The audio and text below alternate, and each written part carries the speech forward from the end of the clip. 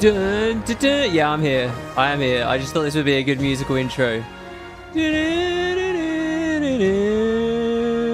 dun, dun, dun, dun, dun. Hello, everybody. Just a little one here today. No, wait. Not a little one. A big one. Potentially. We're here for the announcement of Guild Wars Tetris. The long-anticipated next installment in the franchise. You will be able to move small pieces of falling blocks shaped like all your favourites. Scarlet, Ellen Keel, Tiny, both wheelchair and non-wheelchair variations. Yeah, hello everyone. Today is the Summer Games Fest. So I'm doing something a bit weird here. In fact, let's just check this actually works, shall we? That's probably a good idea. Go. There you go. That's the Summer Games Fest. And I don't know how long have we got. We've got about an hour and 5 minutes until it starts. And we know that Arenanet has a presence there this year. They did some cryptic stuff recently. They've thrown a little teaser out. They sent me some concept art, some physical concept art that we did a video on. It's been pretty exciting. Oh, we're getting memberships and stuff. Thanks to John for the 10 members and $10. He says hopefully we can raise our coffee as well as our banners. Here's to hoping. And Bob at the Hobbit. So the big theory here, the big idea, is that this could be Guild Wars 3. This could be the next big moment. So this might look really silly if it ends up a small announcement, if it ends up a small thing. But I was struck by inspiration earlier. I have a fun idea. So let's redo this intro, actually. I'm probably going to post this on YouTube. So give me 1 second here, and I'll tell you what we're doing. But I thought, just before I do that, I thought I'd say hello to people in the chat. Caffeine Injected, $5. Guild Wars Legends of the Mist, you think? Well, the Steam game name was Mistforged, right? So you're pretty close. If you guys have other theories, I think someone was going to try and make a bingo card earlier. I don't know if we've got that somewhere. But yeah, we're about an hour early, so we can chit-chat. But not that much, because I got something very cool. Something very WoodenPotatoes, I think. Well, not very cool. Don't get your hopes up. I'll tell you what, the last few hours, anything I've been doing, people have been going mental. I slept terribly today. I slept like all day with this tiny little dachshund that I've been looking after that was snuffling around. I basically... It's an untrained dog, right? So if I leave it on its own, it just screams and barks all day. If I have it with me, it wants constant attention. It just has crazy energy all the time. Doesn't matter how much you walk it, it's got a ball that it just loves. And I needed to sleep, and I was like, I don't know. I honestly don't know what to do. I can crate it when it wants to sleep, but if he doesn't want to sleep, that's it. I'm screwed. So I tried to sleep with him. He shouldn't really be on my bed. But I tried to sleep with them on the bed, and I don't know. I guess Dachshunds they're German, and I think they're badger hunters. That's literally what it means, right? Isn't Dachshund? Don't you say it Hunt? We got any Germans in chat? Oh, we do. I see some. But it means badger hunter, right? Anyway, he loves digging, and so you put him on a bed, and he wants to get under the sheets constantly. And I was laying there for like 9 hours trying to sleep with just this dog going ballistic all around me all the time. So anyway, I'm sleeping. I wake up, I get onto Discord, and everyone's like, oh, he's been so silent. Oh, what's he doing? No, I am not there at the Summer Games Fest. There is a reason I've been silent for the past couple of days, and I will tell you. I will tell you before the end of this video here. So you will see. Oh my god, I know. With the 50 NOK. Hello, this is John Arenanet. Are you ready to not swing your sword and then swing your sword again? Please buy Guild Wars Tetris. Very good. Cograth with the 10 memberships. Thank you. Yeah, it's funny you mentioned the swinging your sword thing. It's funny you mentioned that. No, it's not a face reveal. No, I'm not doing a face reveal. But I will show you guys. Though that is on the cards, as I've been mentioning. Keep an eye on my other channels. My coin collecting. You guys saw my hand earlier today. Those lucky few of you in the WoodenPotatoes Discord got to see me holding a £1 coin earlier. It was quite the tease. I'm sure everyone will agree. I just want to do a couple of quick back and forth questions. If you guys have any questions, anything you're burning for me to know, just drop a question now. I'm looking at the live chat exclusively right now. Is Guild Wars 2 worth getting back into? You haven't played in God knows how many years? I think it depends on your tastes. Obviously, we've seen over all the years since it's been out. How many years exactly has Guild Wars 2 been out now, guys? What anniversary are we at now? You know, if it's not the kind of RPG you like, then you're not going to be... It depends how casual you are, how mid-core you are, how hardcore you are, what you value and prioritize. You know, would I recommend it to a hardcore PvPer anymore? No. Would I recommend it to a hardcore world PvPer? I don't know whether I'm even qualified to say that, because it's been so long now since I've been into World vs. World. There you go, 14 years. 14 years. That's a lot of history, isn't it? Well, to that end, check this out, guys. Ready?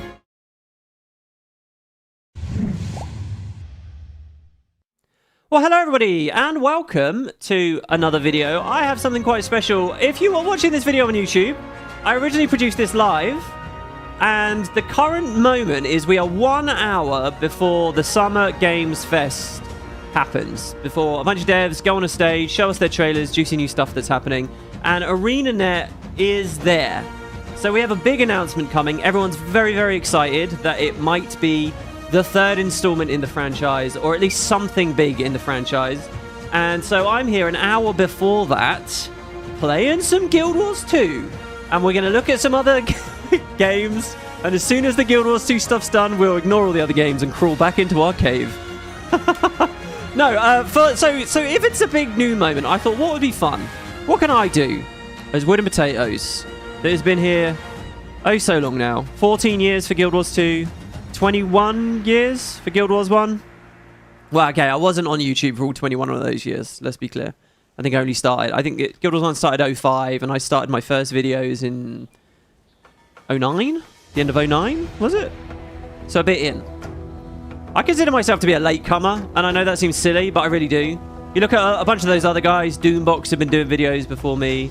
Mike, if you remember, used to do a lot of collabs with. He'd been doing videos before me. Anyway, after all those years, covering the game, doing press for the game, living world updates and stuff, I have quite the archive, quite the files on my PC of like 1 billion things. Pretty much every trailer, every press thing that's ever come out. And I'm not exaggerating, I probably have a local copy on my hard drive. I have so much stuff.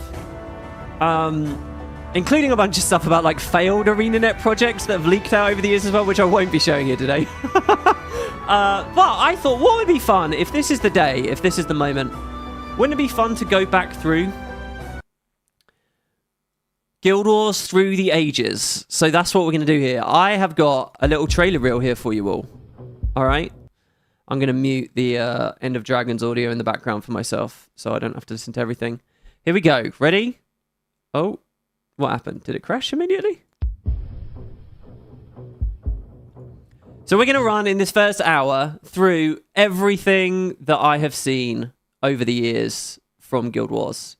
So where does it all begin? This was the very first trailer that I know of. By the way, okay, I don't want to mean to big my roll up too much. There will be some media releases. There will be some things that I don't know. And for what it's worth, I have thousands of video files and screenshots and all kinds of stuff. I've got loads and loads and loads.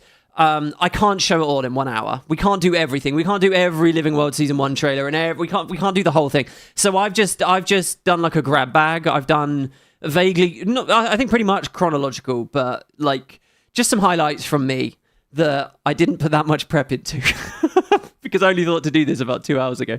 But that's okay. Look, who needs hard work and diligence and preparation? It's just about ideas, guys. So here we go. So this is the first trailer. I don't know if you guys have ever seen this. And Our guild gathers before each battle. It is a time of planning and of friendship. Together, we face the challenges ahead. oh, look at these graphics. Although we are many, we are united as one. The soundtrack. From different lands, we've journeyed to this place to combat the forces of evil. The combat. For this land has been invaded by hideous creatures. The blighted. The Yetis. The undead. The diseased. Centaurs! Those made it. Those made the cut. Some of these armors kind of did too. As guild members, we spend our time training to master our unique skills. Fiery dragon sword there. To earn the right to call ourselves guild members.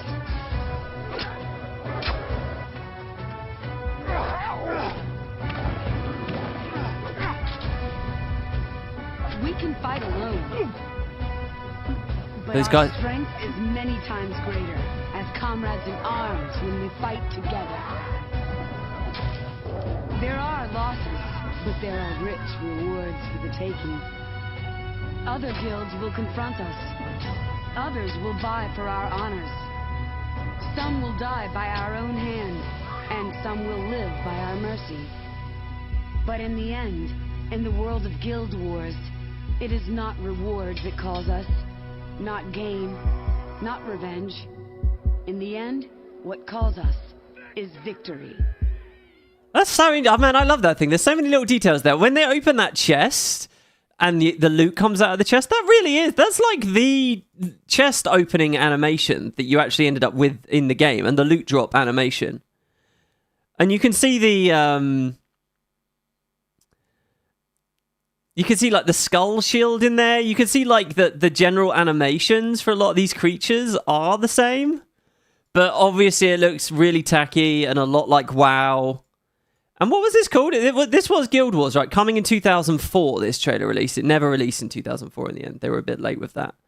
Because they kind of... my understanding is they came in and redid the whole art style, obviously. But, you know, some of these bridges do look a bit like what you saw in the snowy areas. It's often talked about that Guild Wars was originally being developed as a PvP game, and ArenaNet was referencing that and all that. But even in this very, very, very, very early footage, it was clearly a huge PvE focus going on there. But yeah, this is the very first one. This is the start of the timeline as far as I know it, as far as I've seen. Right, next. What have we got next? Okay, so this is the main Prophecies trailer. We should all be familiar with this. This was their first CG trailer. There's no actual gameplay in this. What's interesting about this specific footage here that you guys are about to watch is obviously I did a little project years ago when Waifu 2X came out.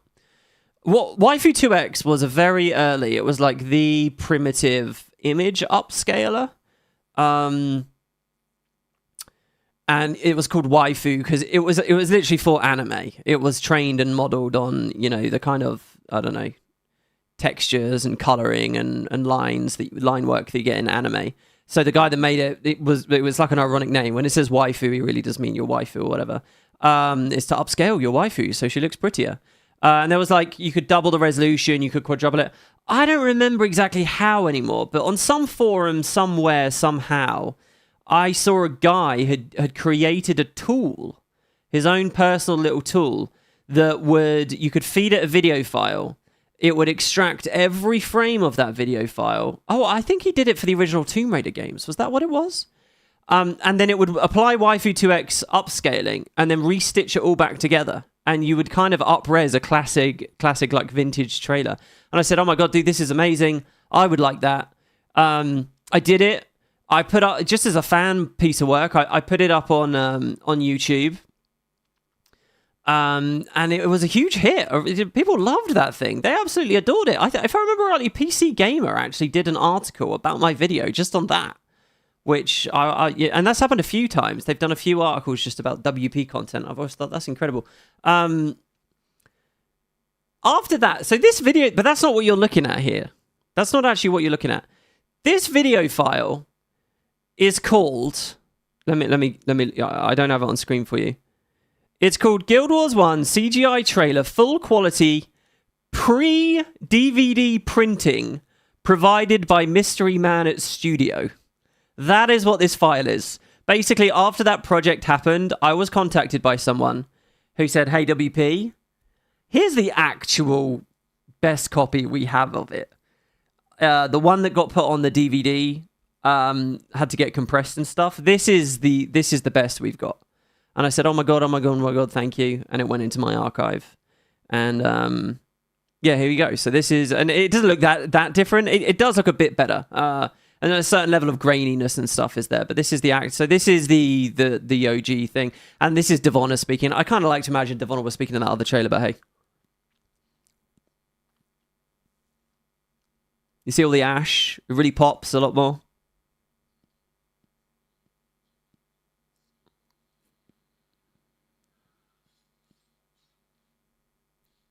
Oh, you guys can't hear it because I muted it.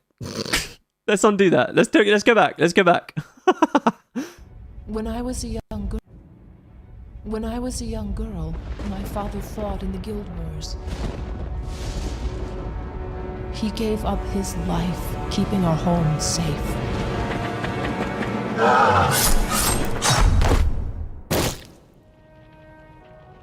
Because of his sacrifice, I grew up to know the meaning of the word peace. I love this song. This track's amazing. But now, a new threat rises from the west. A malevolence that seeks to destroy all my father fought for. Mordecai! Ooh! Are we going to see Mordecai by the end of today? I don't know. Also, Devonna's a hero now. Aiden's in there.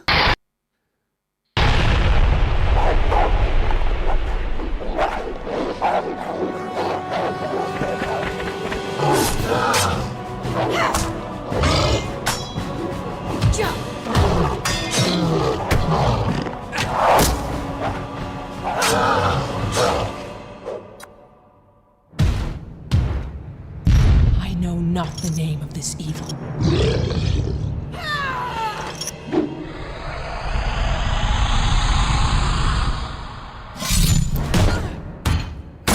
Oof. He just used shove.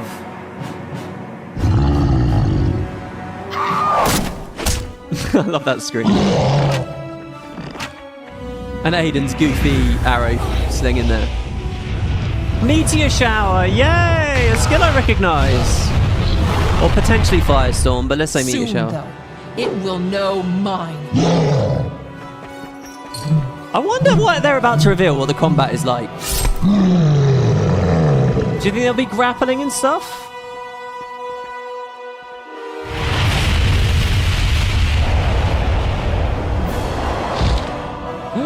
It's a bone dragon, days rot of scale. peace are over. Right, guys, I have to ask. Okay, I'm realizing that we're already like 13 minutes in. And I got a lot to show you here. So I'm just going to have to plow through these trailers, which means I'm going to kind of have to speak over them. Can you guys confirm to me that you can hear my voice perfectly fine as I speak over the trailers? That way I can chit-chat even while like voiceover dialogue and stuff happens.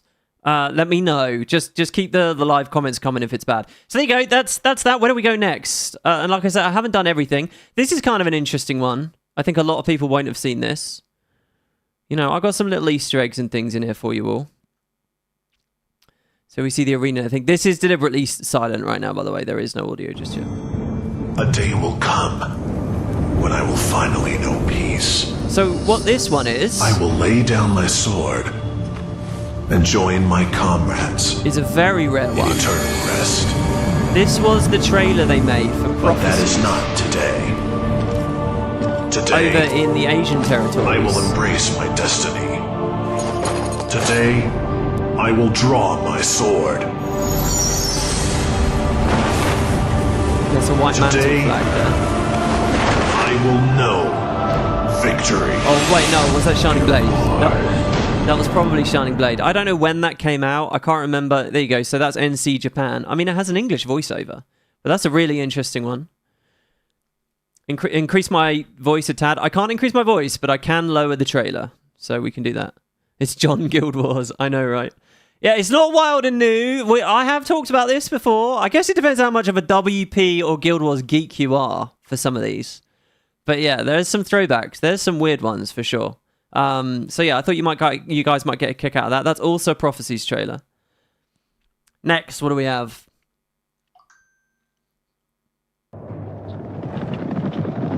Oh, this looks like is that oh no, this. Okay, this. I won't spoil it just yet. What do you guys think this is a trailer of?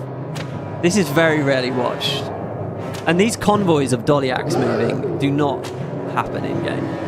Anyway, in fact, Yeah, I'm pretty sure they did. Aha! Yeah, that's right. It's the Sorry's Furnace update. This was the first big end game update they ever did. And I could include trailers for all the end game updates. You know, there was a Doa trailer. I can't do that, guys. It's way too much. So I figured I'd just show at least one. The visuals in here are stunning. You know, we've just played these Reforged dungeons in recent streams and sort of been like, wow, they look so good. But it's easy to forget how fucking incredible some of the earlier ones were. This was the very first one. This was their first update to a live service game. Really. I mean, I don't know. This was kind of before my time. I played the game at launch, had an account, lost the account because it was tied to one of my mum's boyfriends, who then sort of left the picture. And I've always wanted to get that account back, always, but I'm pretty sure it's tied to a real person's identity, so I can't. And then got a new account about a year later, right when Factions came out or something, so I kind of missed this. But there you go, coming to you soon. It's so weird to think what the devs might remember of these. You remember Sorry's Furnace coming out like it was yesterday? Oh, we got an older guy there, definitely. Guarantee you're in your late 30s if you're saying that. Oh, there's the ding. We all know what that chime means. Of course, it's Factions time. Evil walked the shores of Camphor. And this is, by the way, my favorite trailer they have ever made. It rode the wind and skulked in the shadows. Brilliant visuals. Lots of, really high production quality. Waiting for the cinematography is excellent. The music is excellent. Everything, unlike the Prophecies trailer, everything you see here is bound to the lore. And there might be some minor incongruences, but it's actually featuring topics that are about the story. This was a heavy inspiration for me with the old lore series that I used to do, like the dust hanging in the floor, in the rays of light and stuff. All of this. This was the best, and I really do mean ever. I think some of the Heart of Thorns trailers come close. Oh no, okay, not ever. No, my favorite trailer ever is actually the first Guild Wars 2 trailer. Look at that, you just see someone get decapitated effectively in a trailer. Oh yeah, that was weird on the E3 thing as well. We saw a puddle of blood, didn't we too? There aren't actually leaky puddles of blood in the released game. I always thought that'd be an interesting thing for Toolbox to do. And like a corpse slider so the corpses don't decay. They just stay on the floor. I'd love that shit. I know it sounds small, but it's really cool in games where you can see like where you've been because of all the carcasses around. And systems can handle it now. Ah, it's Vizu!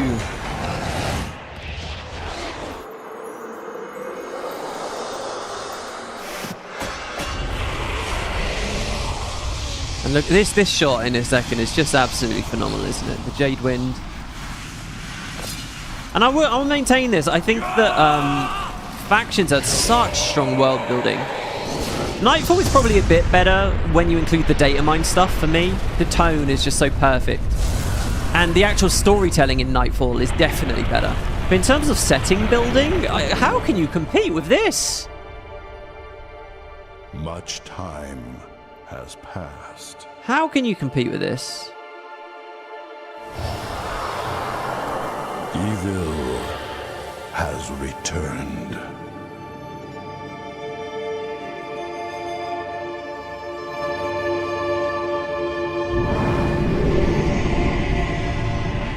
And no, I'm not speaking over that stinger music. So good. Oh, Jesus Christ.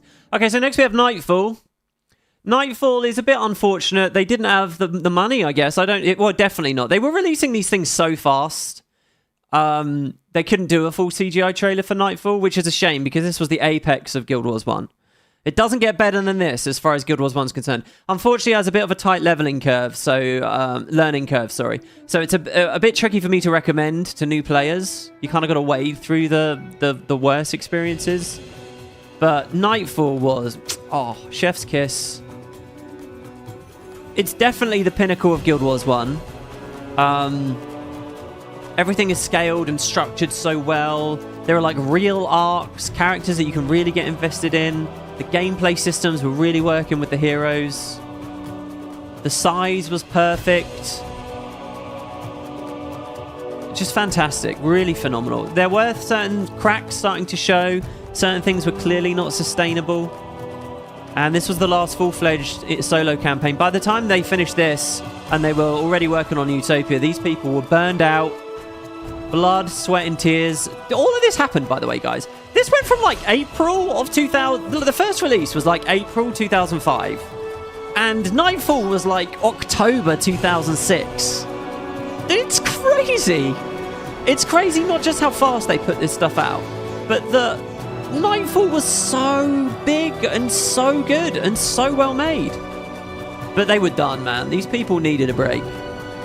And more to that, they wanted to do bigger and better things. They wanted jumping. They wanted dynamic missions. They wanted mounts. And I do believe that was because, you know, there's kind of mount design in the OTN. And I know it took them a while to get there for Guild Wars 2 and stuff, but I think all these factors came in with the engine. They didn't want to look dated. But wow. Yeah, the trailer unfortunately took a huge step back at this point, didn't it? But I still wholeheartedly, you know, someone came to the live chat just now and said, is it worth getting into Guild Wars 2? I'll tell you what, it is worth getting into Guild Wars 1 just to get to Nightfall. You want to play a good RPG? Yeah, there's some clunkiness. Yeah, the pacing isn't going to be perfectly aligned. But I love how we get that little flash of lists and the character creator between every trailer. So what comes after Nightfall? Well, there were other trailers, obviously, but we're skipping straight ahead now. To Eye of the North, baby. And Eye of the North had some great things as well. This is the big retrospective, guys. Keep your thoughts coming. Ah, the EOTN music, but we're looking at pre. The gem of Tyria, the center of my world. It's Gwen. She'd been missing from the story for a few years. 6 years ago, my world burned. Yeah, we had the time jump, of course, from pre to post, and then again. The assault into the unexplored reaches of Can I just point out, guys, what is that shot right there? Come on. Come on, prove to me that you're nerds in chat. I want to hear. Why is that shot relevant and interesting and badass? And what should I have talked about many times in recent history but didn't? What is this shot? How has this shot become more relevant? And while we wait for the answers to come in, I guess I'll ramble a bit. Yeah, Eye of the North does have its pros. The presentation, the visuals, the post-processing, stuff like that was better. It found its feet with a lot of rewards. I liked rep tracks. I liked the grind. I liked the shinier gear and armor. I'll openly admit it. The scale was a bit smaller, but then it was only an expansion. I think they sold it for less. It was thrilling, the story. While Nightfall is like the best, just like self-contained story, this was where we started a whole new chapter right here, guys. This is when the Elder Dragon door started opening, and the Guild Wars 2 stores started opening, and we were dealing with the Char again, and that looping back to Prophecies elements was really fascinating, and it was so invigorating. I don't know whether any kind of announcement they're doing today can cash in the same way, but it was so thrilling to see Gwen there and be like, oh my god, they're doing this. And this is where, you know, I kind of entered a new chapter, which was anticipation of the Brilliant Dragon saga. And of course, nowadays we've seen that all be resolved. And it might not have resolved in the way I wanted it to, let's be honest. But there were some big good beats along the way as well. And I still don't believe anyone who says the dragons got boring. They weren't inevitably boring, you know. It's just how they were handled. It was grind, but horizontal genius. Yeah, exact. Well, it wasn't horizontal anymore, though, was it, in Eye of the North? It became vertical when you're grinding for extra energy in Asura areas. The Elder Dragons were terrible. We have someone saying in chat. No, they weren't. I'll accept arguments that certain bits of the Dragon arc were handled terribly, but they are not fundamentally terrible. They are not destined to be terrible. All right? What if I do a surprise and Matt speaks? No, I don't have Matt with me. We'll talk about him in a minute, though. All right, sorry, this chat might have scrolled too far. This is relevant, guys, this shot. Because when they did the Icebrood Saga years later, they remade this exact shot in concept art form. Watch this. Burn it into your memory. You'll now that I've mentioned it, some of you out there, some of the geekier guys will know.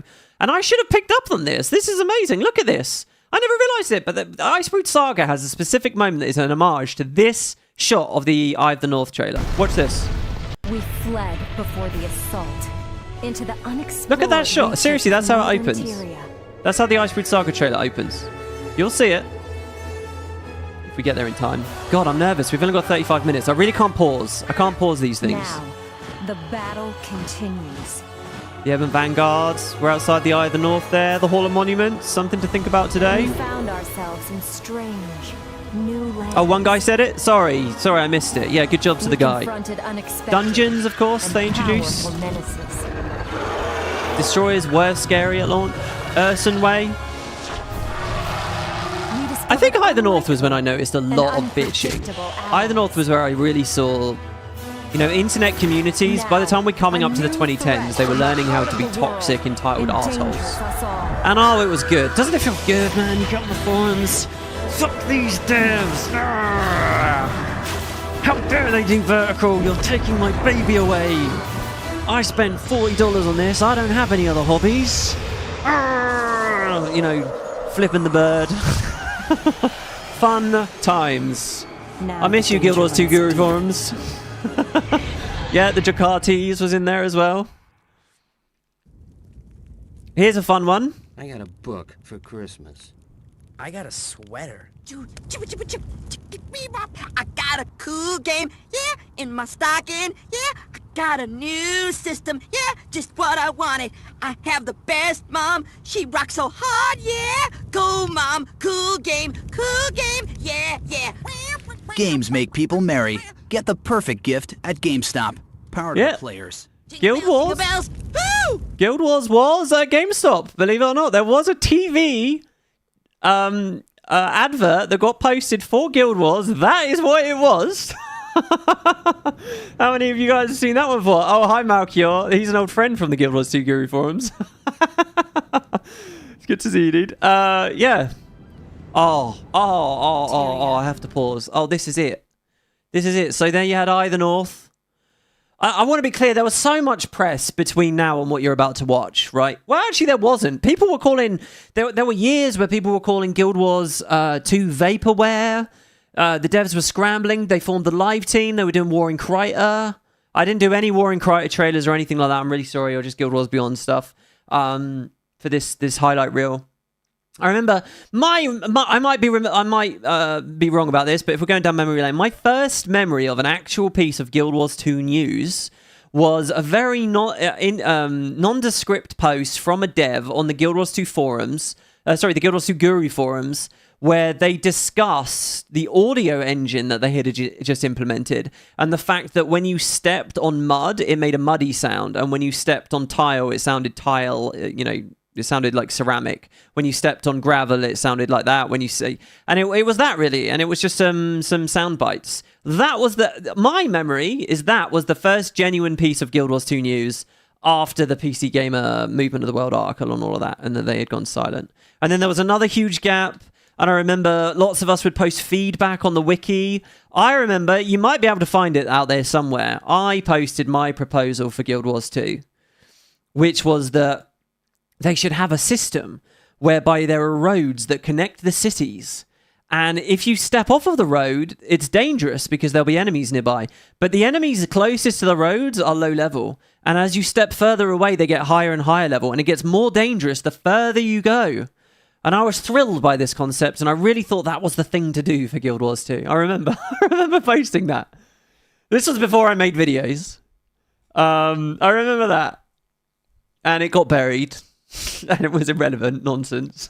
I also remember there was a kid on the Guild Wars 2 Guru forums who fucking loved Naruto and anime, and he became really notorious over the years for just pushing ninjas and nunchucks and throwing stars and anime this and anime that, anime, to the point that the devs even would talk about him when they finally got to the conventions.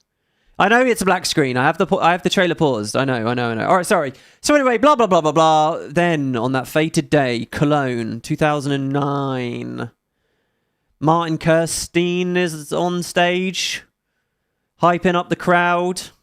Don't know what he's up to anymore. A few other big names that are still around to this day. A black screen. And then, this.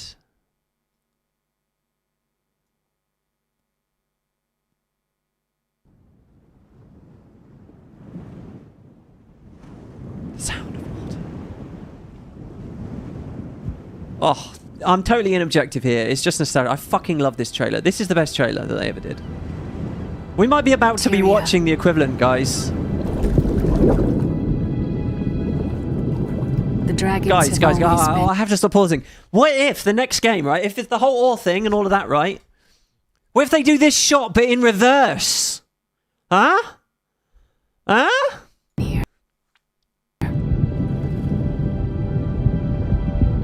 Sleeping deep beneath the earth, beneath the sea, We of course see this in a raw story mode as well. waiting for the time to rise.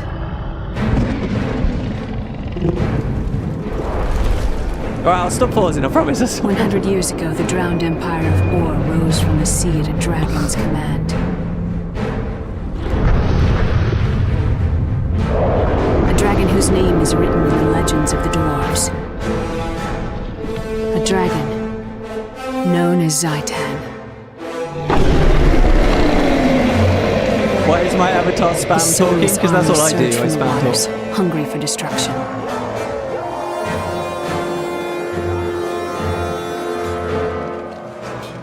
Our ancestors fought against the tide. But Zaitan's power was too great. We have learned from those defeats. We learned that no single nation can fight alone and succeed. The 5 races must stand together against their enemies. Evan never ended up looking like that. And there's refuse to surrender. Boy Logan. I think you'll see the OG design here for Kate as well, by the way. Heroes come together in glory. Yeah.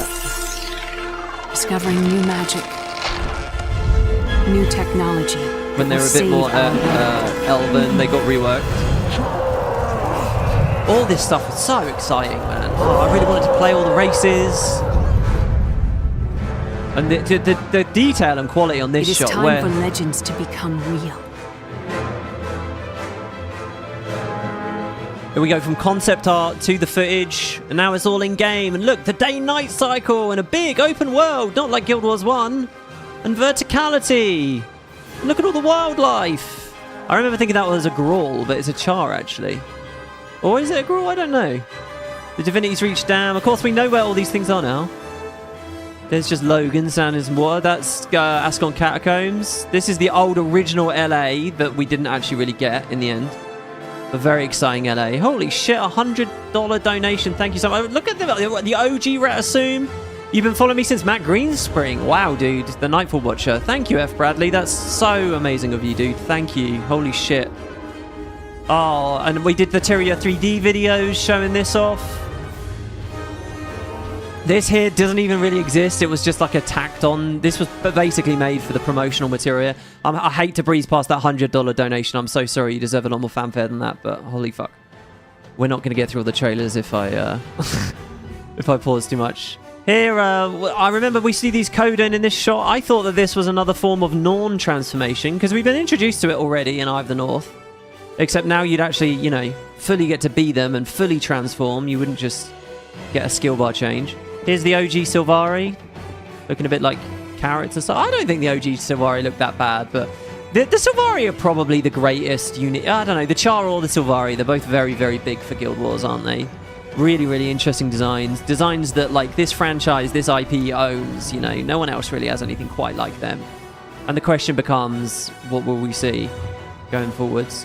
There's the corpse of Zaitan, question mark? That was a weird one, wasn't it? Where it seemed like there was going to be a whole dungeon where you went in the dragon's mouth. Again, there was a lot more Tyria 3D stuff we did with that. It'd be so weird to show Zaitan's body in the trailer. There's the crate in Ascalon that made me get my mini Naga. Claim your destiny. Forge your legend. The concept art reel. Epic, poetic, broad, fantasy.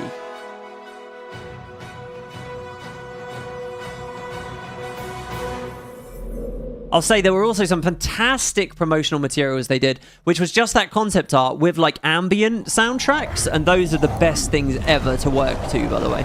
I don't know whether they're still hosted online. I don't know how them the real, because each one's like 20 minutes long, but they were so captivating. I just imagine ArenaNet writers and world builders and designers and map editors and stuff listening to that stuff while they did their work.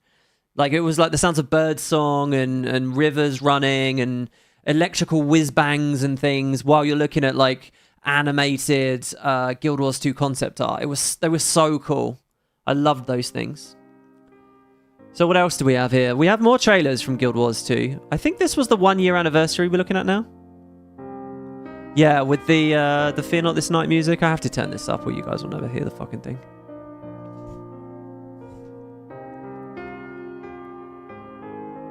This also was still very much the vibe, right? The tragedy of Traherne. I don't know.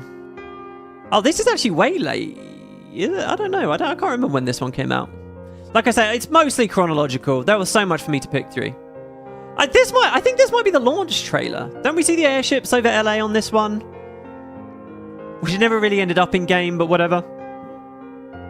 That was an interesting shot. Weren't there 2 Seraph there? Look at this, man. I think Arenanet themselves should be popping champagne today and giving themselves a pat on the back. Look at what they've done. It's so easy to get back down in the negativity and the, and focus just on the release of the day. But look at all the fucking stuff they've done, man. It's so easy to be like, oh, that's Guild Wars. That's one product. That's one franchise. That's one thing. But the amount of look at remember all the. Do you know how hype it was seeing those bears outside Holbrack? And when the convention and alphas came, there you go. There's the airships. That was always such an incredible shot. And that's it, a war against the old undead Zaitan. So good. And now it becomes epic battle. Oh my god, it's nearly 22. What am I going to do? I'm not going to be able to get through all of this. Here's tech, of course. This was the big update after 1 year. We got LFG and we got a renewed idea at Endgame. I still think that the OG 150-man tech at the original balance tuning was fucking amazing. I'd love to see them reimagine that as a raid one day. It still wouldn't really hit the bar because it really is about the big scale. But tech is just not the same nowadays. And here they're just showing all the big bosses. We had Baradin, that's me. Whoa, a Necromancer manually detonating his minions, not relying on Death Nova? Oh my god! Whoa, it's Lich form! Epic screen shake. Jormungandr, that's a tutorial boss? Oh, the way we were. Yeah, fire your cannons, baby. Whoa, I remember all the bitching that there were red LEDs on the mines. You know, that it wasn't correct. Brown Centaur lands, who doesn't have a weird sort of hateful nostalgia of that, considering so much of core was that the Hounds of Balthazar? Of course, you have the Misfire Wolf too. I doubt that gets in the trailer. No one talks about the Misfire Wolf. This is amazing retrospective. $20. 20 pounds. Thanks, Skylight. That's awesome. Did you know that Great British Pound Sterling is the oldest currency on planet Earth, still in active circulation? Yeah. The Chinese had an older one, but then it stopped kind of sort of recently, so we took the crown. Yeah, I'm a coin YouTuber now. I'll give you those little bits of trivia. It's a new value. So there we have a thief. Makes me think about when, the later demos that came out where you got to actually play as the thief and they had the thief traits. These are basically snippets of the little show reels they did for various Meet the Profession blog posts that they threw in there. That sound effect is not the same, that zappy sound effect for Air Auto 1 on Scepter these days.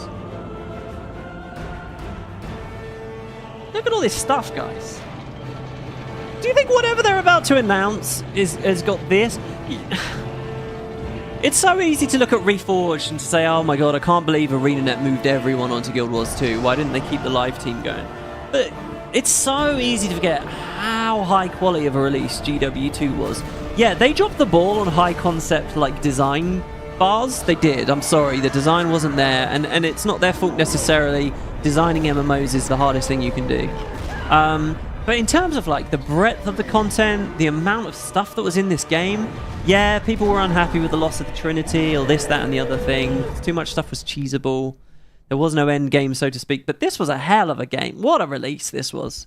What a fucking high bar they set. And the only way they set that high bar was by full arsing it for years and years, man. Have they done that again in 2026?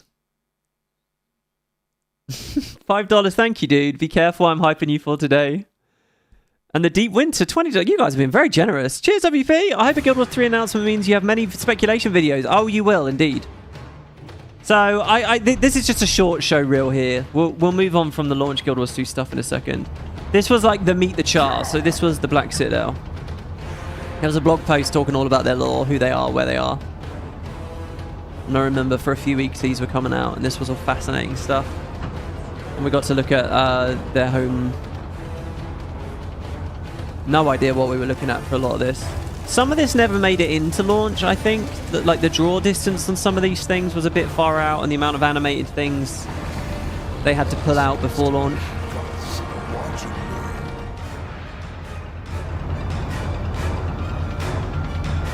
It's funny, this music doesn't actually give me any nostalgia or happiness at all, because I hear it all the time. This shot here.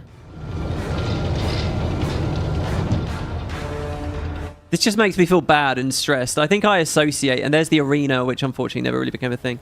I associate this with being in combat and trying to waypoint. Cars, of course, which we did end up driving in the Ice Fruit Saga. Have I ever forgiven the Char?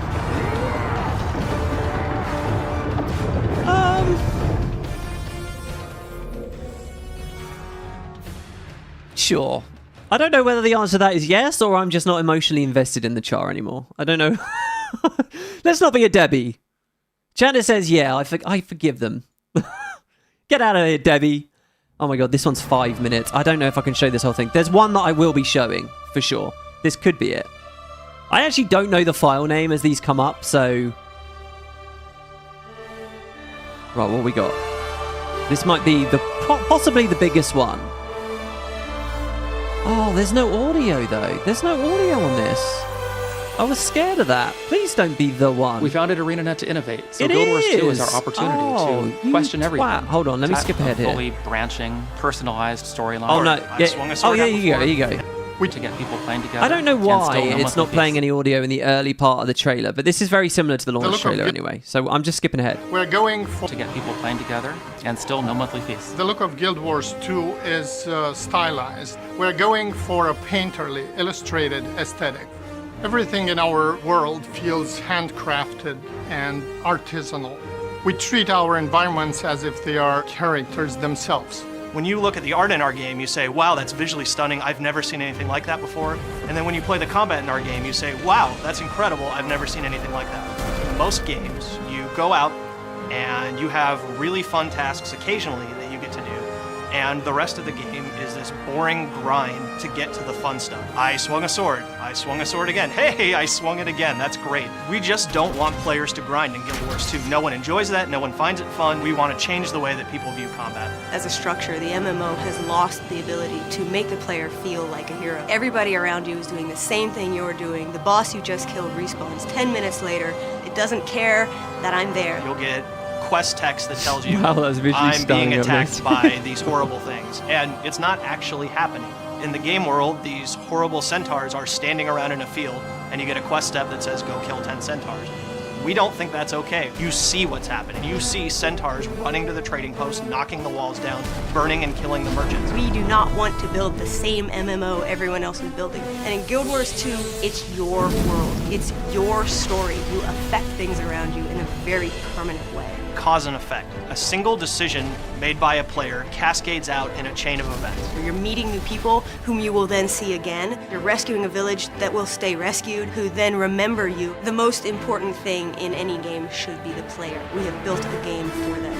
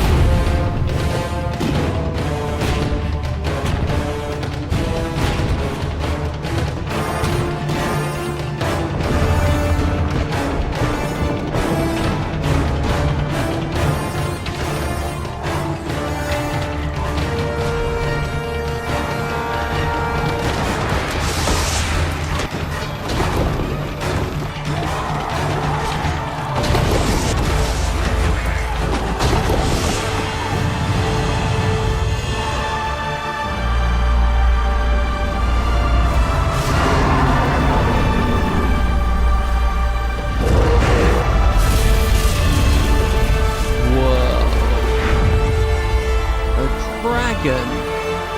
Is that an elder dragon?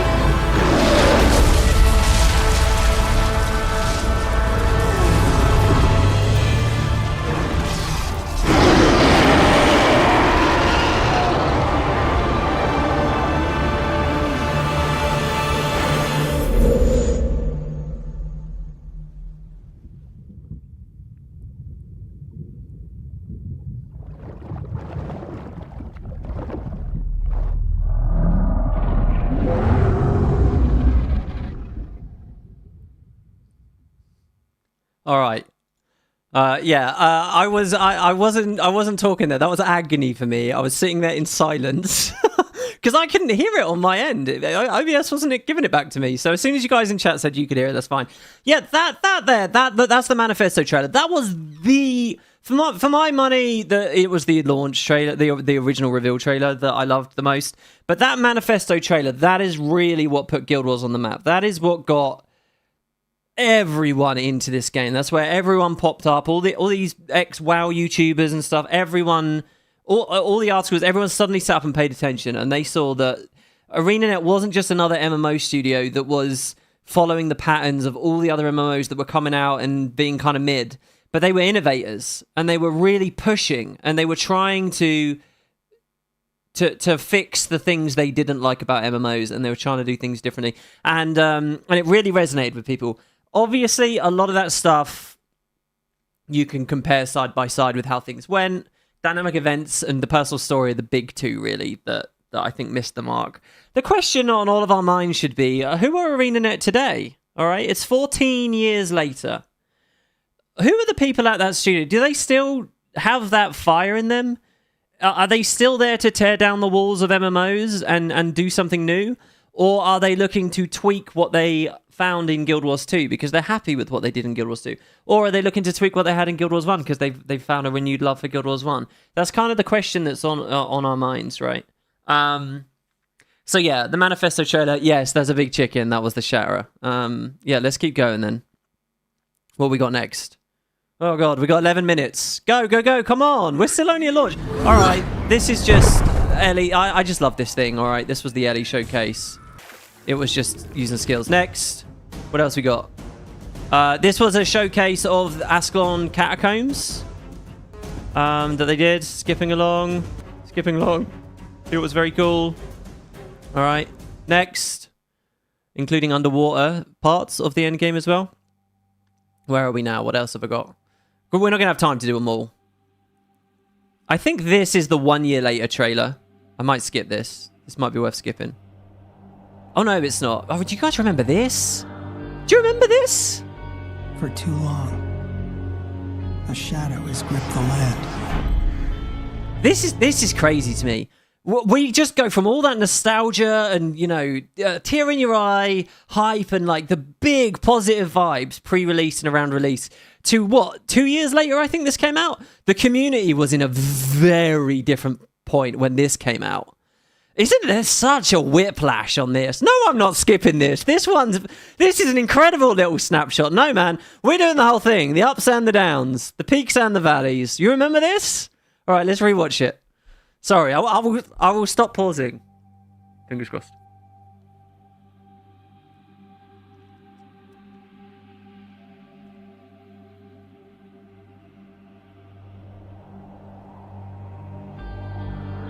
I actually kind of like the guitar in the background there. For too long, a shadow has gripped the land. And we have stood by, paralyzed. Whoa, what game is this? By fear and doubt. What game is this? This is so bizarre. I'm so intrigued. Whoa, it's a parkour game? Is this Grand Theft Auto 6?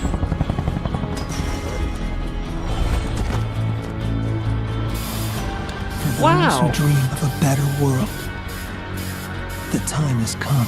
I want to play this. To open our eyes. I want to play as her. Is that Esther Golkin? And join together. I think that's Esther Golkin. Oh no, they're going to do a walk just like Dwight Schrute on Beach Day. Whoa. To reclaim what is ours. Do I think Hero Chon will have a role in the project? With one voice. Our time is now. Oh no, this is Esther Gorkin. Whoa! And this depicts something that is not in the game. This scene does not happen, but looks badass. I always wanted them to go back to the personal story, man. I always look at this shit. Imagine if that was in game.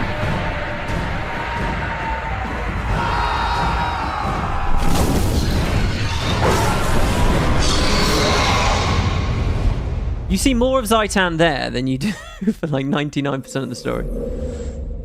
I genuinely think that's well staged at the end there. That's so bizarre though, isn't it? They had some duds. Mostly the marketing's been absolutely Premiere and Premium. Sorry, I really appreciate the $10 there. That was really lovely. I didn't mean to breeze past that. Maybe Hero Chon in the next one. Maybe. All right, what else we got? All right, this is the Meet the Races trailer. I'm going to skip it, guys. My name is Logan Thackeray. I'm human. A citizen of the nation of Kryta. Oh, but I don't want to. I defend Divinity's Reach. I have to. You get a little bit on Logan and Ritlog. That was a very good one as well. I have to skip it. Okay, hold on. Real question here. The Summer Games Fest, is there going to be like 10 minutes of preamble before they start showing stuff? Or what? How much time do I have?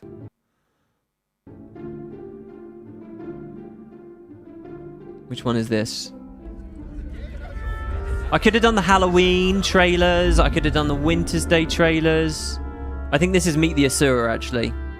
Which, again, is amazing, but I'm going to skip it. I'm going to start skipping the intro stuff as well. I think this is Meet Lion's Arch. Oh, pre-steering music. LA was... Isn't this like the best fucking designed MMO town? I mean, there's some hot competition out there, I do acknowledge. Next. The all-powerful Elder Dragons have woken from their slumber, corrupting the land of Tyria. Now, heroes from the 5 great races of Tyria must set aside ancient rivalries to face the Elder Dragons together or die apart. Enter the world of Guild Wars 2, a vast realm of great beauty. I hate that bit there, because he's doing a British accent, but then he says vast, like an American. Yeah, this was like the story so far thing in prep for Season 1, basically, and it taught you a bit about, you know, the fundamental systems in the game. Skip.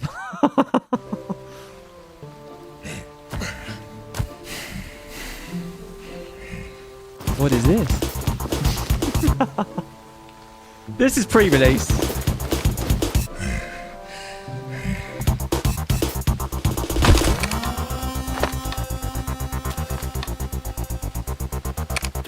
Inside. Preparing flashbang. Flashbang in. It's the 10th profession, guys.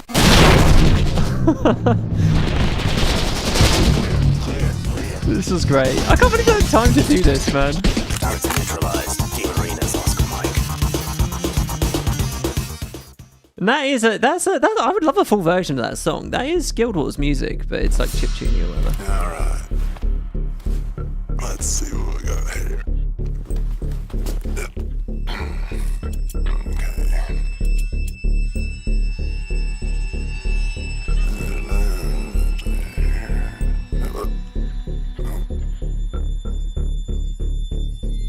Alright, there you are.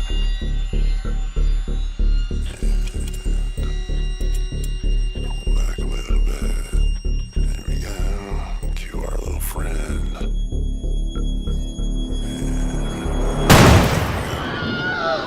The Wilhelm scream there. Alright. Oh my god, I want to play a sniper? Yeah, I think 1 year... What was it? It was April Fool's 1 year was Commando, and then the next year it was the Bard? No, that's not right.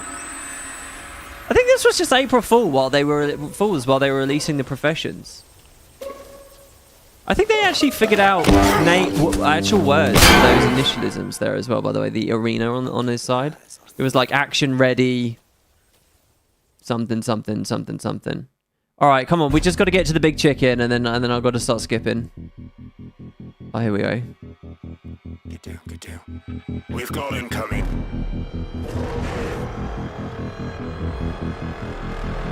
That's a big chicken. That's a big chicken. Arena 1 to command, requesting air support. Command to Arena 1, unleashing the hounds.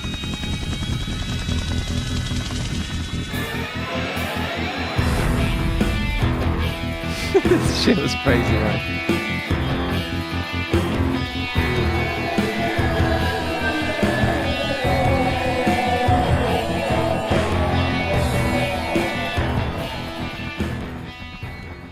Right, I'm skipping. We gotta go next. It's funny though. This is our history, guys.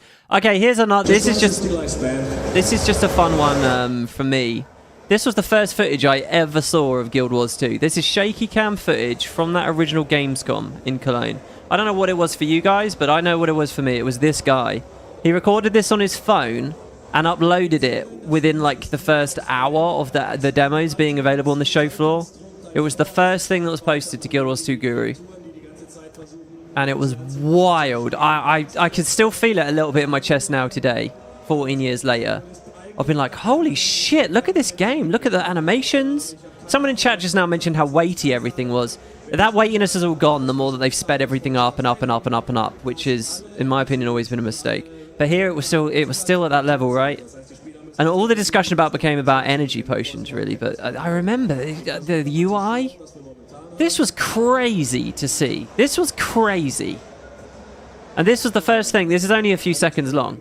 There's only a couple more seconds before this is over. The outlines on the characters. I reckon in another 20 years I'll still remember this exact thing. And then, of course, there was a whole load of stuff going on in the demos. The best guys for the demos I'll show you is the next clip. It was these guys, War Tower, wartower.de. The Germans always do the best stuff. Can I just say, I've become very ordo-liberal in my recent readings and musings. I have a lot of respect for Germany. The central bank keeping inflation down. Anyway, War Tower did some sick demos. Really good footage. Excellent white balance. You could actually see what was going on the screen. They had good talk-throughs of it. I'm skipping around here, sorry. This one's like really long. They were the bread and butter. And I had many a conversation with them and said, hey guys, can I use your footage in some of my commentaries and some of my Q&As? This is actually one of the later demos here because we're in Gandaren. There's still energy potions, but I think traits had been reworked at this point. And the thief was playable for the first time. War Tower were gods, man. They were the best. So there you go. It's now 0:00. What do I do? I guess I have to stop. We have to stop. Oh. Well, there you have it. I'm going to put this as a video online. I've got so much more. I was going to take us through all the Guild Wars 2 era as well. Right up to the Reforged trailers. But we're going to have to go see what's going on now. So thank you very much for watching, those who have watched this. Just a little trip down memory lane before whatever has been announced. Thank you all. See you next time.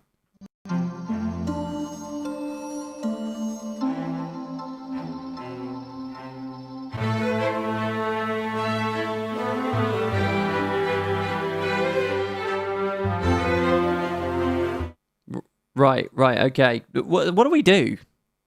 Do we just watch it and just turn the music down? This is going to be so odd. I do not know how to do this. I've never restreamed. I technically know how to do it. I don't know how to conduct myself. That's what I'm saying. Here it is, right? Okay, so we can all see it. And I can unmute it. It's muted. You guys will hear. My question is, like... what are we doing? Like, I kind of just want to...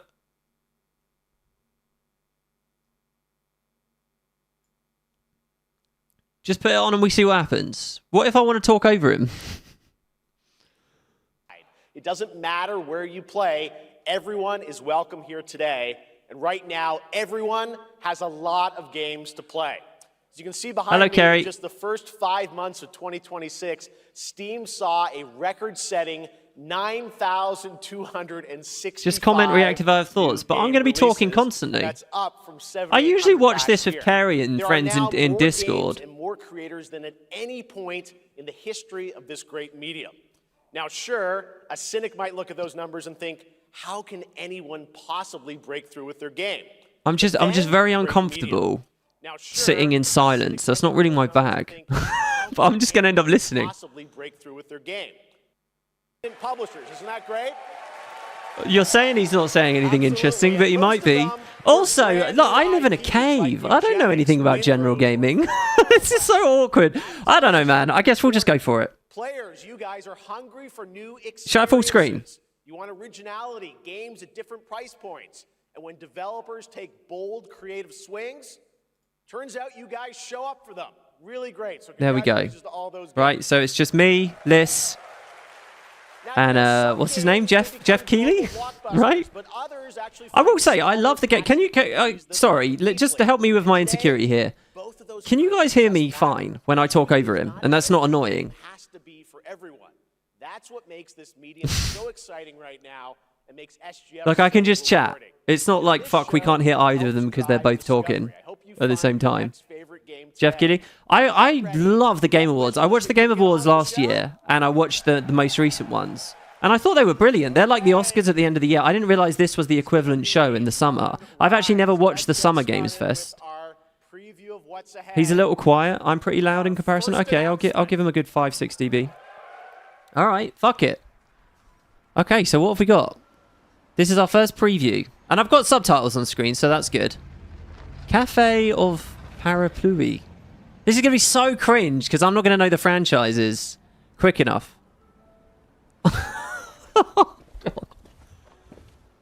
What do we think this is?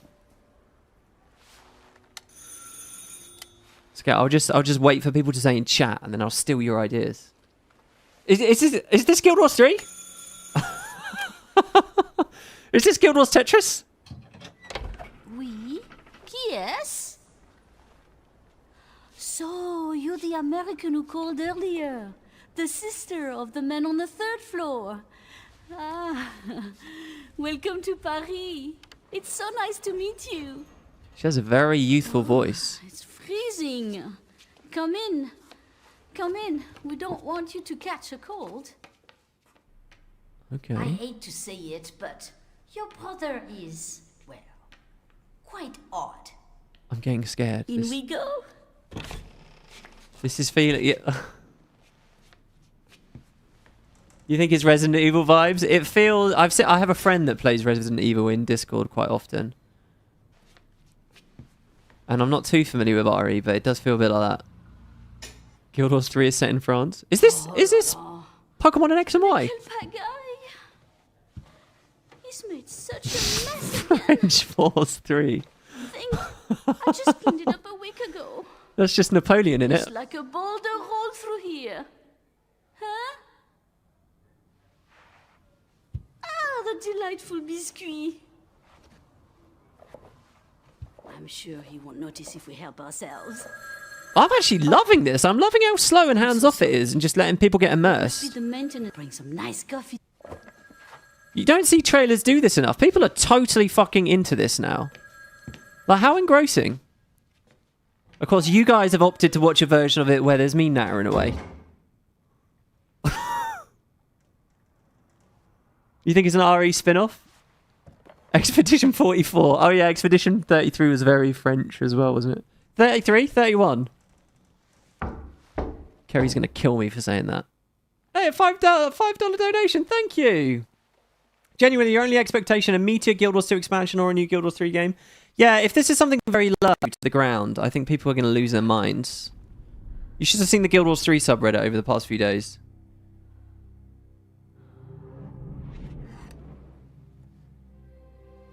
Uh-oh. Oh! Oh god, we got chloroformed? Oh shit, you guys best be wearing headphones. They're dancing left to right.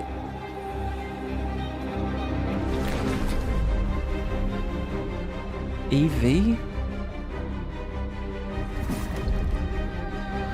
RE5? Don't move. Claire Redfield. Oh, it's Resident Evil Veronica. Yeah, so is that a remake? Isn't that a thing that was already out? Is that... No, it's not a remake. Is it a just new thing? So Resident Evil, woo! Revenant. This is good. I'm with my people. You guys all live in the Guild Wars cave as well, so...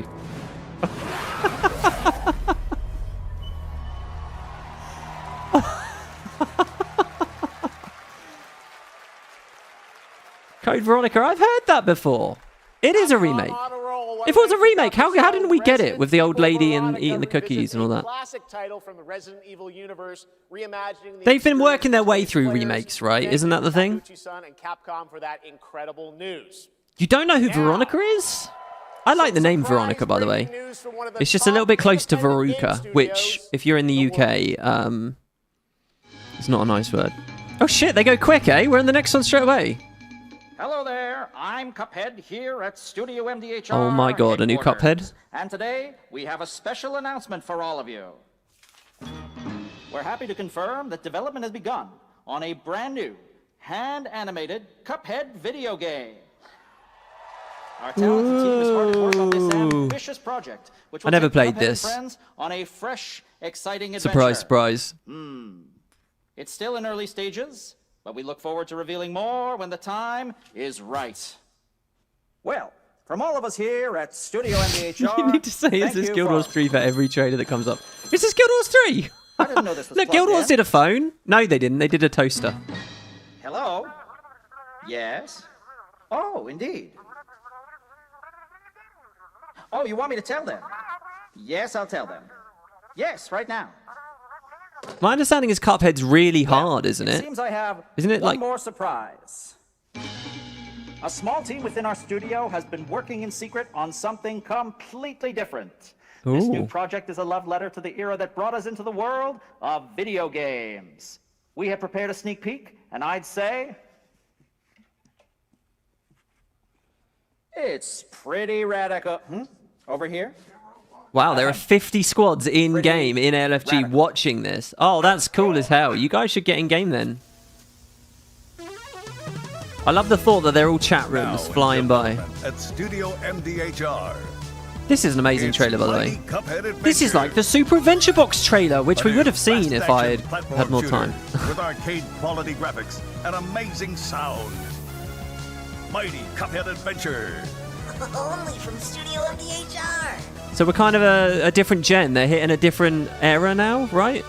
Because the original Cuphead was very like 30s, 40s, 50s style animation, right? Or even older, isn't that correct? You know I love my puppets. Painted cells and stuff, but that feels like it was more of a Mega Drive sort of. Canada with Mighty Cuphead Adventure, a true 8-bit action platformer coming to consoles and PC. Or Genesis, yeah, is the brand American new sport. hand-animated Cuphead game has been confirmed too. Great news. All right. Well, now please join me in welcoming my co-host and partner in a new game discovery. Can I just say, he website looks called Looking good, for by the way. Games. You guys realize he was born in like 72 or something. Thanks, Jeff. I am thrilled to be back here at Summer Game Fest, and I'm excited to share in so many incredible announcements. Now, this next one is very special for me. It's a game we've all been waiting to see for a long time. Guild Wars 3? Does Guild Wars 3 have storms? Oh my god, it's a New World expansion. I did notice at the Game Awards that the aesthetic nearly all games had, they were all gritty medieval fantasy. So many of them, not all, but so many of them had that gritty medieval fantasy vibe to them that it got a bit tiring after a while. There were some standouts within that realm, like obviously Larian's new game, the new Divinity. But do you guys know what I mean? Did anyone watch the Game Awards last year?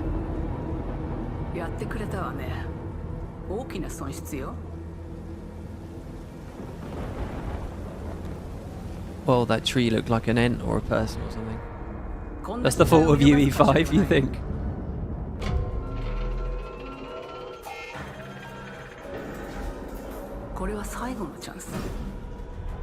Oh shit, alright, we've got a mix here though, at least. Is this RV there yet too? RV there yet? Look, I just saw the RV.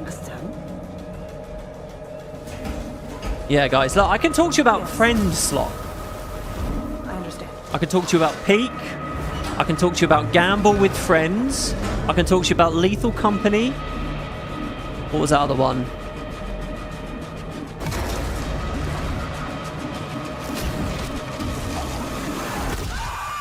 Oh, God. It's an Alien game. Okay. Alien Isolation 2. Wait, hold on. Isn't that the one that I tried playing in VR and I got too scared and didn't finish it? And that Alien Isolation was the one with the incredible AI, right? It was really smart about hunting you and very scary. Damn. And they actually built it as a VR game, but then had to rein back on it. We're very excited to share our So you get it as the mother VR mod, genre. right? It's been 12 years since we released the first Alien Isolation, and we're continuing what we started, creating an authentic new chapter which builds on that core isolation experience of escaping the terrifying, unkillable, relentless. Do you know what? The older I get, the happier I am to see British talent on these shows. It's so weird and inobjective and stupid, but I fucking love it. I'm like, yeah, fucking go Guildford, you know? We used to have so many great franchises and so many great studios. I'm going to RuneScape. Actually, funnily enough, guys, people in Discord were telling me RuneScape had a thing a few months ago where they announced they were removing microtransactions from the game. Seriously. Actually insane stuff that they were doing that was just wild. Honored to have one of gaming's true Go England, yeah. For more than 2 decades, Gotta be that fat guy with the George. And deeply human. From Eco to Shadow of the St. George's Cross, like the flag shirt. Guardian, he has left an unforgettable Getting more conservative and nationalistic. Yeah, I know. Join me in recognizing the legendary. Oh, hey, Sean. Ueda-san. Ueda-san. Great to see you. Did I just see Rawan there in chat as well? And now... Yeah, RuneScape 3. Honestly, guys, it's fascinating. Worthy of discussion for us Guild Wars 2 players. Like, they basically said, we don't like the way we're monetizing the game. We're going to do, like, servers where there are no, like, MTX cosmetics and stuff. Like, I've never seen a game as a service ever do anything like that. And there they are. They're, like, openly talking about how the population isn't growing and stuff as well. Imagine that! Imagine that for an MMO studio, to honestly and candidly say, hey, our population isn't the best. That's what they did. Oh shit, I know these games. I never played The Last Guardian. Is it in the same world? Shadow of the Colossus has one of the best endings to a game I've ever played. It ups the ante and the scale and your expectations of what that game is and why that game is so much in the final act. That is a beautiful example of a slow burn. I think a lot of people just generically say, oh, Shadow of the Colossus is a great game. And they talk about, you know, the big world and the quiet vibe. An atmosphere I think us OG Tomb Raider fans like as well. But where Shadow of the Colossus was really phenomenal is playing it right to the end. Holy shit, look at this. If you know, you know. Oh, sorry, is this Guild Wars 3? Holy shit, what if we end up watching something like this and ironically say it is a Guild Wars 3 at some point and then it turns out to be? I think that would actually break my brain. Imagine that this is Guild Wars 3. You would actually hear my brain break and there'd be like 15 minutes of silence and then I'd be like, okay, let's replay it. It's really weird, guys. It's really weird to be watching this and knowing that an Arenanet announcement is on its way.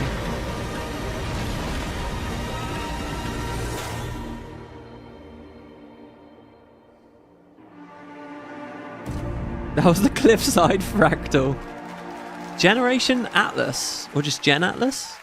TM? Does that look incredible? Oh, all right. I don't know, Jeff, because there was no gameplay. Well, there was a bit. All right, well, next we travel to the east to China circa 848 AD. This is great, actually, because I'm not doing it in Discord with people, so I don't have to worry about talking over my friends or being quiet. Who embarks on a perilous eastward odyssey with your son, fighting against impossible odds. Dude, the subtitles, they're struggling. Come on, closed captions, hurry up.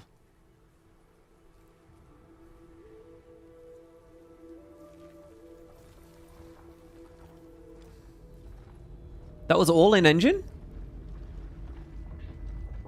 I think there's still a distinction, by the way, between in-engine and gameplay. Let's not get into it.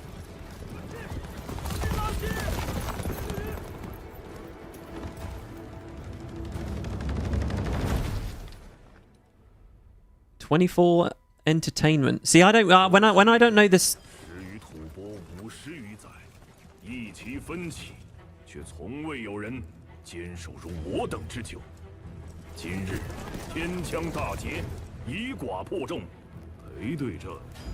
Is this from like the Wukong guys?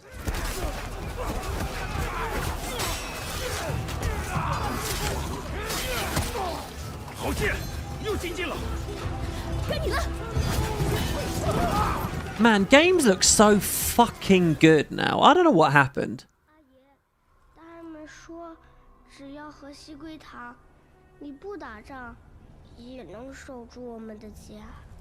Oh, a new Dynasty Warriors. That'd be cool. I never really liked Dynasty Warriors that much when I was younger.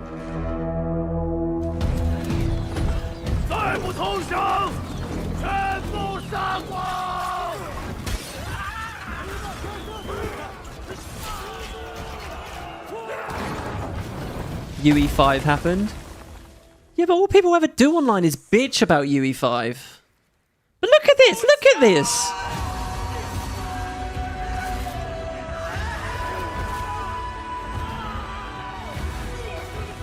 Oh, I don't say, but I suppose we'll probably see some Atlantis stuff, by the way. The new Tomb Raider.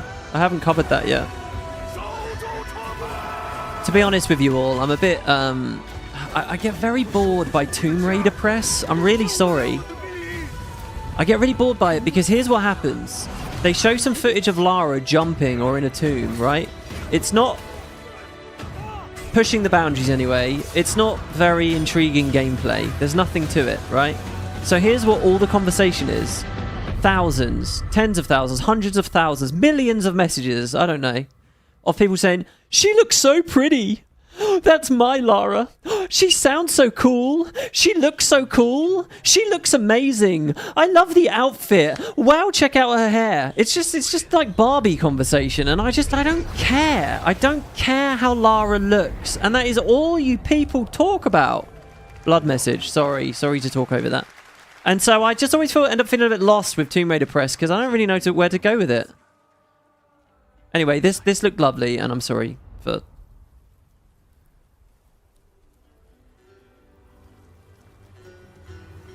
You think it's bots? I'm usually a bit cynical that everything's bots, but I do feel that when the Tomb Raider forums and subs got a bit quiet, it did feel a bit like bots were making sure some conversation was happening by going into photo mode and taking generic pictures. In 2 decades. From RGG Studio, it's Masayoshi Yokoyama. Oh, GG Studio. Stranger Than Heaven. Oh, I like this already. The music. The little sun there, there's a bit of energy.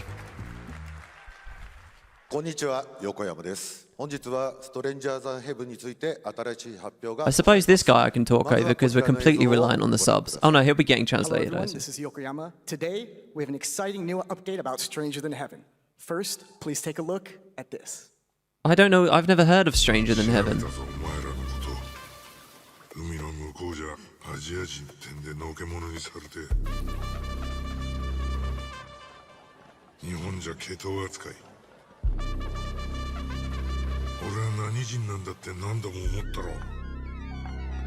Well, I think that was it. Wait, did they reveal this a few months ago?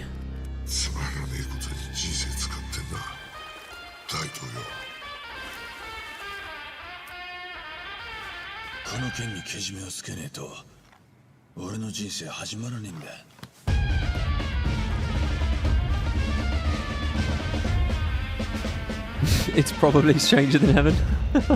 Yeah, I was going to say, is this Guild Wars 3, but they gave us the title very early. Snoop Dogg is in it, did I just see? What the hell?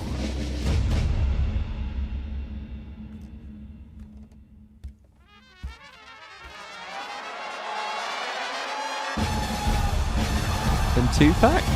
What is this?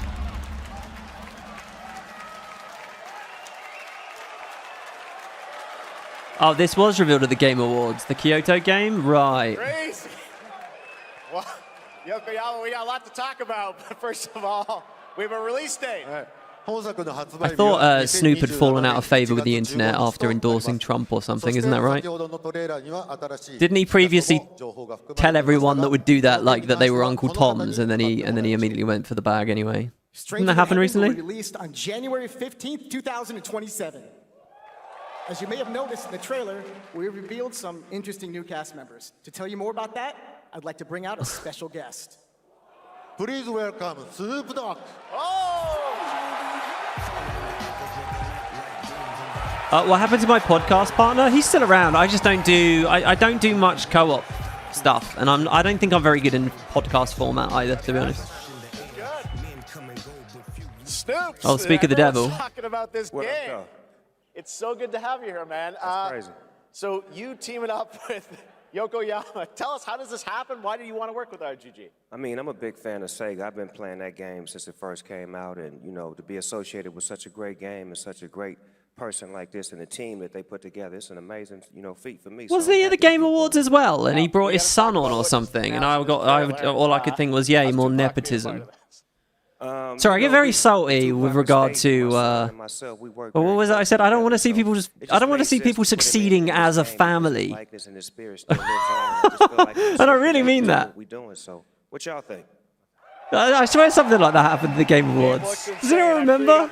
Someone came on stage and they're like, here's this thing I've given to my son. Here's the game my son is making with all the millions I made in films or something. Why don't they resurrect Tupac to come on stage? Yes, sir. Death Row Games, we're building a Guild Wars 3 with Snoop. Yeah, this isn't a good time to reveal. We just got a lot of plans that we plan on actually bringing to life in the next, couple of months. Okay, well, we'll hopefully hear more on that soon. Yes, sir. Thank you very much, Snoop Dogg. Thank you for joining us. Thank you. Yokoyama-san, Jamil, appreciate it. Thanks, guys. Fantastic. Well, what happened with Visual Word is we transformed the podcast into a full-blown Let's Play channel and put a lot of work and time and energy into it together. And just there were no views. No one was watching it.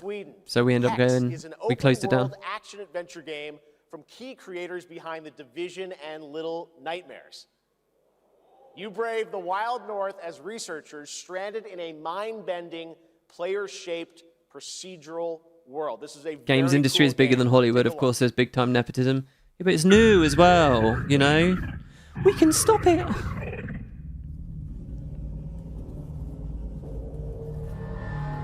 Go on stage and say something vague. Yeah, I know. I was like, I was quietly, as I was speaking, scanning in the background, thinking, is there anything tangible here? Oh my fuck, that gave very Half-Life vibes for a second there. Didn't that look like the Citadel?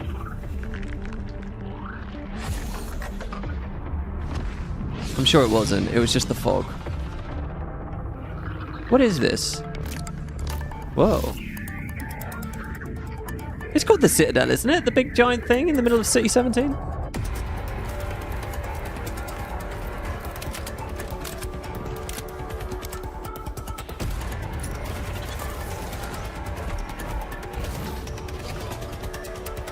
What is this? Is this an extraction chute? What is this? I like the style.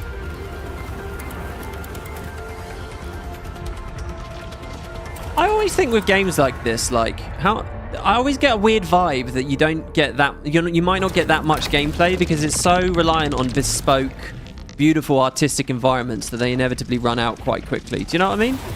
Maybe that's the wrong instinct to have. What is this? Guild Wars 3. Every new trailer, I forget the Guild Wars 3 joke. I look over at you clowns in chat, and that's all people are saying. And it tickles me every time. Hey, thanks for the £2. Rob. Reminds you of Control. It is quite Control-y. I played that, got lost a lot, got frustrated and quit. We have much more SGF to come, but first on June 14th, Dead by Daylight is celebrating its 10th anniversary. Watch this closely because here's a little tease of what's ahead. Dead by Daylight. This was a game that I always wanted to get into, but it's so intimidating. There's so much to learn, you know, so many like metas and people are so competitive. But it did always look fantastic. This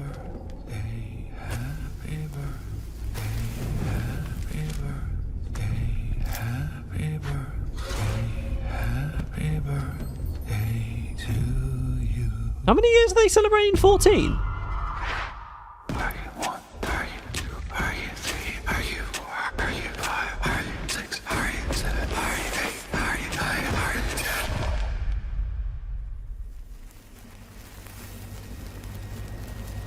Oh, well, the closed caption's freaking out there a bit. You're invited. Interesting. I hope I'm thinking of the right... Oh, 10 years. I hope I'm thinking of the right game there.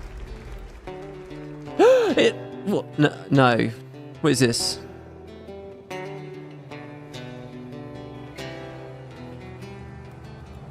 I immediately want to say Witcher, because I was thinking of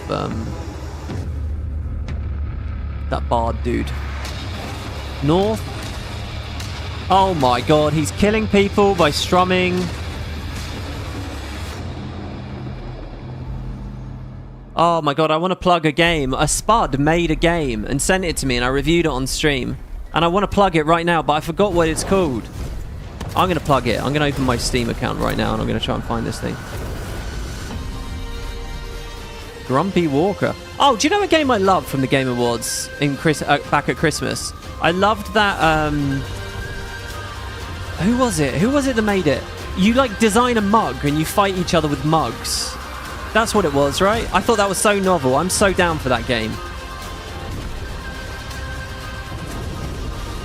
I think it's called Fretful or something. I think Fret is in the name.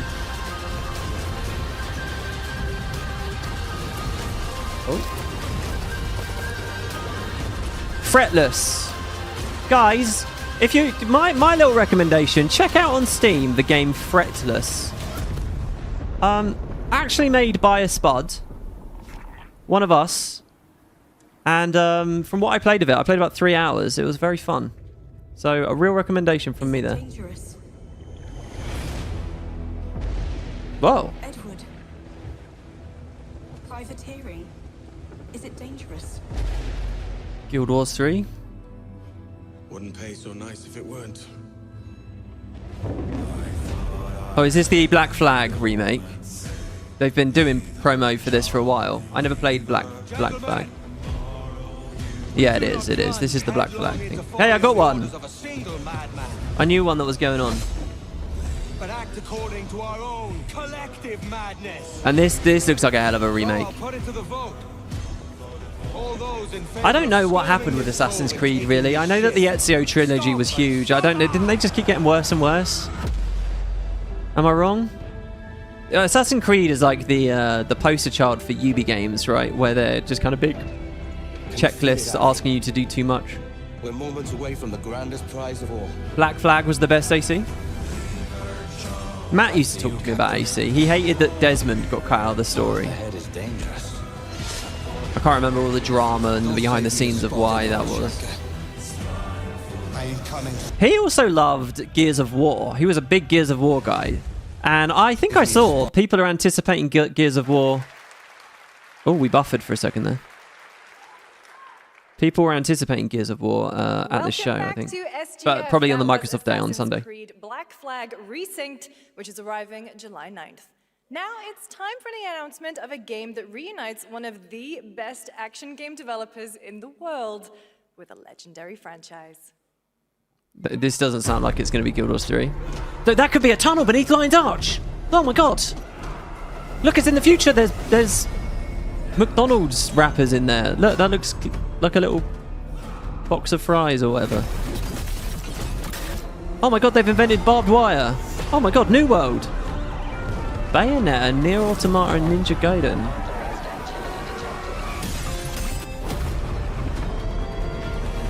Oh my god, where is Guild Wars 3? This is so weird. At the Game Awards, they did a Guild Wars 2 trailer. When all that remains is vengeance.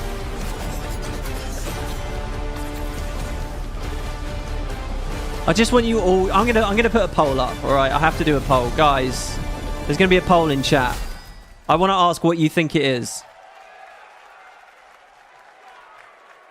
You guys having fun yet? We are just getting started, believe it or not. All right, well, that's another TMNT game from Platinum Games. I cannot wait to learn more about Last Ronin. Now, please welcome two-time TGA loser for Expedition 33 and Final Fantasy 16. It's Ben Starr, who voices the Visitor in Fortnite. Oh, wow. Ben Starr. I'm not very big on voice actors. I love his shirt, though. Legend. That's great. Hello, Summer Game What a Fest. fucking baller. That's amazing. For the past little while, I have had the incredible opportunity to step into the world of Fortnite as the Visitor.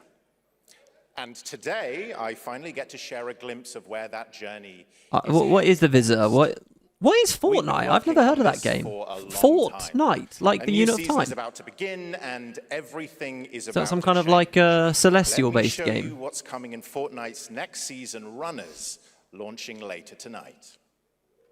Who is this man? He's kind of cute. He's not kind of cute. He's like gorgeous. Look at him. Do you know what I'm sick of? I'm sick of people looking at objectively gorgeous people and saying, oh, they're a 6 out of 10. Fuck off. Chaos is spreading with these sprites. Creatures born from 0-point energy. Whoa. If this is Guild Wars 3, I don't remember those things in the lore. Faster. I don't remember the fish taco thing in the lore. Actually, there probably are there fish tacos. Can you chef fish tacos? Deep in your pan. I'm just saying we can be objective about these things, right? He's got to look Max more. Yeah, he's missing out because he's not mewing. Oh, this is one of those ones I need to turn down, right? Don't I? I have to turn it down, or I get a copyright strike, right? Isn't that the big warning? You have to. So that's what I'm doing. Sorry, everyone. You're not missing out. Look at this. Who are we kidding? We're all mid-30s, 40s, 50s. Is that John Wick? What the f... I'm currently playing Cyberpunk, and I'm, like, super into Keanu in that game. I thought he had, like, a tiny role, but he's got a huge role. Fortnite Runners. Yeah, wow. I want to be the duck guy. Can we turn off closed captions? No, I think it's worth keeping them on.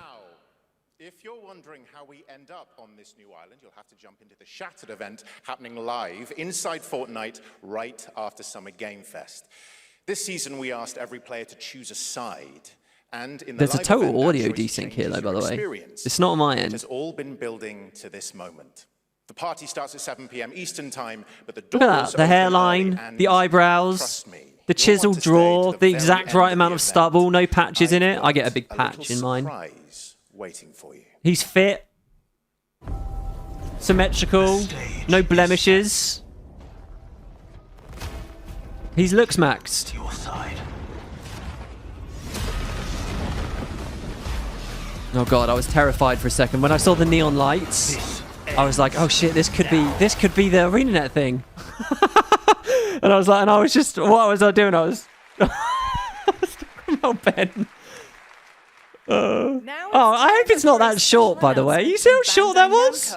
About one of the most influential sci-fi franchises ever created.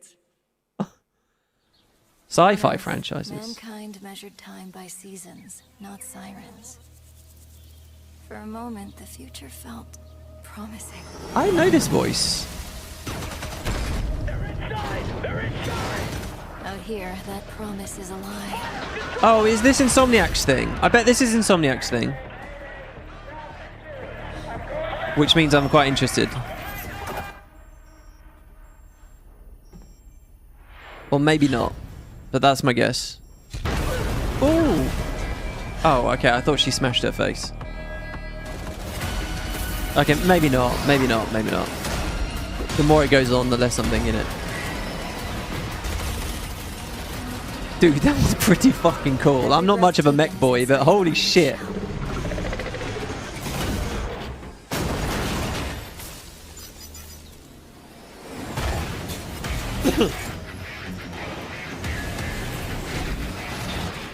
Can I just say, the 22% of you who voted on Guild Wars Tetris, you're my kind of people. Coming for us.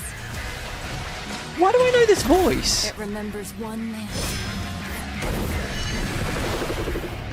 Armored Core? Farmville.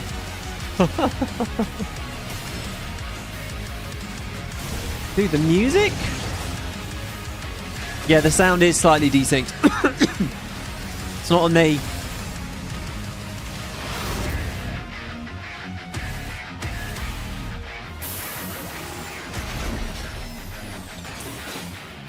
Dude, that's pretty cool. Find me. I'm here.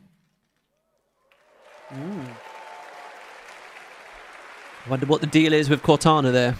Thousands of games launch every year, so finding your next favorite can be tough. That's why I'm launching my new newsletter, Looking for That's Game. why we're now ready to talk about a game that launched 14 years ago. Here's the next Guild Wars 2 Mini X-Pack. Demos and exclusive playtest invites straight to your inbox. Head over to lookingfor.game to sign up with player.gg. Speaking of fun, unexpected games, this next title comes from Here's an unexpected game because you all forgot it exists. Guild Wars. Spain. It is a co-op physics game about 2 geese and 1 very fragile egg. Oh. Okay, Hookie, ready to be a Oh, I love it immediately. Sure, don't worry. This is a piece of cake. I'm not talking over this one. Be careful with our little baby. Don't drop it. Don't drop it. Careful. Careful. Oh. Left.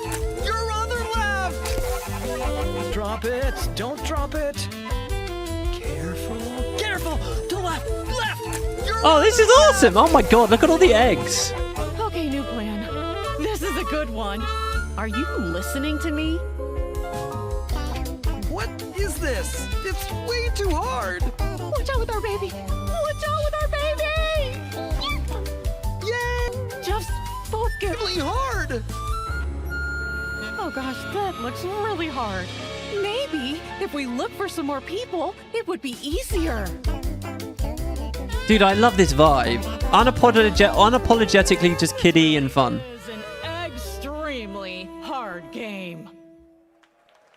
Brilliant.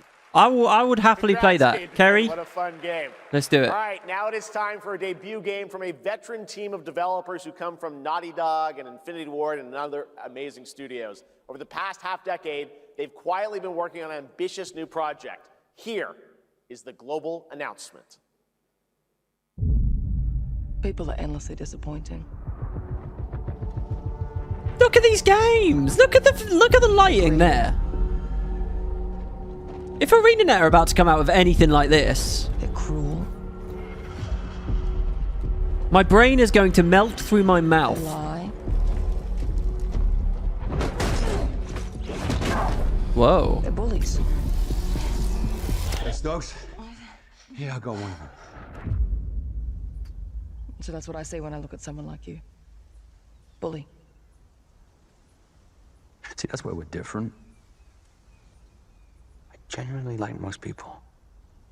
Oh, well then you're truly a sick fuck.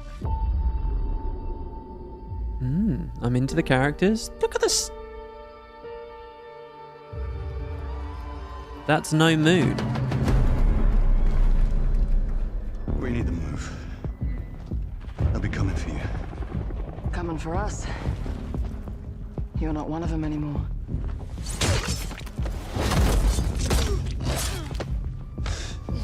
Yeah, well, that's temporary.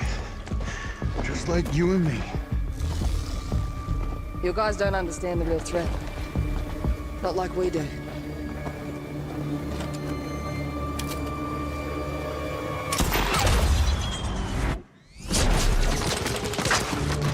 Hurry, stay low! If I go to work with my enemy to survive, so be it.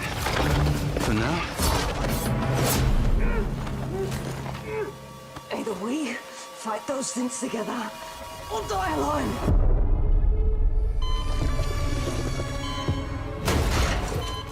I have the phone. No. Do not touch him.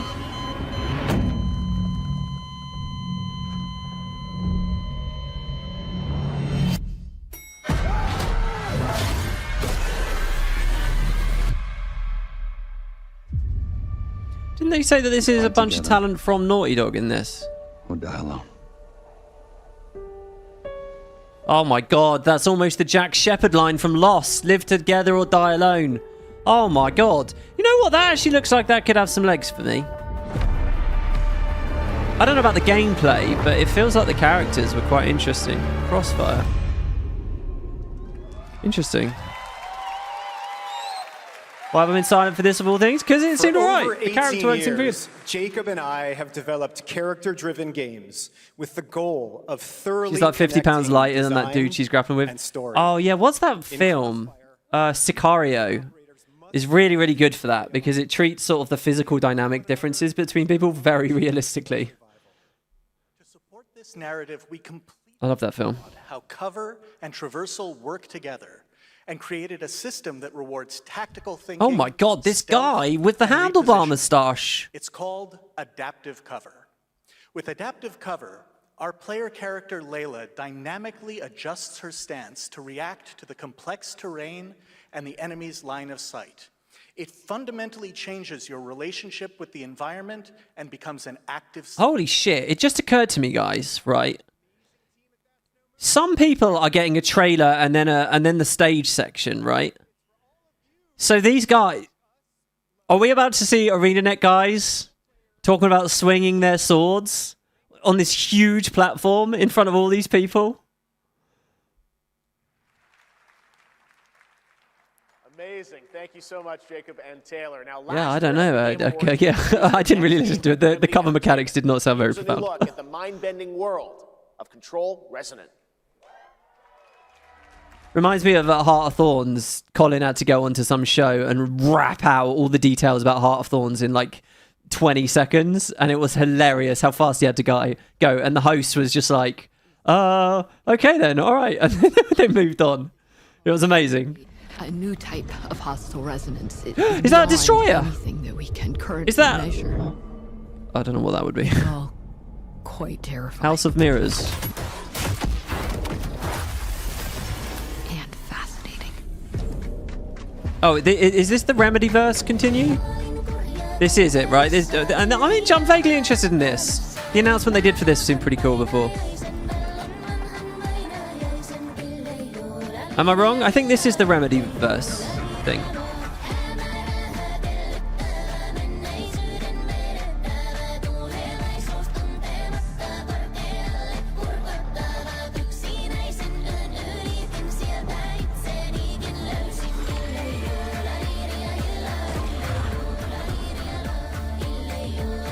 Kerry's the big fan of this one, though. All we can do is dig deeper. Like, I just don't get... Searching for the solutions in every way we can.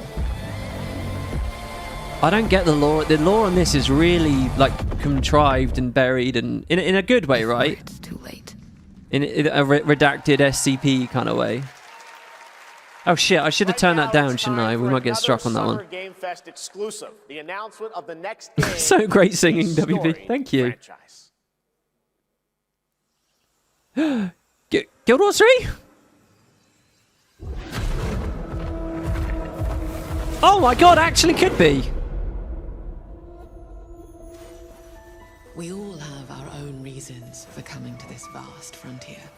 That felt kind of like their mounted stuff. But for our guild, a guild who protect this land, one reason stands above all others. We're there. Our wonder. Oh shit, is this an engine? We see it too. We see it in your eyes. Wonder at the astonishing power that shapes this land of awe. Of awe?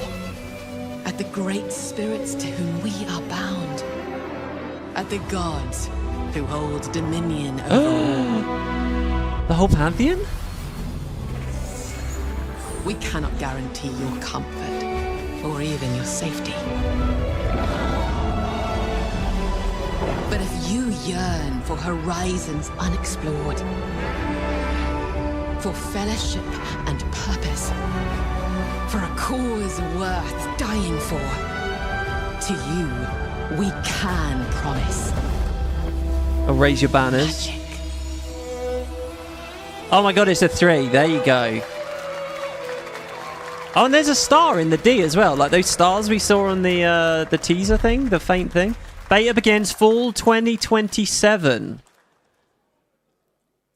To everyone watching both here and live online around the world. Oh my God, they I'm put me Colin Johansson, alone. the studio head at Arenanet, and I want to thank you for watching the exclusive first look at our upcoming game. The time is right for the next evolution of the MMORPG, and that game is Guild Wars 3. Wow. Applause, you... Glad you all agree. Guild Wars 3 is an epic world that is both beautiful and fun to explore, where the joy of movement is powered by your character's momentum, and combat will usher in an entirely new type of MMO experience. By Powered by launching your on momentum. PC and PlayStation 5, we're inviting the biggest audience yet to experience the world of Guild Wars. We're so excited to welcome all of you to join our Guild Wars community. Go to guildwars3.com to sign up for our newsletter right now. Thank you. Oh, do that, guys. Okay. All right. And he's got to go. Thanks, Oh my Colin. God, dude. Get ready. Very to brave of him. blast across Okay. The galaxy with daring races, dangerous rivals, and some very familiar faces. Star Wars Galactic Race. All right, yeah, fuck Star Wars. Get out of here with that Star Wars. All right. Okay, so my understanding is that the trailer will now be on their actual channel. I'm not going to keep watching SGF. We're gonna talk about Guild Wars 3 here. So listen, guys, this was actually kind of really fun. I kind of want to... Oh my God, it's pod racing. Is this Guild Wars 3? Where champions are born. You guys want to see me give some pod racing commentary, right? Oh, he's taking the turn. Oh my God, he smashed into the guy. All right. No, we... I have to stop. Okay, let's talk about the Guild Wars 3 thing. So what I'm going to do now is I'm going to pause this. I'm going to turn this off. You guys are going to be looking at lists. And I think... No, turn that off. Okay. So I should be able to pull up the trailer because I think they're going to host it on their site. I will tell you why I haven't streamed for the past couple of days. And we'll analyze that and we'll see what is going on with that. So yeah, holy shit. Right. Let me see. Just give me a second here. And I'll probably throw up an intro as well. Have we got any audio in game? Oh no, because I lowered it. We'll put this on just for a second, just so that you guys have got something to listen to.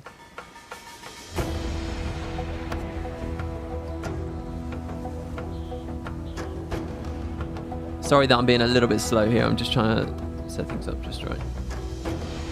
I'm out of my element. That was fun. I kind of want to finish SGF. Maybe I should do these for the other announcements. You never know. If beta is fall 2027, that gives us well over a year of press and marketing materials and trailers and all kinds of things, which could give us a reason to, you know, have a lot to cover here. Right, let me search on YouTube. ArenaNet YouTube channel. Guild Wars 2's channel. Now I wonder if... Yeah, it's up 2 minutes ago. I've got it. I've got it here. So then all I have to do is bring this back. Bring this back. Bring this back. Bring this back. Bring this back. And bring the chat back. Okay, so we can watch it again, and we can pause it. We can do all kinds of stuff. Let's just hit play to be sure. Yeah. Wow. So I'm gonna. What order do I want to talk about shit in? All right. I guess I'll just explain this before we start the video thing. So why I didn't stream the past couple of days is I was actually told about this. I have known about this, and as soon as I knew about it, I didn't want to do videos. I didn't want to do fake. It didn't feel like there was much integrity there. I don't know. I didn't want to like fake speculate, and I didn't want to pretend. I hadn't seen the trailer, so that was completely new to me. Seeing that trailer there. But yeah, so that's why I kind of stopped. But I did actually know, yeah, that it was Guild Wars 3 the past couple of days. It was not Guild Wars Tetris. I do apologize for that. I've always sort of done it that way. If I found out something new, it would have felt very inauthentic. And I'm not trying to sort of throw shade on people that do that, you know, and do lie or whatever for views. But I just thought, you know, it's a couple of days. So that's I couldn't just continue along with the Guild Wars Reforged LP and be like, oh, I don't know what's going on. I couldn't do that, right? Because it's all anyone would want to talk about. It just wasn't going to work. So I thought I can't stream. So that's why I thought the next thing I'll do is just SGF the day that it comes out. So there you go. I got your hopes up for puzzle action. I'm sorry. Guild Wars Tetris was a cheeky double bluff. It was indeed. What I do also know is there's going to be another big announcement tomorrow, and I've been explicitly told you this, that I can tell you this at least. There's a concern from the studio that, like, so they've gone with the name Guild Wars 3. Oh, I'm going to have to do this in the video section. Okay, hold on. Let's...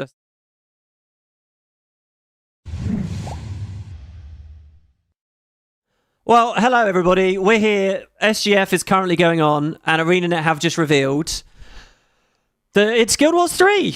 Guild Wars 3 is the next big game, the next big release.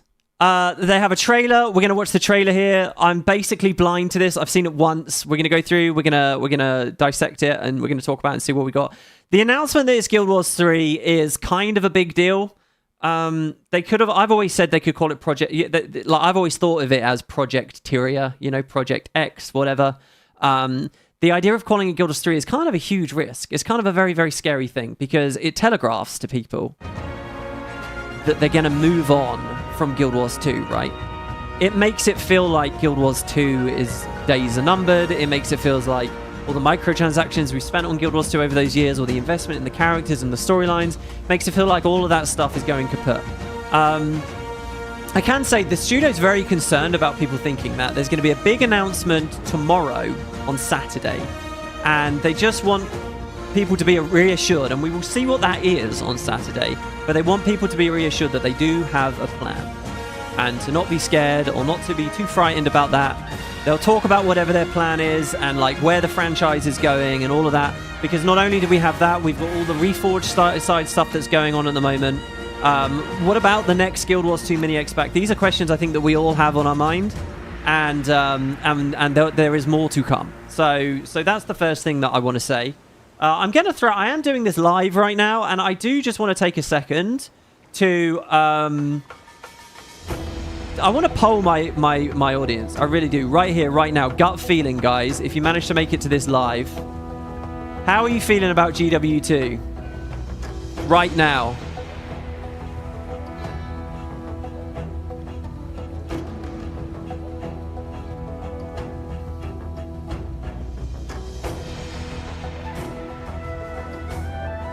Are you feeling not good about it, like you'll move on? Or are you feeling pretty good about it? Yeah, I've just typed a little poll for everyone. I'm very curious how people feel about this. I've never been so much in that camp. But you know, let's be very candid. The big fear about a Guild Wars 3 announcement is that it becomes the baby. It becomes all their attention. It's where all the money is. So naturally, the other game slides. We have seen other attempts from other MMOs. You've got RuneScape 3 and OSRS, right? You've got WoW Classic and WoW Retail. You've got a PoE. It's not quite an MMO, right? But PoE is juggling PoE 1 with PoE 2. The question is, how different is this game? You know, Guild Wars 1 and 2 can sit side by side because they're very, very different. But if this is a full-blown MMO, and they just talked on stage like it's a full-blown MMO, how different is it going to be? So that's kind of the big question. Now let's get into the trailer and see what we think here, because this is pretty big stuff. Right, I'm going to throw it on screen. I'm going to watch this in silence, guys, because I still need to inhale this. I'm going to turn Liss on. Well, no, we'll keep Liss on screen. All right, what did we just see? I didn't even really fully twig it was Guild Wars until, like, I don't know, the first 10 seconds were up. So, and let's make sure we're on a good high quality. Wow, 4K. We're getting the big one, guys. Here we go. Oh, it's going to be so hard to just stay quiet.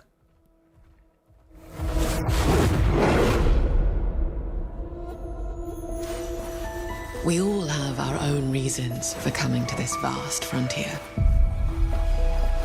But for our guild, we who protect this land, one reason stands above all others. Our wonder. You The feel modern it evolution. too. We see it in your eyes. Wonder at the astonishing power that shapes this land of awe. At the great spirits to whom we are bound. At the gods who hold dominion over all. We cannot guarantee your comfort or even your safety. I love that editing, man. You yearn for horizons unexplored, for fellowship and purpose, for a cause worth dying for. To you, we can promise magic.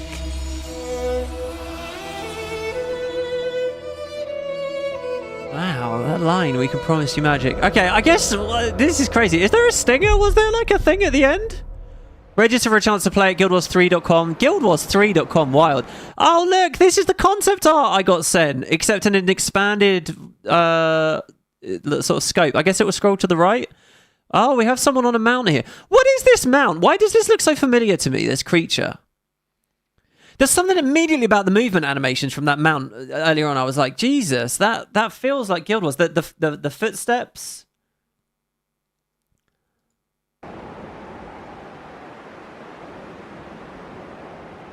Oh, we don't scroll to the right. We don't see the guy holding the banner.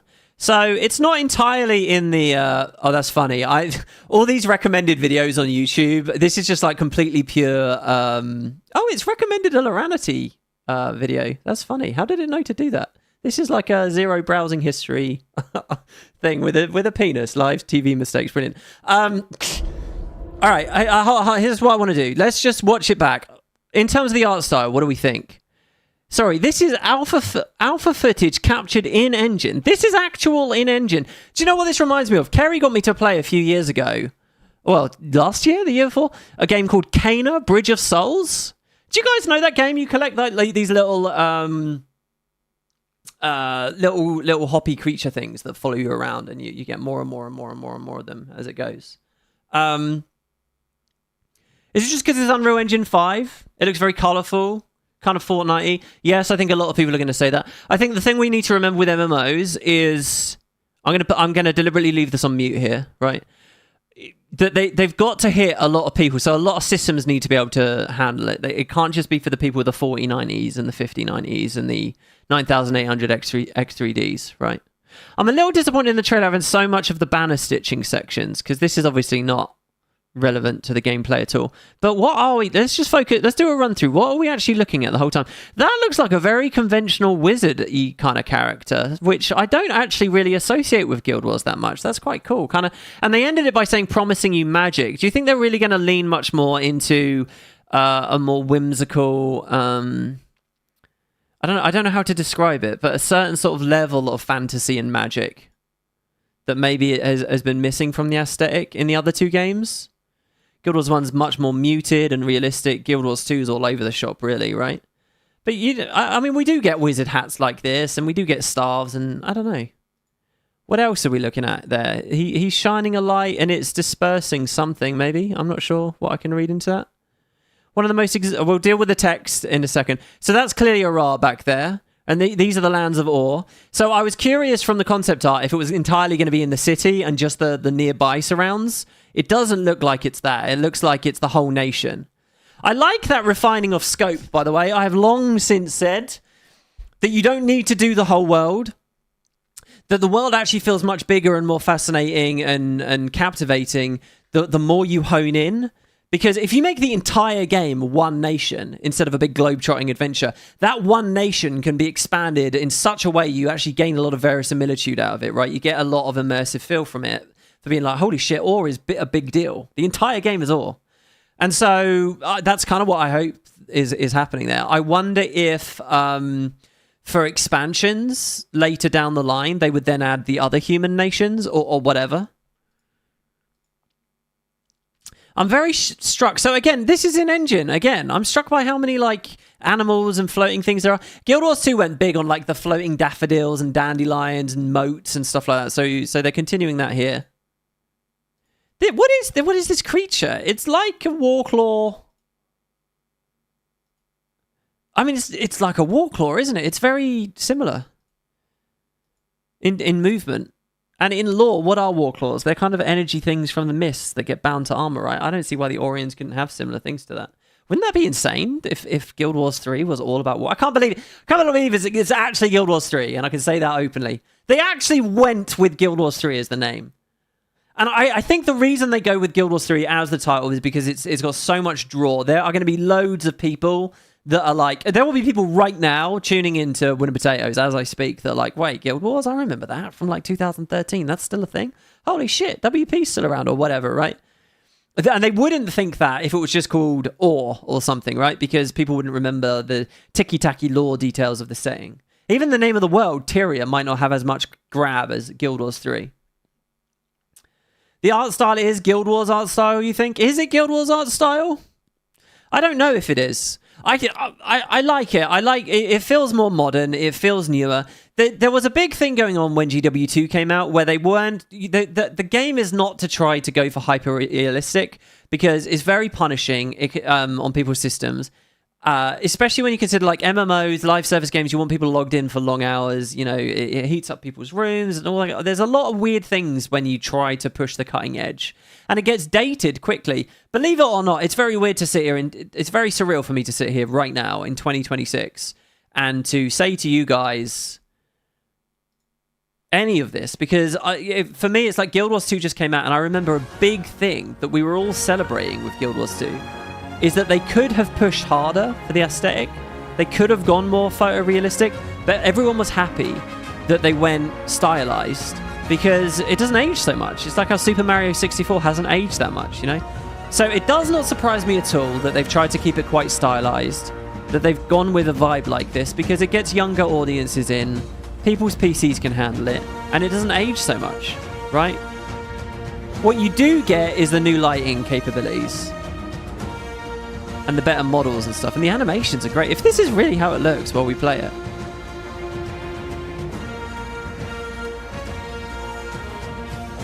Look at the plants and things. Oh my god, this is really weird. I'm looking at this and I'm like, holy shit, in a few years I would have been playing this and there'll be old hat, you know. Is that a hot... Oh, I thought there was a hot air balloon. That would have been epic. So then we got the cliffs right here.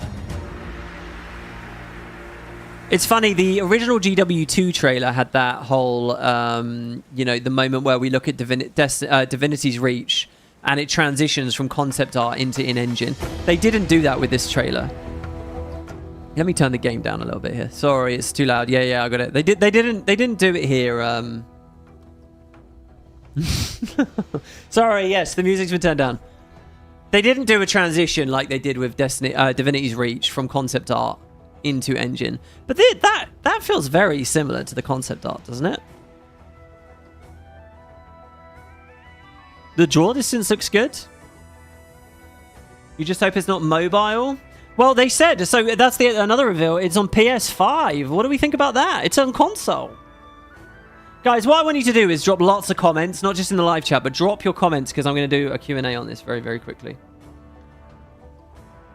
Have I already seen the text on the Steam page? No, I have not. I have not. So here, look at this. They mentioned something about movement, didn't they? Does this guy put his hand on the ground as he clambers forwards? Wasn't there something about your momentum? I love the subtle head bob that we get, almost like the screenshot, the over-the-shoulder camera. We're nice and zoomed in. Are running parkour-y sections a big thing in the game? There's no UI here. It's interesting. And what's he got? He's got some kind of like power coming out of his boots. Do you think this is going to be an iconic character? Look at this up here with these arches too. Actually, this vista makes me feel like Power World. I'm looking at Power World or something. It looks better than Power World. All right, don't get me wrong. But the same sort of like brightness and distant cliffs and stuff. Do you know what I mean? You think he's running up a wall? To me, it felt like more along a cliff. Shadows look good. Tantalizing Wizard's Tower or something in the distance. Is that Vizier Kill Bronze Wizard Tower? Isn't it fun to look at this and think about the fact that it'll all go underwater at some point?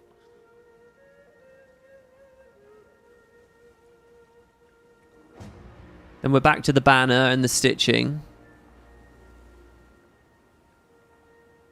And so there is detail here. This is the spirit creature. What is that? Why does it look so like draconic almost, you know? Oh god, my oh god. My monitor's just turned off. We're all good, yeah? Guild Wars just flicked to the other screen and everything. Oh god.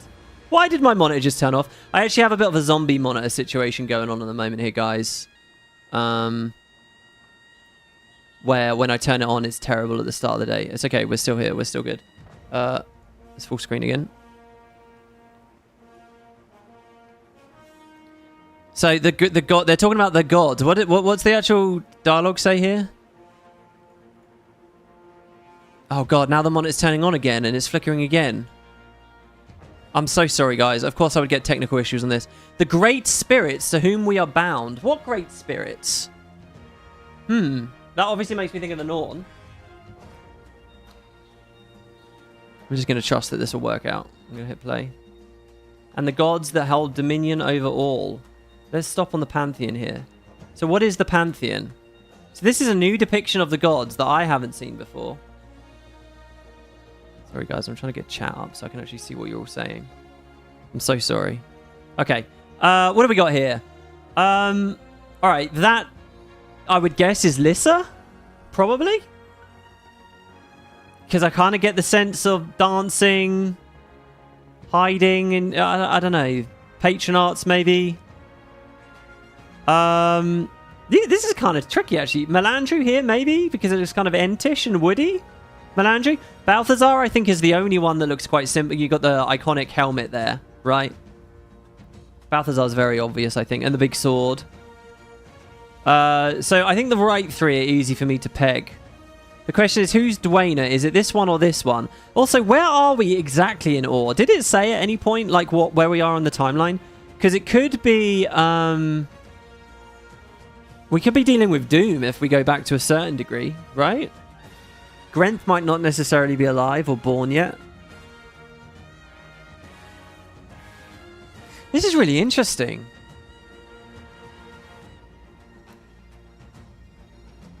And one of them has to be Abaddon too. Oh, this one's Abaddon. I think this one here is Abaddon. Oh my god, you guys can't see my fucking cursor this whole time. Sorry. Here. Okay, here's my theory, right? There you go. There's all the gods, right? I'm thinking Lissa here. I'm thinking Balthazar here with the sword, the helmet. I'm thinking Melandru here because it's Enti and old and, you know. And then out of these, I think this is Abaddon. I think that's a Marganite eight-eyed mask-looking thing, plus the tendrils on the head. I think this is Abaddon. And it's a cool depiction of Abaddon, for sure. And then I think we're looking at... I just can't figure out the last two. I can't figure out whether we're looking at Doom and this... and which one... Okay, this is a giant scythe. All right, it's easy, actually. This is a giant scythe. So this is Grenth or Doom in the middle. And this one with the wings is Dwayna, of course. Dwayna's wings is obviously going to be very prominent. I think I was thrown a little bit off weirdly because I was thinking Dwayna would probably be in the middle because she's like the leader or something. Or maybe Melandru is the oldest. But no. Okay, I'll give you 99.99% odds that I've got all of those correct. Dwayna, Abaddon, Grenth or Doom. That might be Doom. The Scythe? Doom is much more a scythe guy, right, than Grenth. Lissa, Balthazar, Melandru. Very exciting. I don't know what this Aurene looking... Why do I think... Why? I don't know. I don't know what these nature spirits are. Are we going to get more Coden lore? And Norn lore? Remember how Secrets of the Obscure had all that stuff about how they were Coden in Ore? Do you guys remember that? You think it's Doom? Yeah, okay, yeah. I think it's Doom as well.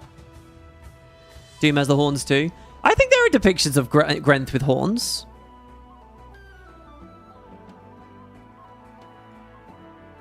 Wow, are they going to render them all in engine?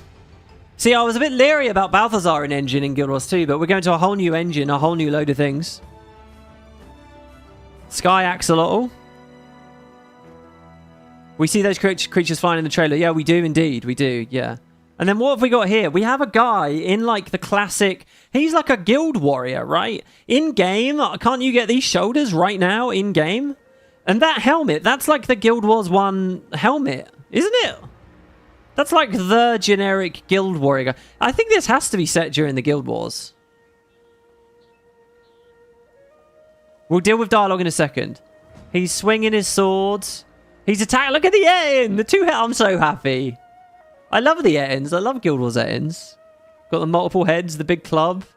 We didn't see one in engine though, did we? Look at that. Oh, come on.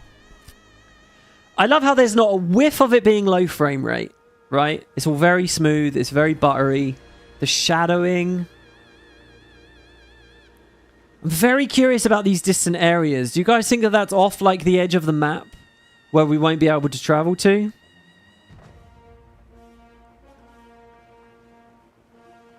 I wonder what about the symbols and things. Look at this here. Why do I feel like I recognize that? I guess just swirl easy. Oh my god, there's a Coden right there! There's a Coden on screen! I hadn't noticed him! That's totally a Coden! Right? And that guy's got a pirate hat on. Oh my god, playable Coden? That's so cool if playable Coden are in this game. Because the Guild Wars 2 trailer had those polar bear Coden and you couldn't play them. That's like there's a lowlander. Exactly, they're the lowlanders that went to Ore. Look at that! I didn't see that the first time. Who else have they got here? What else is there? I will play a Coden. Oh, is that an... Why would an Asura be here? No, it's not an Asura. It's just the hat. It's just the hat. The Asura would be underground. No, it's not. That's not a hat. That's some kind of bear creature. That's some kind of furry. That's an animal. Look at that. Let's look again. Look at that real close. Look at this. Broad ears, but it's like furry. It's like, yeah, it's like a hairy imp. It's like a simian creature. Dude, the Coden looks fucking awesome.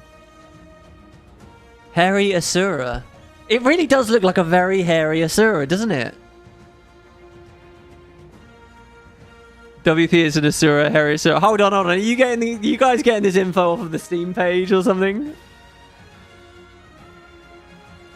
Why are you thinking this is before Guild Wars 2? What, you think this might be a setting where it's Ore and Ore is pristine because the gods came back? And it's way off in the future? Could be. Could be. There's a press kit with more pictures. I want to know what this creature is. Let me think. There are the little simians from Eye of the North, but there's really no lore about them. They just threw their poo at you and used monkey see, monkey do and stuff. Like, they didn't really do much. There's generic ideas that the gods gave magic to many races. And fighting happened among men. Is it a proto Grawl? Yeah, a Frawl. Yeah, a furry Grawl. It's a goober. It's a seeker from an interview article. What?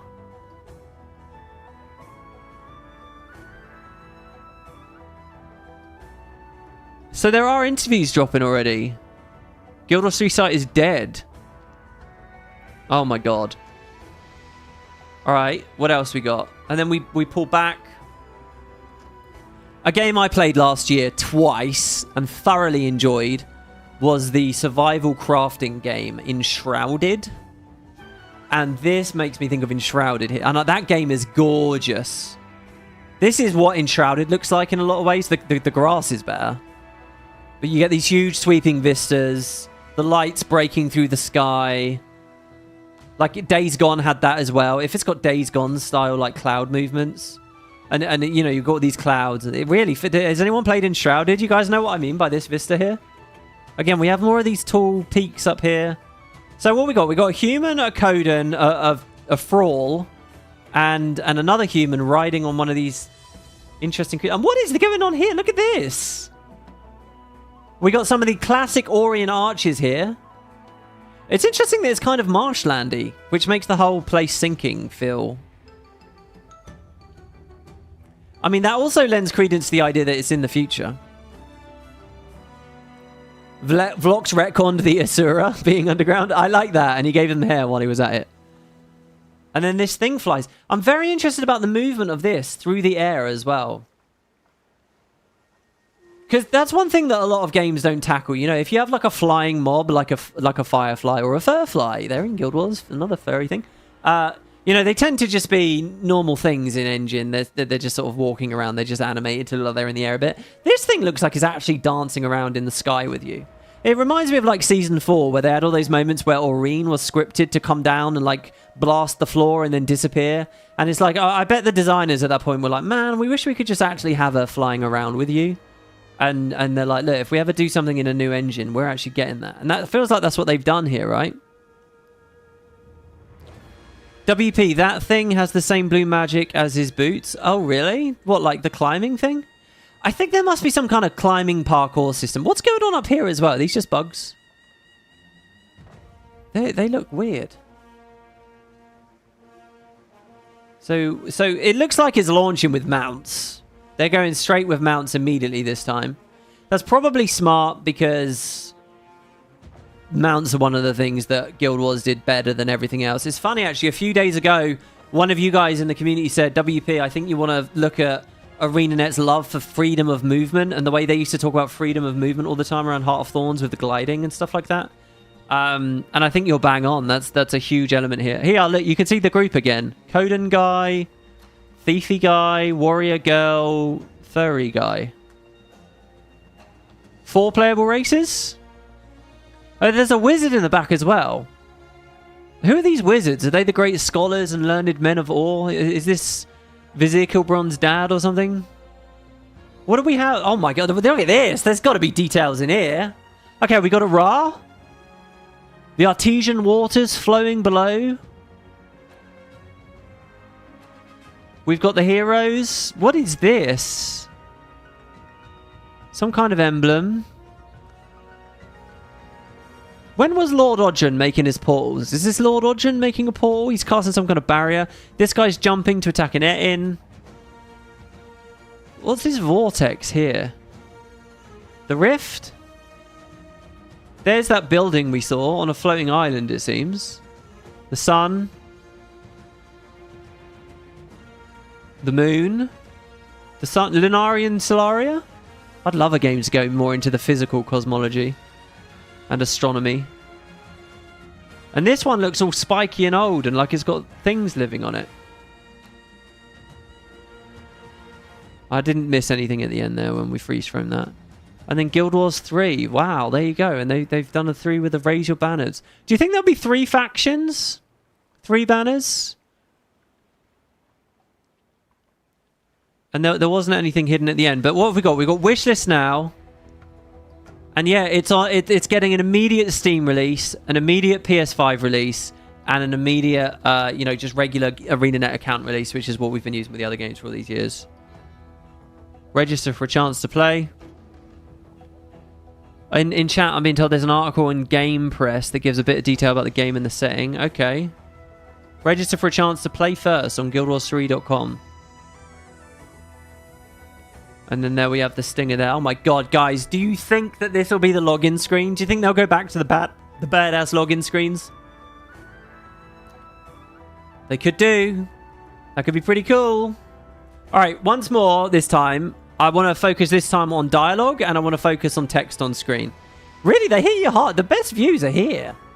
What is that in that tree? Doesn't that look like there's some weird whale or fish up in that tree or something? There's a lot of detail here. Blog post on Guild Wars 2 site for more info. Okay. Yeah, I get it. The floodgates are opening. Let's watch this once more and we'll go to some of these other articles. So, again, is this how the camera's actually going to move? Oh god, it's so hard to not just look at... I love the way that as we run past it, the horn clips the bush, the flower, and it spews everywhere, see? And you can tell that that's not something mocked up just for the trailer and that we're actually going to play and have that experience because it's a little bit janky. And I actually say that to the trailer's credit because here, it's getting blasted away. We don't actually physically touch it. It's just like... Do you remember how Guild Wars 2 launched with the grass physics? You might not remember this, but people were really impressed with how as you walked through grass, it swayed and moved around. As you cast Churning Earth, it all sucked into you and then it blew up. Do you guys remember that? I wonder if they sort of held that close to their chest and said, we're gonna do stuff like that again. You could, of course, also say this is just like a wind blast of it as it moves past. Calling it now, it's going to function like Warframe. Yeah, I can't really get a grip on the genre, right? They called it an MMO, right? But I can't really get a grip on how the game will play and how different it will be to Guild Wars 2 or Guild Wars 1 from this trailer. This could be Guild Wars 2, just really, really fancily rendered, right? Where are you going, great hero? We all have our own reasons for coming to this vast frontier. Okay, lots of people are traveling to Ore.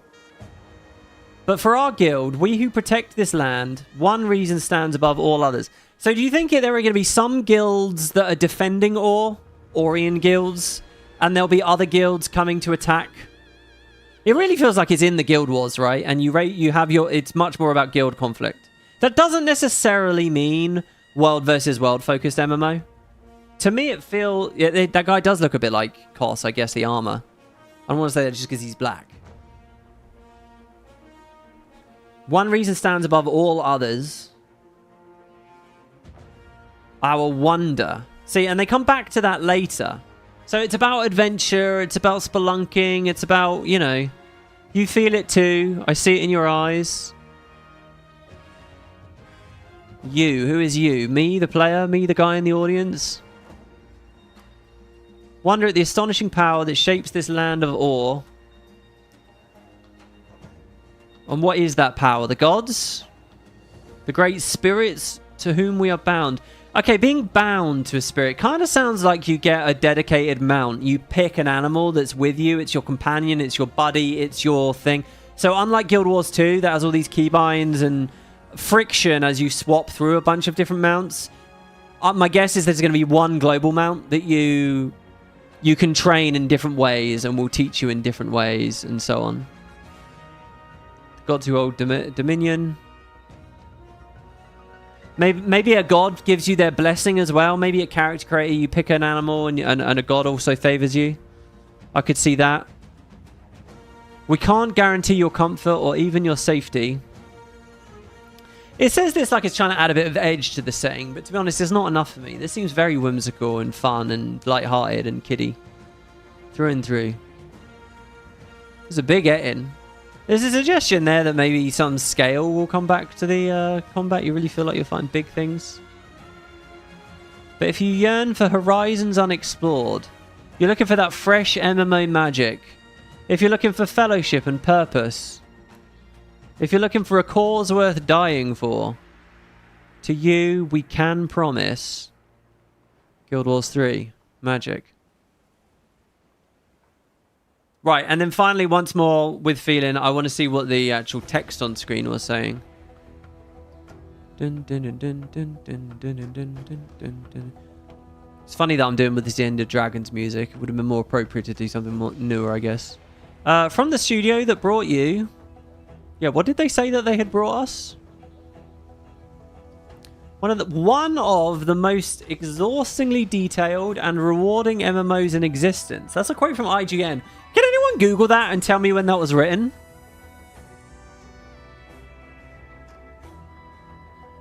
Oh, imagine if that was a WP quote there. From the even-handed, objective, zen-like. These are the words we use when we think wooden potatoes. What else they say? Comes a modern evolution of the MMO. So that fills me with excitement. That's the ArenaNet that I want to see. I want to see the explorers, the tinkerers, the innovators, the guys that are looking to really mess with the system. This reminds you of WildStar. WildStar looked way more dated than this. Just because there's some brightness and a bit of color, I suppose.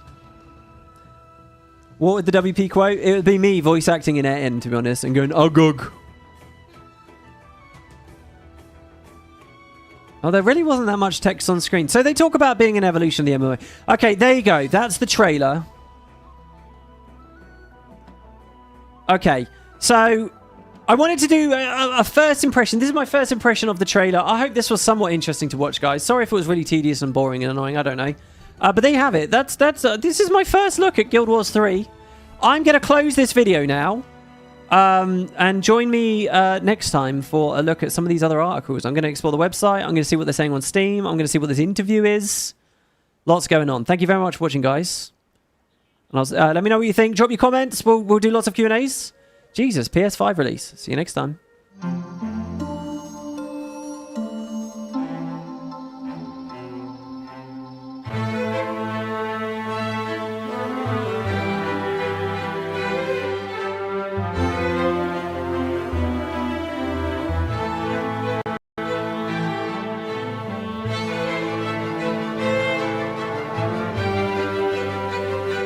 Right, okay, I'm back. Right. We're out of the video making segment now.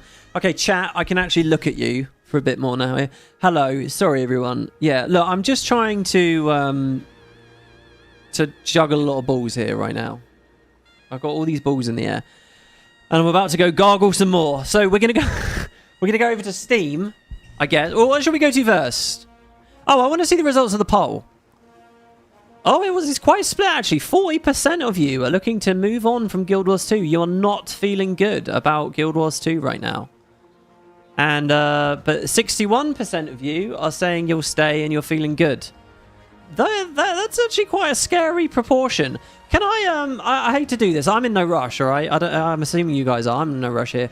Can you guys just I want to throw the ball at you. If you feel terrible, Give me a hunky paragraph about why. Come on, I want to see what people are thinking. Does this look okay? Let's. Oh, hello. I'm Debbie. Yeah, come on, Debbie. Come sit in the chair. Oh, but people don't like me. People don't like Debbie Downer. It's okay, Debbie. I give you the floor sometimes. You're safe here. Come on, Debbie. Come on, sit in the chair. Oh, okay, if you insist. Okay, so here's what Debbie thinks. I think that I love Guild Wars 2 and it's going to go away, and this doesn't look good enough to justify the replacement. Okay, what do we think about that argument? What do we think about Debbie there? What does Janet say to Debbie? Debbie's the only one you can trust. I think the verdict's out because the trailer doesn't really show us enough. Again, as I said earlier, there is a distinction between in-engine and gameplay. There's no UI on that stuff. There's no combat on that stuff. I can't really see what we're in for yet. What do we think? You're overwhelmed by the collection system, underwhelmed by the build variety, feels more like a chore than an... Oh, you're just giving me a general review of Guild Wars 2, are you? Look, I can't understate how good it is to get a fresh fucking slate. Where, yeah, all these terrible onboarding systems and, you know, stuff layered on top of stuff, layered on top of stuff, and red tape. Oh, you can't remove mounts now. You can't add good, decent systems. You can't, you know, anything that was added myopically over the years, we're stuck with. I like the idea of a reset. I do. If they start giving loads of blog posts talking about how Guild Wars 3 is going to have, you know, seasons and shit. Like someone said an ARPG MMO, right? Like, where it's in its own space. Dagathon has an interesting point there. An interesting point from Debbie over there, saying console crying. No button masher action game, I hope. Yeah, what do we think about the factors on console? FF14 is a brilliant game, but it's definitely made compromises for controller.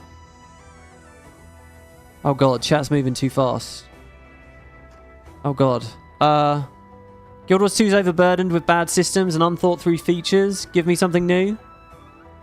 And what do you say to that, Debbie? Well, if they messed up the first time, why won't they mess up the second time? Okay, what do we think about Debbie there? You enjoyed Guild Wars? Look at that. People talking in past tense already. I enjoyed ED Guild Wars 2. But I'm ready to move on to a game. I really don't think Guild Wars 2 is going anywhere, guys. I don't think that they did... Like, they did an update this week where they updated the harvesting sickle animation. You don't do shit like that. You don't do the raid update. You don't do the Fashion Wars update if what you're saying to people is, yeah, we're closing it down. I don't think that this is the same thing as Guild Wars 1 to Guild Wars 2 at all. Shut up, Debbie. What are your thoughts on Abaddon's role? Oh. It depends when they set the fucking game. It depends when it's actually set. I think it might be right after they've given... I think Abaddon is the anti-hero. I think Abaddon's the villain. I think that the gods have just broken apart the blood... Here's what I think. I think that the end of Visions of Eternity talks about the Seers making the Bloodstone. I think that it shows the Seers sacrifice themselves to make the Bloodstone at the end of VOE. And here's what I think, right? Honestly. This is a big moment here. I'm giving you the grand theory. I want you guys to remember this because I'm pretty confident I'm right. Or if I end up being wrong, it's because ArenaNet didn't have this genius idea that I'm about to impart upon you. Ready? Here's what they do. The third patch, the conclusion of VOE, ends with a really gorgeous concept art cutscene. And what it shows is the creation of the Bloodstone. Isgaren's telling us about the creation of the Bloodstone. And it was some great tragedy, and all the Seers died in doing it, right? And we conclude the VOE threads, right? But on the back of that, the concept art cutscene continues, and it's actually a split thing, right? Where suddenly we're looking at the other half of the story. We watch the Bloodstone get buried or whatever, and now we're watching as the 6 gods come to it and break it apart. And as we pan out, we're in awe. We're in the setting we just watched. We're in the Guild Wars 3 setting, and it's a teaser for Guild Wars 3 as well. I think that would be brilliant. And I think that this setting, I think it is in the past, right after magic has been distributed, which we know in the lore caused all this chaos and so on and so on. I think the gods have just split the Bloodstone open, and we love them for that. And we're like, oh, yay, yay, magic. But Abaddon is sitting there being a bit... And I think throughout the course of Guild Wars 3, I think Abaddon is saying, this is a bad fucking idea. This isn't good. You're going to provoke the beast here. And Abaddon is kind of like the villain in the role of the game, but as we know, is kind of... And I think it's again. I think that's what they do. That's what I think. But that's just a guess from this trailer. Shall we get some more information now, shall we? Now my question is, do I spin this off into more videos? I don't want to spam people. And there's all the announcements tomorrow. I've already got 2 videos. I've got the walkthrough trailer thing, and then I've got this. No, let's just stay leisurely and live. Let's just stay leisurely and live. I'll put in the comments. I'll say, guys, check out the live, the VOD for this. Okay, so I need links. Let me see here. Dun, dun, dun, dun. And while I get them, I'm gonna play it through again for you all, because why not? Turn this off.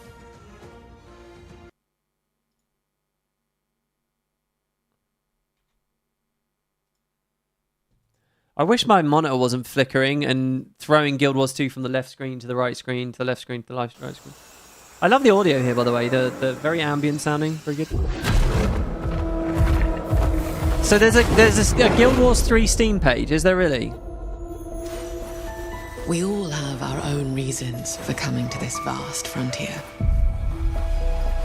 But for our guild, we who protect this land, one reason stands above all others: our wonder. You feel it too. We see it in your eyes.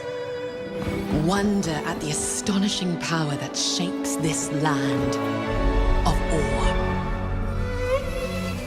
At the great spirits to whom we are bound. at the gods who hold dominion over all. We cannot guarantee your comfort or even your safety. But if you yearn for horizons unexplored, for fellowship and purpose, were those people for gliding? A cause worth dying for, to you, we can promise magic. By the way, there's some fucking... Oh no, it's just playing I was going to say there's some hidden audio there. Hold on, those weird things I thought were bugs. Are they actually people gliding? Are those people gliding on the left? They are! They're people gliding! Lord. These are gliders! They're people moving around. They're actual playable characters. Damn it, that's not in the video then, my initial thing. For fellowship and purpose, for a cause worth dying for, to you, we can promise magic. By the way, as far as the little furry guys are concerned, there's nothing wrong with them introducing some new faction to the story. I'm fine with that, some new race or whatever. I'm very interested in... Sorry, I'm trying to load this fucking thing. In the Coden being there. I love that so much that they... Why have I got that and that?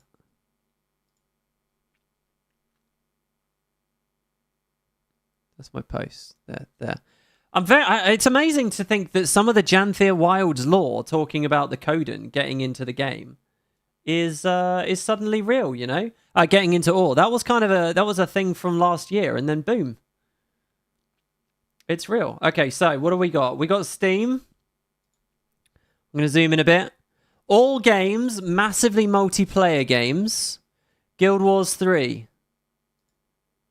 Guild Wars 3. And we get the key art there. Oh, look, it's another edition of it.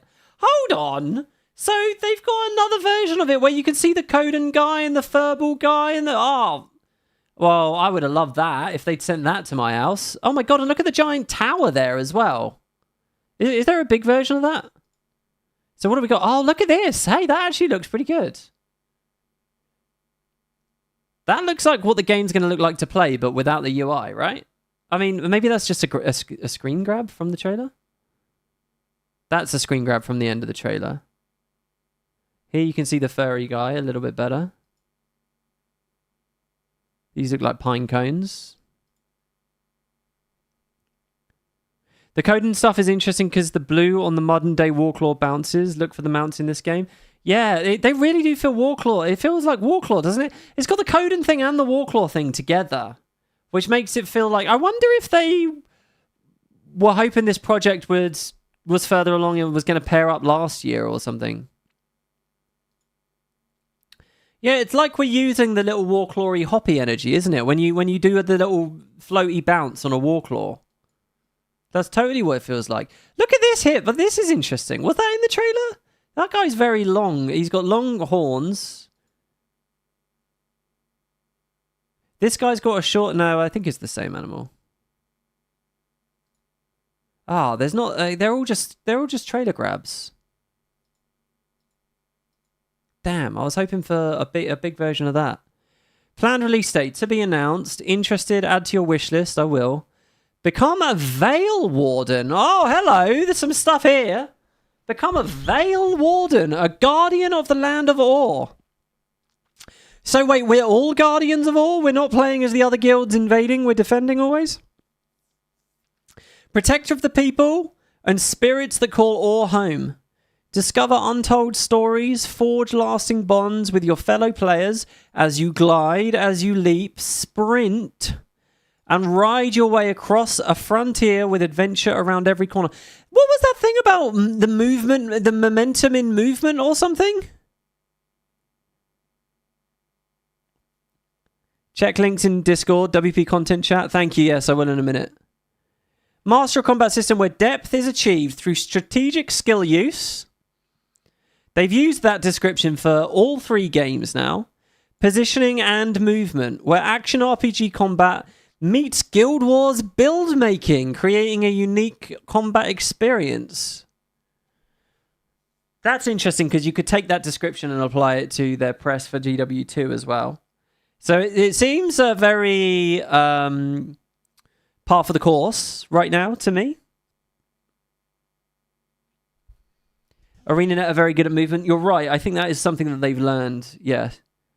Run, slide, and leap and bound across all with a one-of-a-kind movement system. One-of-a-kind movement system. Transfers your momentum between modes of travel, providing a free-form joy of movement through a wildlife. So do you think that basically they're looking at, okay, do a springer jump and use the Bond of Faith to leap off, to glide, to use a Jade bot, to get onto a sky scale, to dash, to get onto a griffin, to dive, you know, like that. That's already what we do in Guild Wars 2, but it's not like it's not necessary. It's not. It's just kind of something you end up. Do you know what I mean? Is it a game that's kind of all about that? They're calling it an action adventure MMO. I feel that they would call. Well, would they? So does the word RPG? No, RPG is here. Action RPG. What are they saying? Windows 10. Not very high requirements for the CPU. 16 gig RAM. They're looking for a 2000 series equivalent graphics card. And it's only 65 gig. That's smaller than Guild Wars 2 was at launch, isn't it? Or was Guild Wars 2 about 60 gig at launch? I seriously doubt we're going to have any nerds that remember that. How big was Guild Wars 2 at launch? Maybe it was around there. It looks like it has a much more refined scope than Guild Wars 2. They're releasing it in English, French, German, Spanish, Korean, all the big ones that we've known from all recent years. Unknown Steam Deck compatibility. Is that what it always does on Steam? Genre, action, adventure, MMORPG. For everything I've seen so far, this could just be another shot at Guild Wars 2. It doesn't necessarily mean different genre, and it doesn't necessarily mean it won't get replaced. Let's see what the community... And that's it. Xbox controllers, DualSense controllers, multiplayer. They got anything on the community hub yet? Do you guys want to see the state of the minds, the geniuses that you will find on Steam? What's the first forum thread? Will it be woke? 53 comments!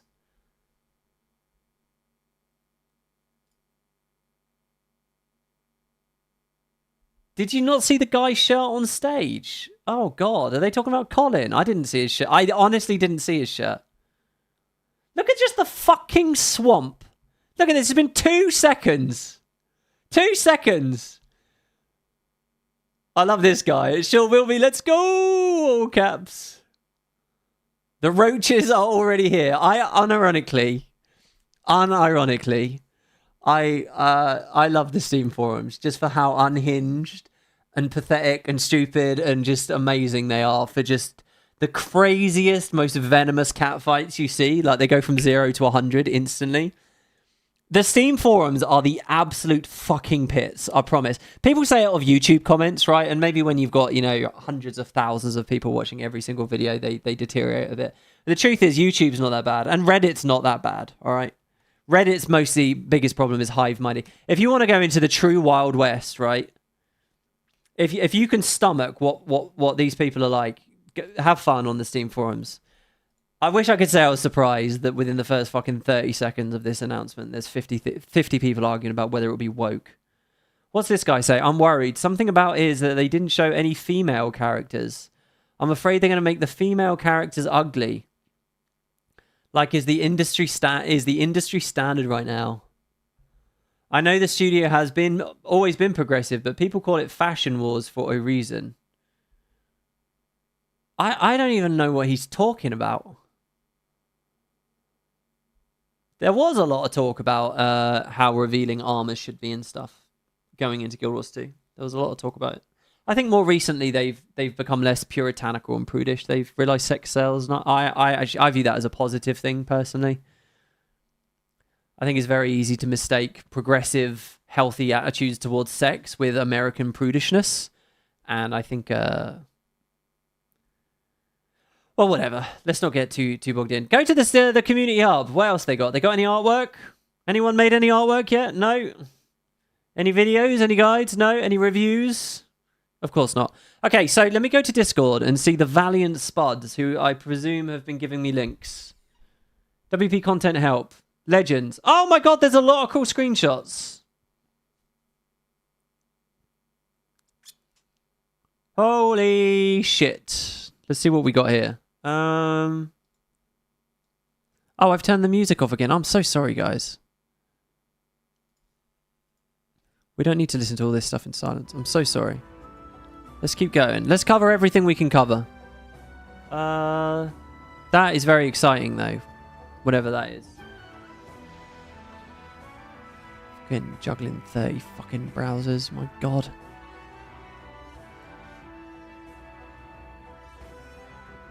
Right, what we got here? Right, you guys see this?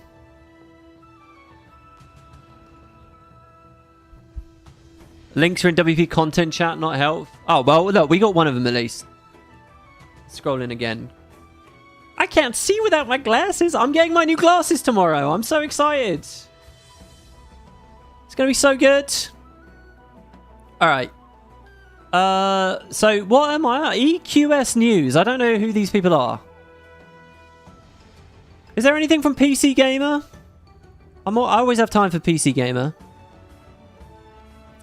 NCSoft, keywords, product launch. Yeah, NCSoft. NCSoft who spoiled that Guild Wars 3 was a thing at that press conference 2 years ago, by the way. So the point is, by the way, with mini X-Backs and all that, and the fear that they'll move on from Guild Wars 2, we have to remember that they've been making this thing the whole time. So nothing necessarily will change. Okay, Bellevue, Washington, June 5th. Critically acclaimed game development studio ArenaNet tonight announced Guild Wars 3, the third entry in the legendary and beloved Guild Wars MMORPG franchise, and their first new game since 2012. The game will release globally on PC, Steam, and PS5, marking the first time a Guild Wars game will appear on home consoles. The first beta test is scheduled for fall of 2027, and this does not have a big version. Fuck. That's like the full Monty right there. That's the big one. I want that in full. The official debut trailer features the first in-engine gameplay footage and can be viewed here. The first concept art and assets are hosted on the press kit. Guild Wars 3 is a new era, not just for ArenaNet and Guild Wars, but also for MMORPGs as a whole. Oh, okay. Sorry. So this is what Colin says. It's a new era, not just for ArenaNet and Guild Wars, but also for MMOs as a whole. Is this a quote from what he said on stage? The MMO genre has millions of players worldwide eager for new, modern experiences, and the opportunity to harness that excitement is immense. Our approach with Guild Wars 3 is to push MMOs forwards to create an online game world that feels believable, rewarding, responsive, and innovative, while at the same time respecting players' time. These are the keywords, right, for us little long-term nerds. Let's not just gloss over this. Believability, I think I was just talking about verisimilitude myself. I think if they set it just in ore and they handle the map and they... Oh, by the way, I have all the maps across the whole franchise queued up for today's stream. Look at this. Oh, no, not that. Here. This is every map I ever had. Look at these. Incredible.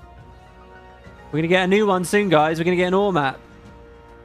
Let me turn that off. Believable, rewarding.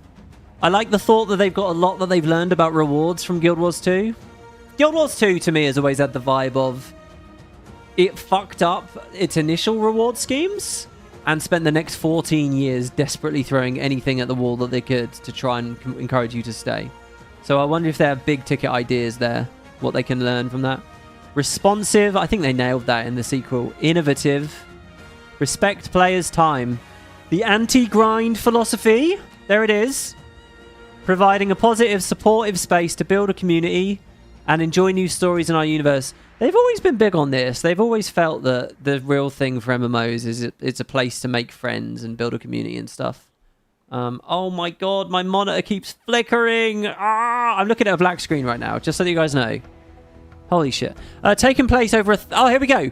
Taking place over 1,000 years before the events of the original game, Guild Wars 3 is set in the Tyrian region of Or.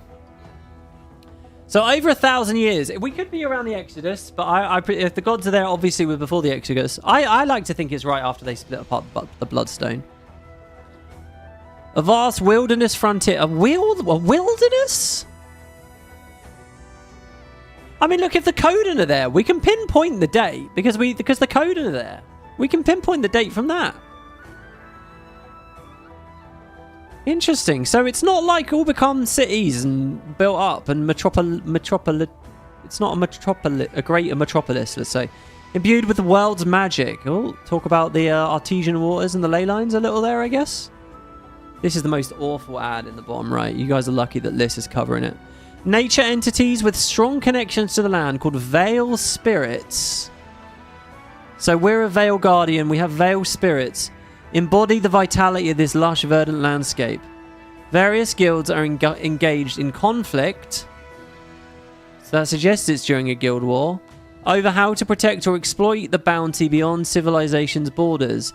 These multitudinous spirits will vary in size and influence within the ecosystems around them, with the most notable of these being the Seeker. As seen in the trailer, every player's Seeker will serve as a connection to the Spirits of Or. The Spirits of Or is really interesting too. Oh my god, will my monitor please turn on? Come on. Come on, don't do me like this. Because I got to get into Guild Wars now. I have to show you guys something. This is where you get the Wooden Potatoes expertise. The Wooden Potatoes bonus. Oh, fuck it. I'm just going to do it on this tiny monitor. I just want to show you guys some stuff. The Spirits of Or, yeah?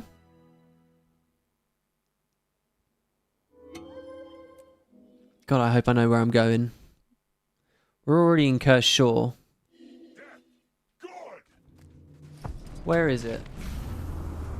Whoa, is this Guild Wars 3? Look at the freedom of movement. Look at it respecting my time as I bug into the terrain in the first 2 seconds of playing the game. Fuck! Where am I going? Is it only during certain events? Is it the Labyrinth? Is it in Malcors? There are definitely... Is it in... Are you in here? This Labyrinth? No, they're just risen in here. Are they... Oh, I know where they are. I know where they are.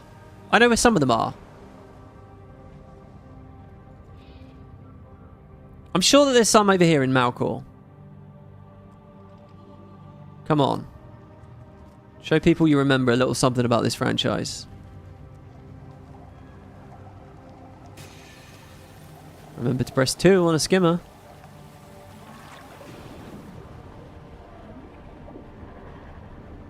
Risen refugees. Risen refugees. Here. Spirits. Spirits of All. The spirits of excess are here. There's loads of the spirits of emptiness are here. That's just a king crab. There are these weird spirits around the spirit of excess. Were those the same as the scale on top? I don't think they've ever really explained these. And there's a few of those around, right? As far as I remember, there's never been anything concrete talked about those spirits. So that's something, maybe.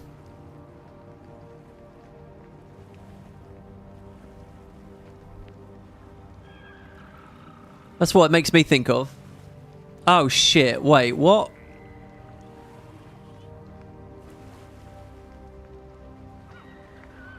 Right, where's our website gone?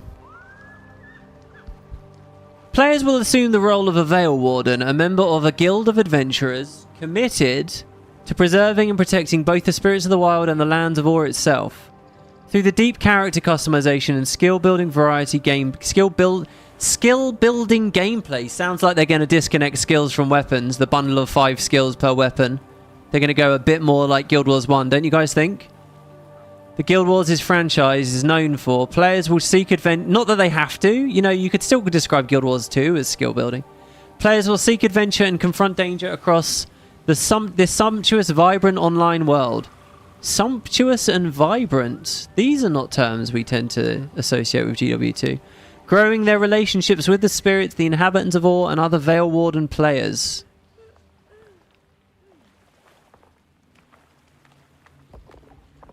A combat system designed from the outset to feel great on both the controller and keyboard rewards positioning by emphasizing the joy of movement and momentum. As my instinctual, like, I don't know how deep this is. I love the mounts in Guild Wars 2, but I don't find them particularly deep. I don't know if that's because I'm too close to the product or what. I don't know whether they need to be that deep. As players seamlessly transition between various movement modes, I noticed there was no swimming. Did you guys notice that? There were no underwater sections or swimming sections there. They can harness their speed and turn it into bigger damage and impact when fighting their foes. That's like a big Sonic vibe to me. Right? Gotta go fast. Shoulder tackle things out of the way. The quicker you go, the stronger you are. This makes it sound like it'll be quite a different combat system. Just constantly moving. Do you guys think it's an auto runner? What do you guys think? Holy shit. What about that? What about an auto runner MMO? More information about pricing, beta tests, release date, gameplay features will be revealed later in 2026 and into 2027. Guild Wars 3 will be available directly from the developers at guildwars3.com. It can be wishlisted on Steam, the PS Store, beginning today, with more information on the game's official website. It's really weird. I would actually usually pick Steam at this point, but... About the franchise.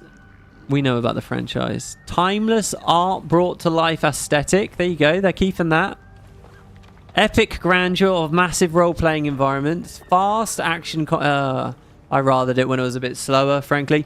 Large-scale dynamic events that players tackle together in the... Thing is, this is describing 2, really. Team-based... But... is it describing 2 in a way that ArenaNet consent to be described because they aim for them in 3 as well? A sprawling fantasy storyline. The series is proclaimed as having the friendliest player community in gaming. Uh-oh, screens are flickering again. And then about ArenaNet. They formed in 2000 with press and fans consistently calling Guild Wars and Guild Wars 2 two of the best MMORPGs of all time. Alright, well. Okay, good. So that's that link. Now, Spuds, you got anything else for me? You all got any more of that? The Guild Wars 3 site, I guess, is a good one. Let me check. We didn't get any screenshots. Where's the press kit? Where's the, you know... Oh my fucking god, you guys are linking me loads of stuff. Okay, there's a website, arena.net press. Aha. And that's... We can get it straight off of the press page.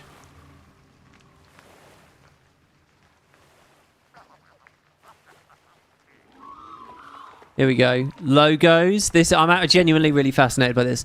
So if I click them, do I get... No, okay, fine. So we've got Guild Wars 3. We've got a black one, a white one. I love the font. It still feels very Guild Wars-y font, doesn't it? That almost feels like a throwback to the Guild Wars 1 font. Just a little bit more flowy. Let's see the concept art here. What have we got here? It's fucking Balthazar! Do you know what that makes me think of?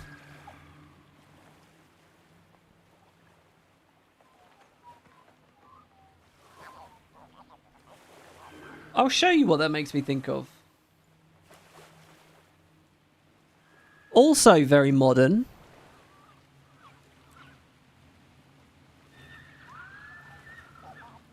In Secret of the Obscure, they had a fractal, which was what if the commander stayed dead when Balthazar killed us in POF? What if that was it? He stayed dead. Do you guys remember? And there was this like throne room. Where is it? It's over there, I think. Do you guys remember this? Like you turn the corner and you see like the seat of Balthazar's power.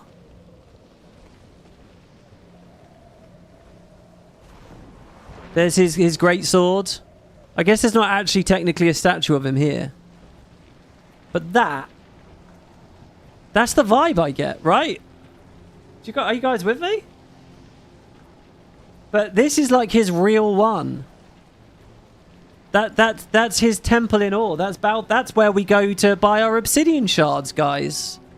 That's the place we go to buy obsidian shards. Could be one of the reliquaries. It could be as well. Good point about Siren's Landing, yeah. What else we got? Oh, this is good. Oh, these traps feel very Caledon.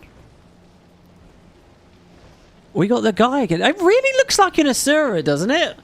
Is Vlox a furry? Is he going to split the timeline and make them hairy? It really... I would be so game for that and so down for that. Is it just another variety of Asura? Similar to how we... You know, they happily introduced another variety of Coden, the Lowland Shore Coden. So why not Lowland or like super deep Asura or something? And that they were on the surface for a while. They came to the surface early. There's another one there. Tending to his cabbage house.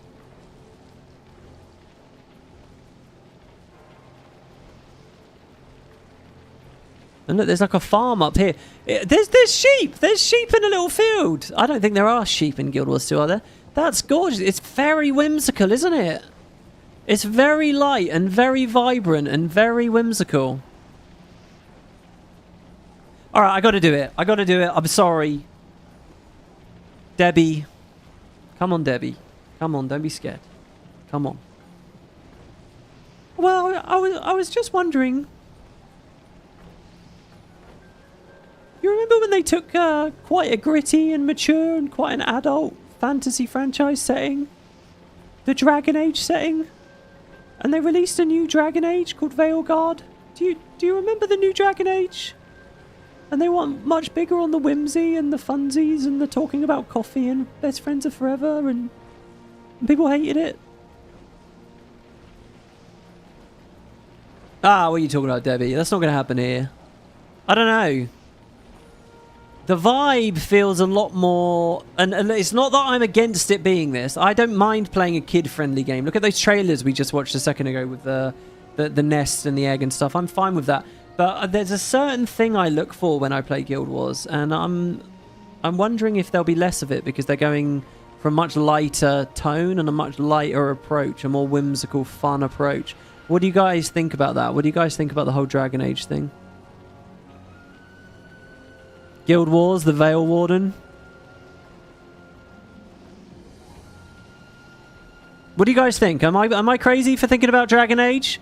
And I'm not trying to be a complete Debbie Downer. I'm really not. I'm just thinking, is that not a very modern example of taking... Maybe in a future game this is fine, but this is not a future game? Okay, all right. Yeah?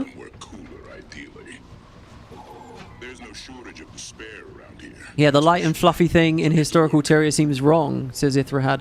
I'm just trying to give everyone, you know, a voice here, because I know some people will be thinking about that stuff. What else have we got? Let's get another screenshot up. By the way, there's another guy where I just saw. There's someone else on this. Where was it? I do love the art. Has he got a little, like, creature on his shoulder? No, I think that's his head, isn't it? Never mind. This looks like a big animal back here as well, doesn't it? Doesn't that look like the tail of something? And you might say no, but that makes me think... Oh, no, there's someone riding a thing over there. Here we go. This is it. This is... Okay, this is what I got sent, but minus those front layers. Oh, this is so much better, though. Arenanet, can I get another one? Oh, how greedy. Oh my god, look, they got the Fersura. What do we call this? Fersuras? It's a bit like your Fursona, but it's your Fersura instead, alright? Speaking of which, guys, I I've never revealed to you what my fursona is. Do you want to guess? Does anyone want to guess WP's fursona? I've kept a lid on it for a long time, but I think I'm ready to let you in on the secret. Anyway, this is gorgeous. This is lovely. And then there's the tower there, and there's the broken aqueduct, and there's this big... What is this? I love this thing.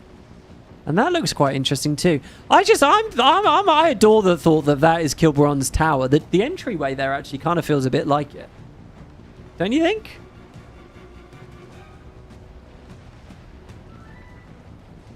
Back to ore. Hark! Fuck's sake! Did you see that? How long have I been AFK there with that event? You've heard the event in the background. How long have I been AFK and nothing attacked me? The second I decide I want to open the world map, something attacks me and puts me in combat. Tell me that's not a conspiracy. Oh my god. Alright, it's fine. Chill. Relax. All we had to do was fly slightly to the side. Where the hell are we?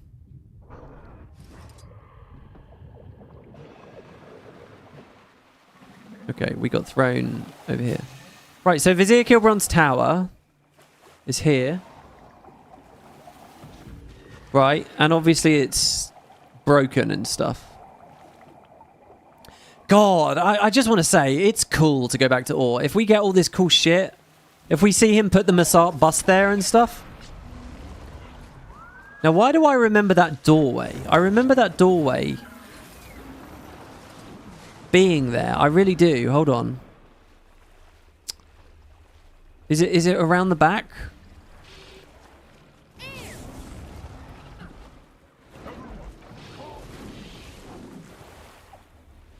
It's not up the top and around the back, is it? It might be. It might have been better to have just done the jumping puzzle. So give me a second here. Come on, Liz. Oh man, isn't it weird to like play your main character right now and be like, goodbye, Liz. Goodbye forever. Never. Oh, it's over here. Never will we play with you again. Again, I really don't think that's the vibe they're trying to give people.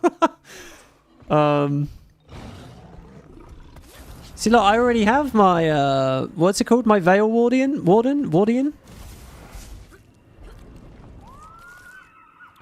A new generation, guys. So all that shit Vlox was talking about, they've confirmed it's in the past. About the next generation and stuff. That's not hinting at the next big project. That's just hinting at future storylines in Guild Wars. I swear I've seen, like... Is it here?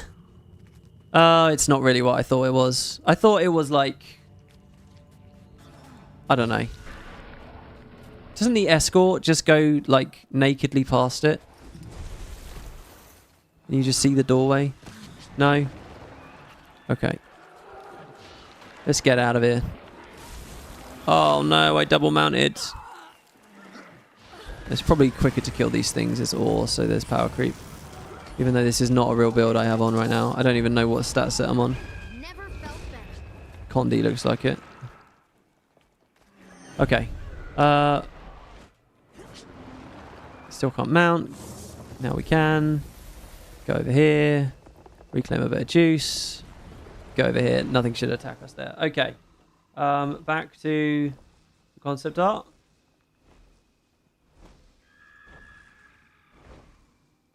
We'll zoom back out. It's really good. The colors are very, very good on the top left.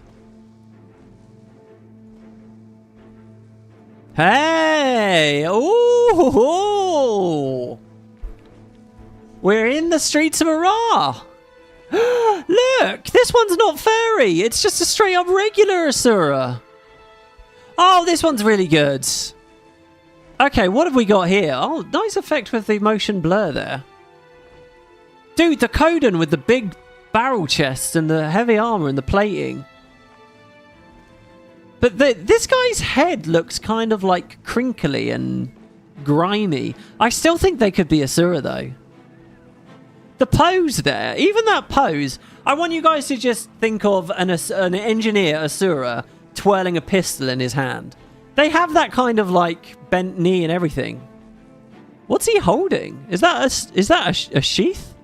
Oh, he's a squire! I think he's a squire. I think he's holding the sheath for this guy's sword. There's a polar Coden back there.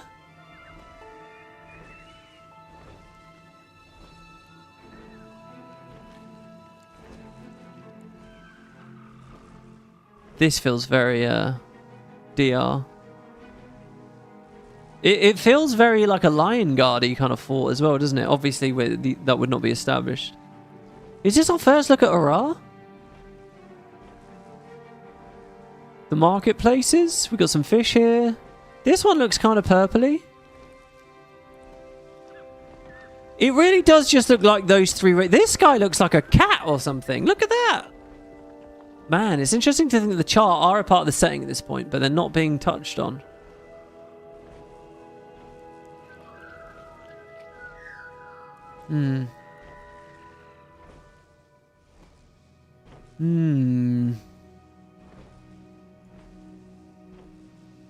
That's concept art. Then we've got screenshots,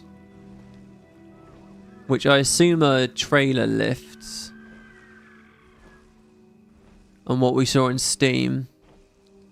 Yeah, this all looks the same as what we saw in Steam, so don't worry about these. Why have we got two of the end here? One with the dragon and one without?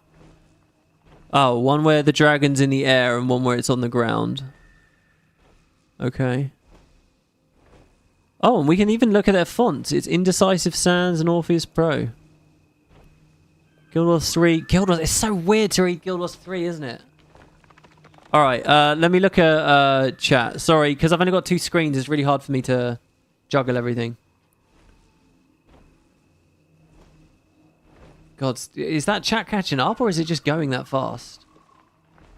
Surely that's it catching up. What the fuck? The concept arts are gorgeous. I think they do, yeah.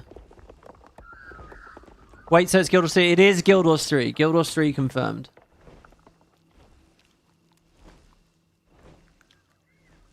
The fish are not floating in magic water orbs. Unplayable. Oh my god, are you referencing a lore book in Ore? You are, aren't you? Isn't there a description of Aurora at its peak with the fish floating in magic orbs? James Lobarden? That's very good. That would be epic if we saw that in that concept art. Wow. And that would have been a great little connection. I'm sure that's what you're referencing, right? I don't know if it was from launch or from Siren's Landing. You can register for beta now. WP, how do you think they'll explain Asura on the surface 1,000 years earlier? The same as they explained some Codan coming down earlier. They'll just say it was a, you know, another subset, a branch that split off from the main society and came up. That's it. It says skill collecting. When did the Massart come into the timeline? The Massart are in the timeline. At that point, the Massart are around, yes. The Seers are dying off. There are only a few Seers left. They probably sacrificed themselves to create that bloodstone. And the few that are still around watch these mist travelers, the gods, come and start fucking with stuff and crack it open. And they're not happy about it. And you can read Isgarin is very condescending and annoyed about it. There you go, Orion History Scrolls. Fishmongers display live catch in watery orbs above their tents. Porters enhance their strength with spells, routinely carrying loads that would cripple a pack bull. And of course, don't forget, I don't have it on hand, guys, but the risen mouth is a Codan. The risen mouth design is an undead Codan. So these Codan we have seen, we'll see what... These Codan that we see in this concept art, they become the risen mouths when they die. Or at least some of them do. Which was one of the great little concept art, conspiracy, hidden in plain sight things for years. If you watched my coverage of Janthir Wilds last year, you'll know all about it. You hope they have a link to Guild Wars 3 and Guild Wars 2 like they did 2 and 1? Yeah, me too. Okay, have we got another website? What else have we got? Speculation, this could be the Carner's reign coming from Cossage there. Guild Wars 3-live ncplatform.net announcing Guild Wars 3. Is that the big one? Is that the... So there is an actual proper press page. It was broken and it was hugged to death. But now it actually works. Is that right? Let's have a look.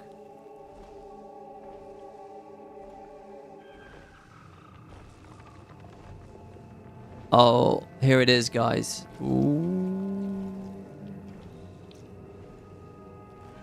All right, I think we've saved the best for last here. Or we've ruined it because we went directly to the press page, but here we go. Announcing Guild Wars 3. Watch the trailer, wishlist, and subscribe to our newsletter for a chance to join the beta. I'm sure you'll get that chance. Oh my god! Oh no, June 5th is now. Yeah, the beta is next year, yeah. Today's the day. It's official. We are developing Guild Wars 3. This is a passion project in every sense. It is a leap forward for both the franchise and Arenanet as a studio. Get your first look... Hold on, sorry. I don't want the backgrounds of ore, the destitute ore. They're trying to kick me out. New build available. Oh, they're doing something in-game.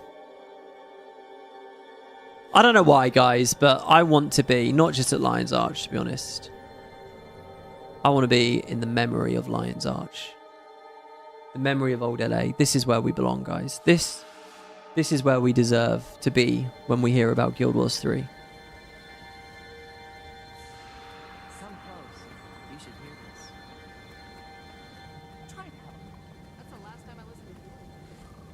So that all the NPCs can talk over us. There, that's it. That feels much better, doesn't it? We're home. Alright, here we go. Let's read. This is a passion project in every sense. It is a... Why call it a passion project? Just to show that your heart's in it, fine. But does that also mean that it's experimental? It's on the side, to a degree? A leap forward for both the franchise and Arenanet as a studio. Get your first look at Untamed Land of War in our debut trailer. Okay, a new era to explore. Guild Wars 3 takes place more than 1,000 years before the original game, giving players and longtime Guild Wars fans a vast frontier to explore, imbued with magic and alive with the vitality of the winds. I love this, by the way. This does mean that our theories that each of the 3 Guild Wars games features ore at a different state. Pre-sinking, sunk, post-sinking. It's very cool, right? I like the symmetry of that. All across ore, rival guilds jockey for influence and control. Amid this ongoing conflict, you will join the Vale Wardens. They are a guild sworn to protect the land, the people who live beyond the walls of the towns and cities of Ore, and the nature spirits who call Ore home. So it's not totally open, pick your faction, sandboxy. It sounds like there's a strict structured story. Our background is defined, just as we were a part of like Rurik's Special Little Vanguard in GW1, just as we end up joining Traherne's Pact in Guild Wars 2. In Guild Wars 3, we are a Vale Warden. Lots about these nature spirits who call Ore their home. Play Unbound, glide, ride, and wall run. Wall run! Do you think that's what we were seeing in the trailer then, that bit on the cliff? They got a little detail about the movement in each thing. Glide, ride, and wall run your way across the open world with a movement and momentum system unlike any other MMO. When you ride across Ore, you'll do so in style on your Seeker, a veiled spirit who serves as your mount and your direct connection to the magic of Ore. For the first time ever, you can experience the world of Tyria on both PC and PlayStation 5.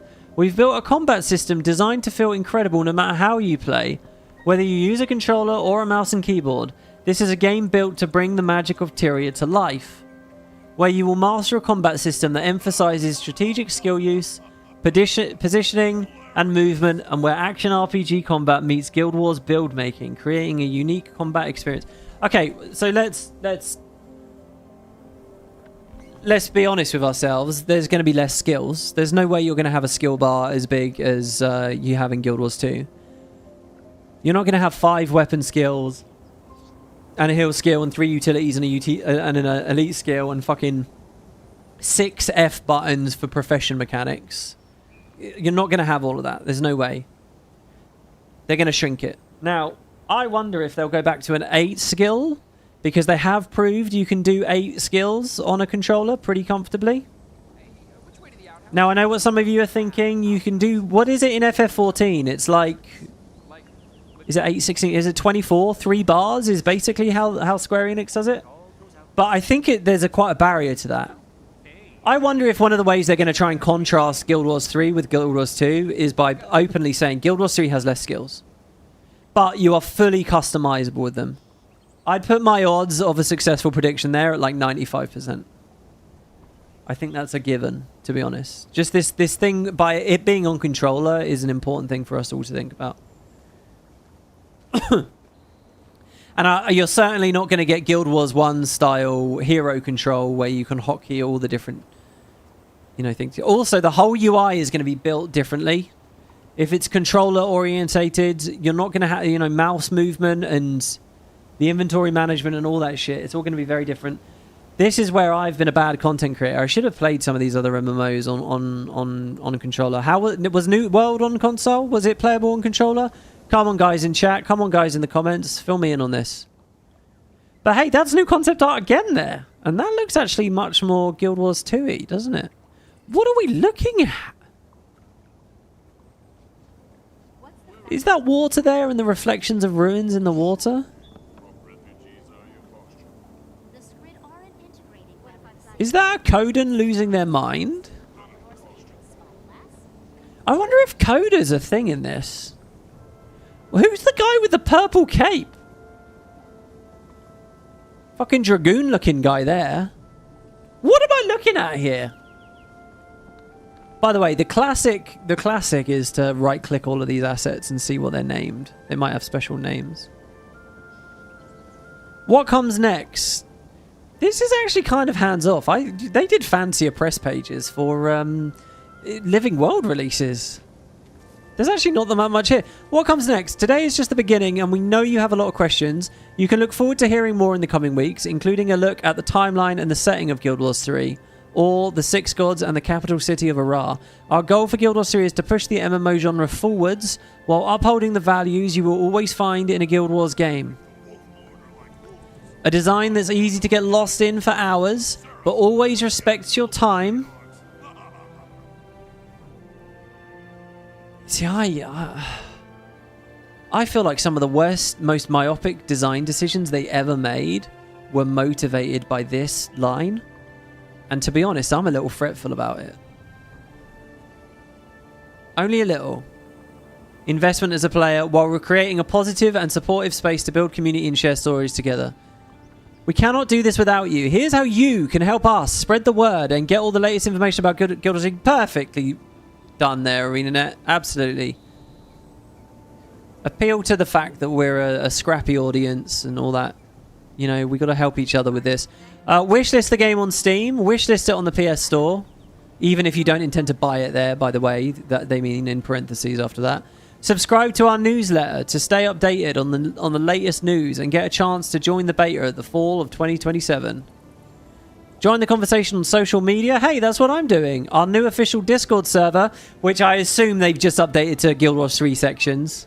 And the community Reddit. Oh, wow. Hold on. What? The little Reddit that they had? That's amazing. Did they just get an official fucking link on the front page of... That's epic. If that goes to the Guild Wars 3 Reddit.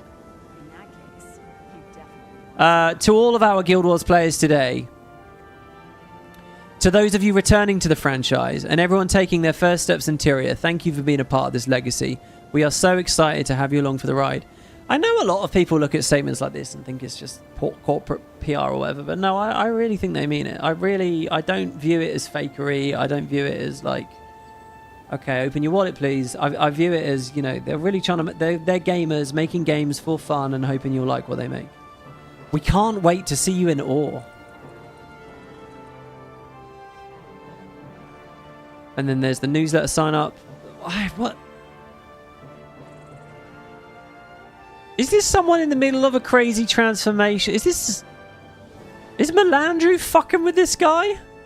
And has this guy jumped down and gone whapa and smashed him? What else you got for me? So that's about. Here's watch. Oh, here we are. Okay. Guild Wars 3 is an action-adventure MMORPG. A modern evolution of the genre that blends rich action combat, character building, skill collection. Skill collection. Big. People will be excited about that. They're going to think about signets of capture. Set in the enchanting frontier of Awe, the world brims with mystery, with magic and wonder. And I am down for this setting. I really am. Play solo or form a bond of adventures. Play solo, they're quite explicit about. Forging impactful and enduring bonds with fellow players. A formative cast of memorable NPCs and the nature spirits that call all home. Join the Vale Wardens. Become a Vale Warden, a guardian of the land of Awe, protector of the people and the spirits that call all home. Discover untold stories and forge lasting bonds with your fellow players as you glide, leap, sprint, and ride. And once again, wall run doesn't appear. Explore the frontier. Here's the wall run thing. One-of-a-kind movement system. Master action combat. Master an action combat system where depth is achieved through strategic use, positioning, and movement. It's like they've added movement as an element to the principles they stand by for their combat in the other games. Thank you. That was quite helpful. It's like they look at the Raptor dismount thing and say, we want to build a game around that. A modern evolution of the MMO. I want more about this. Tell me how you're innovating. News. Oh, that was the news section there. Updates. That was there. Connect. Ah, we've run out of content already. All right. Okay, let me once again have a look at what the people are saying. What do you think, guys? Let me check Discord. Where is this website I'm looking at? I think it's supposed to be guildwars3.com, but I'm routing it through NCSoft at the moment because the other one is blowing up with traffic. I think that's basically what's going on. Hi, Sizzless. What else we got? Have I missed any donations? I'm terribly sorry if I have. I fucking have. Oh my god, guys. £5. I noticed that the mount is there from the first shot and they mention movement and momentum. They're doubling up on the mount system. Yeah, I think they are. There could be prereqs for the dragons. You want dwarves, says Dirk Grant, for $5 Canadian. I welcome the colour, says Q612. All those trailers we saw in the summer games were grey and boring aesthetically. You're right. Guild Wars totally sidestepped that. ArenaNet totally sidestepped that by doing this. Here's hoping we're just another warrior so the characters can shine instead of the commander cardboard cutout. Maybe, yeah. I'm not opposed to that. But, you know, you can do big things with a warrior of light.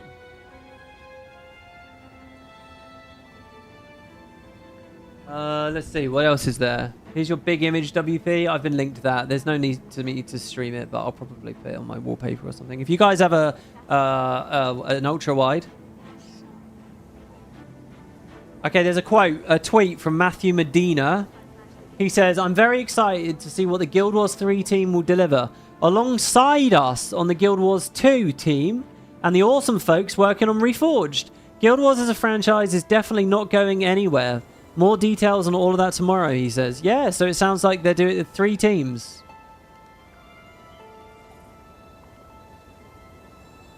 Remember Kirsch's path to revelations, an offering to those who seek beyond the mists, beyond the dreams, on distant shores of a land unwaking, answers their lion rain.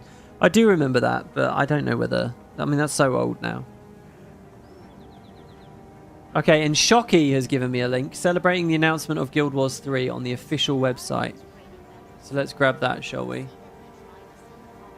I think there's one more thing to read, guys, and then we're caught up, unfortunately. But never fear, because tomorrow... big stuff still to come. ArenaNet is developing Guild Wars 3. This is on guildwars2.com. It's an unbelievable feeling to be able to write those words, but it's true, and we're finally able to talk about it. In Guild Wars 3, you'll explore all like you've never been able to. This could be an interesting article if they've really geared it to people who are already sort of in the community, so to speak. You'll join the Vale Wardens, a guild sworn to protect the land, the people who live beyond the walls of the towns and cities of Awe, and the nature spirits who call Awe home. For the first time ever, you can experience the world of Tyr on both PC and PS5. We've built a combat system designed to feel incredible no matter how you play, whether you use a controller or a mouse and keyboard. We have other exciting things to discuss in this blog today, but for more information on the announcement, head over to our shiny new Guild Wars 3 website. Please wishlist, blah, blah, blah. What's next for Guild Wars 2? With the Guild Wars 3 announcement, we know that the community will undoubtedly be wondering what's next for Guild Wars 2. And we're going to tell you in detail tomorrow. Today, we're celebrating the first brand new game announcement for Arenanet in almost 2 decades, and that deserves its moment in the spotlight. But rest assured, we're not done making Guild Wars 2, or Guild Wars Reforged for that matter, and we're committing to actively developing all 3 games at the same time. Oh, this is what we needed to hear. Tomorrow, June 6th, we are releasing a studio update video, and you'll hear directly from studio head Colin Johansson, Guild Wars 2 game director Josh Davis, Guild Wars Reforged game director Stephen Clark Wilson, as they discuss the future of the Guild Wars franchise. Look out for that video here on our blog and on our YouTube channel. Then, next week, on Tuesday 9th June, we'll have a live stream where Colin and Josh will continue the conversation. See, I'm a bit disappointed by that. I was hoping that we'd get a third name. And it would be, okay, and we're going to show you, some of you guys may remember, blah, blah, blah, blah, blah, who has been quietly in the background, the game director for Guild Wars 3. Surely it should be SCW, Josh, and mystery person number 3. Surely they have a game director, right? And we can get the Trinity. Trinity, look, guys, that's what they were originally going to call themselves. It's an incredible time to be a Guild Wars fan. We can't wait to show you what we have planned. Bonus event, Summer Game Fest. Earlier this week, we kicked off the Summer Game Fest bonus event to show our appreciation for the community. Hop now in game to earn the Guild Warrior shoulder skins, the cape, the wardrobe unlocks. One of the achievements is earned by completing events in any of the maps in all, the setting for Guild Wars 3. And I think this was all fairly openly speculatable the last few days. I didn't, because I knew it was actually Guild Wars 3, and I felt like that would be a bit insincere. So that's why you didn't see me talking about it. But yeah, they did this update. You have until June 16 to unlock them. There's a sale. I'm not reading all that. Oh, shit. Look, another thing here. Oh, no, that's Guild Wars 2. But stuff that kind of feels familiar, I guess. Summer Game Fest store sale. There'll be Twitch drops. All right, there you go, guys. I think that's it. I think that's it for the Guild Wars 2 news for now. Thank you so much for helping me aggregate that, everyone. That was very handy. I'm looking at chat, and I'm kicking my monitor right now, trying to get it to turn on so that I can play the game. Come on. Come on, what is it? DisplayPort being a bitch? Come on. Is it being annoying at the back of the PC? You think Colin's the game director? You think he's studio head and game director for that specific game? Why wouldn't they just confirm that?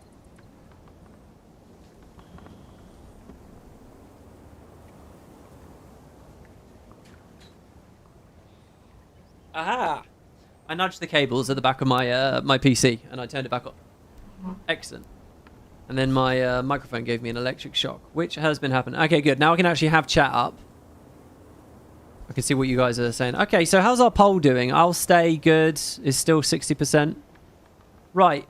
Yeah, just talk to me about it, guys. Just talk to me. And what we're going to do, I want to finish our little trailer run. Does anyone want to just cool down now? Wind down? We'll do our little trailer run here. Just a note from earlier. Abaddon was actually the god who wanted to give magic to the people. You had it backwards. Oh, you're right. No. They all... Yeah, well, you're right. They all wanted to split... They all wanted to give magic to the people. And then they all agreed to reseal it. And at that point, Abaddon stuck his feet in the mud. You're right. You're absolutely right. Did I have that flip-flopped in my head? Oh, God, that's so... Ugh. People are going to say, yeah, WP doesn't know the law, because you do a little dyslexic thing here where you reverse it in your head. You're totally right. Interested to know how big all is supposed to be? There are some fundamental things they've gone with here, guys, that I think are brilliant. I think if they're looking to juggle all the games, it's excellent that they never went forwards in time, because it allows Guild Wars 2 to continue to be the place where we figure out what happens to Tyria. And I think that's very, very good. I've always said that Or back when it was thriving is a fantastic setting with a lot to give. So I love that. I've also always said that doing a game on just focus on one nation, focus on one town, focus on one area, I've also thought would be highly immersive and really, really exciting and profound. And they've done that as well. So those are 3 very, very big things that I like. I've always loved the Coden and wanted to play them. I mean, you get the combat tonics in-game, I guess. Oh, you know what I'm thinking? You know what I'm thinking? How do we do this now?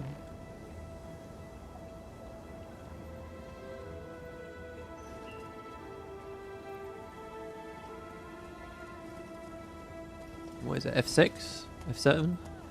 F3? F2? Oh, you're not going to let me drink a tonic in old LA? Yeah, you are. Yeah, look!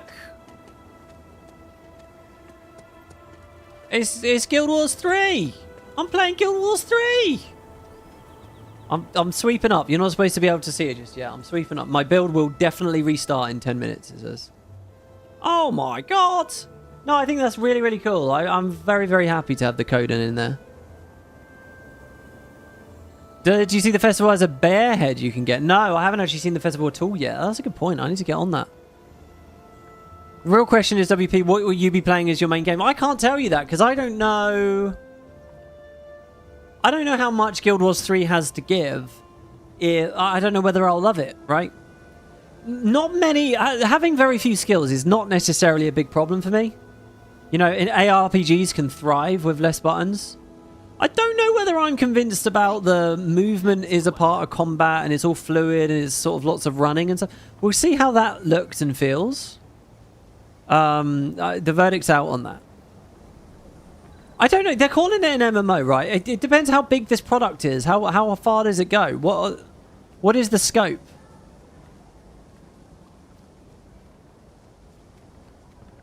You'd love to see the Dwayne X Sculptor romance? Yeah, we could see that as well. I think if this story goes over the birth of Grenth, that'll be really cool. Wisdeka says there's no confirmation there's less skills. That's true. That's true, but you're not gonna have you're not gonna have what you're looking at here. It's not going to happen. They're not gonna create. They can't do this. Plus the binds for mounting and all that stuff. I think it's going to play quite differently. And the question is, does it play with strategic RPG buildcraft depth or not?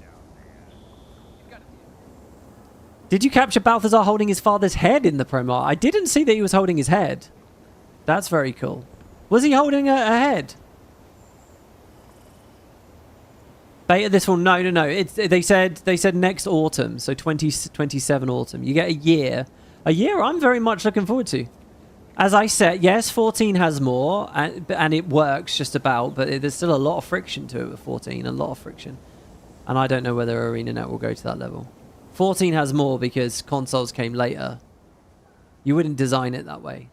That's them trying to fit a square peg into a round hole.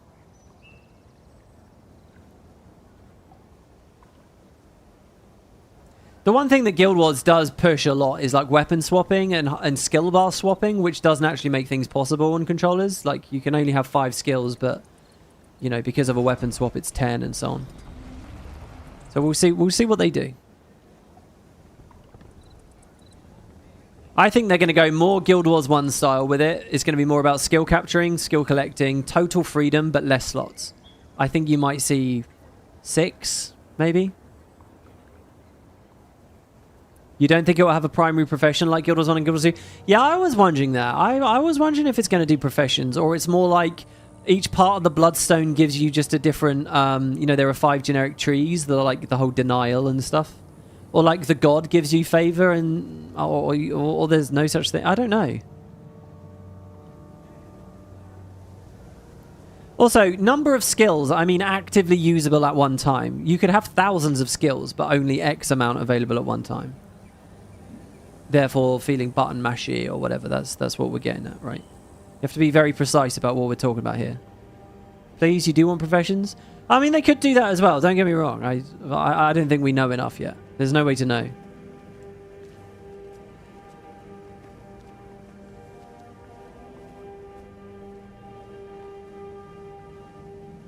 Yeah, I'm going to queue up the next trailer. We're just going to keep chatting, guys, as the trailers are going. All right?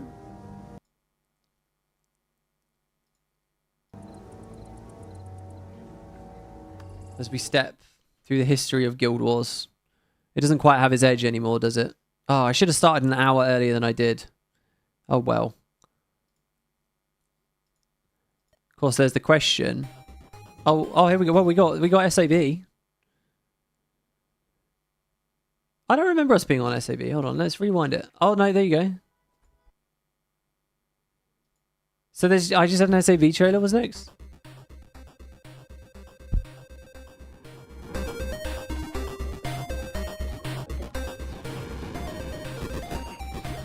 They didn't mention no sub fee, says Mr. Modius. That's true. Ooh. Oh, I got a poll again then. Close that old poll. Guys. I got to get your take. Yes, end poll, YouTube. Come on. This is so slow.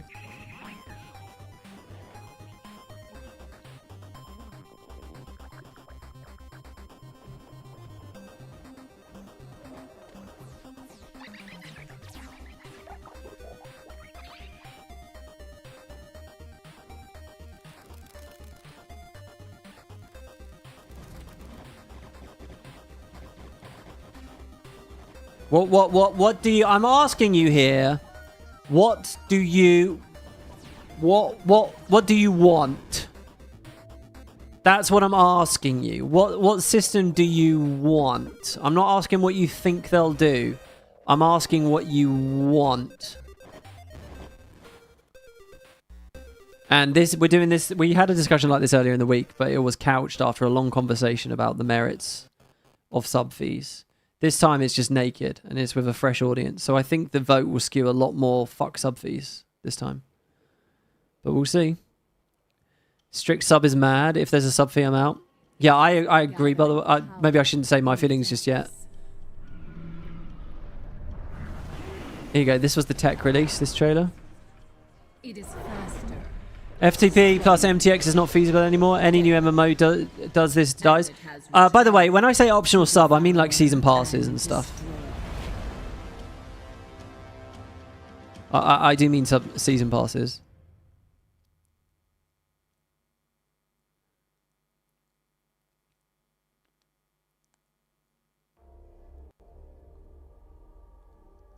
You understand that a sub fee is supportive, but you just can't afford a monthly subscription fee? You don't know. We haven't actually put a price on it. How can you say that blanketly? Did that mean you have zero income and zero credit card? Are you 9 years old?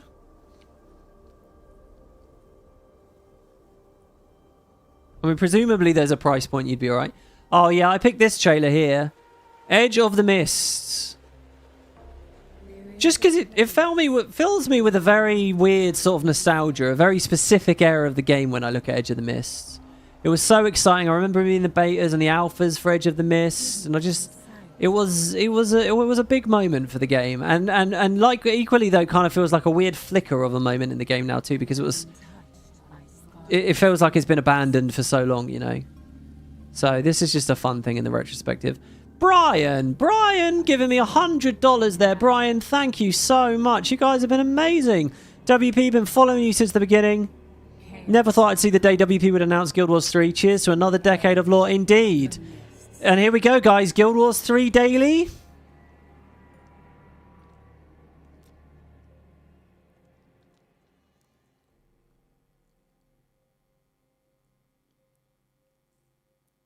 Could be. I'll have to figure out what I'll do. I'm locked in for another 10 years. unless Debbie takes the reins. Still a shame we won't get Tengu. Well, Tengu are a part of the setting. There's no reason why Tengu couldn't be there and playable Tengu couldn't be there. They just haven't, you know, put the groundwork in for that just yet. That was like that one streamer complaining people don't sub because it's just $5. No, I understand the reticence of just fundamentally not wanting to have a subscription. Too many services are subscriptions now. But that's a different argument to saying I can't afford it. Saying I can't afford it is nothing. Because you don't know the price. And presumably you could afford a 20p subscription or a $1 subscription or a $2 subscription. It's not what you're trying to say.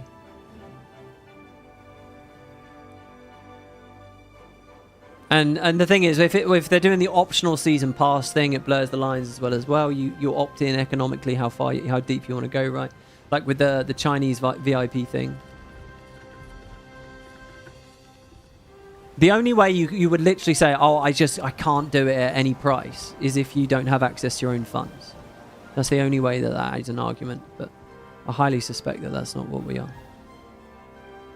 If it has a sub, it needs to have 0 MGX. Yeah, my view on it is a strict sub would be Sudoku. I don't think they could do that at all.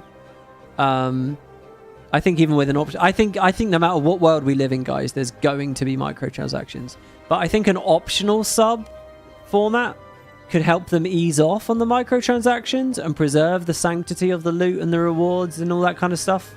I think there's lots of ways you can design rewards and you can silo stuff. So it's like, okay, you can only ever get this off of the gem store. You can only ever get this off the Guild Wars 3 gem store. You can only ever get these from in-game rewards, and they will never mix. So then you don't get those ugly conversations. Whether ArenaNet will do that, I don't know. Lose my mind if Lord Jadoth and Malek's appear. Yeah, we should chronicle all the things that could hit for around when Ore was at its apex. Yeah, just the Marganites in general. We might have been looking at Marganite. That guy with the pirate hat could have been a Marganite. That could have been very cool. Have you seen the leaks for Project I? Do you think that might be related to Guild Wars 3? No. What is that? Project I? What is Project I? You'll be buying a PS5 just for this? Really? Wow. You'd rather play on PS5 than on PC? There's a whole other audience there as well, of course. Oh, they're in the best trailer. Oh, well, shut me up.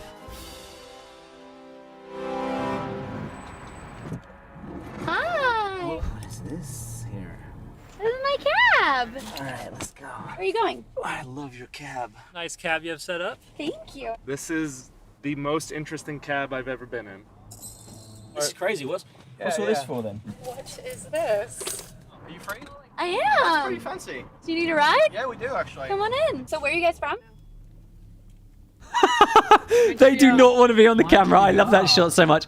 Can I just say, they fucking own it as well. They own the awkwardness here. This is edited, all right? This is edited to be awkward, all right? They're not hiding it. Watch this again. Why would you include these women's reactions in this if you weren't doing it for the hilarity of how you're... Let's just watch. I am. That's pretty fancy. Do you need a ride? Yeah, we do actually. Come on in. So where are you guys from? Montreal. She does a gym look to the camera. Australia and San Francisco. I'm from Amsterdam.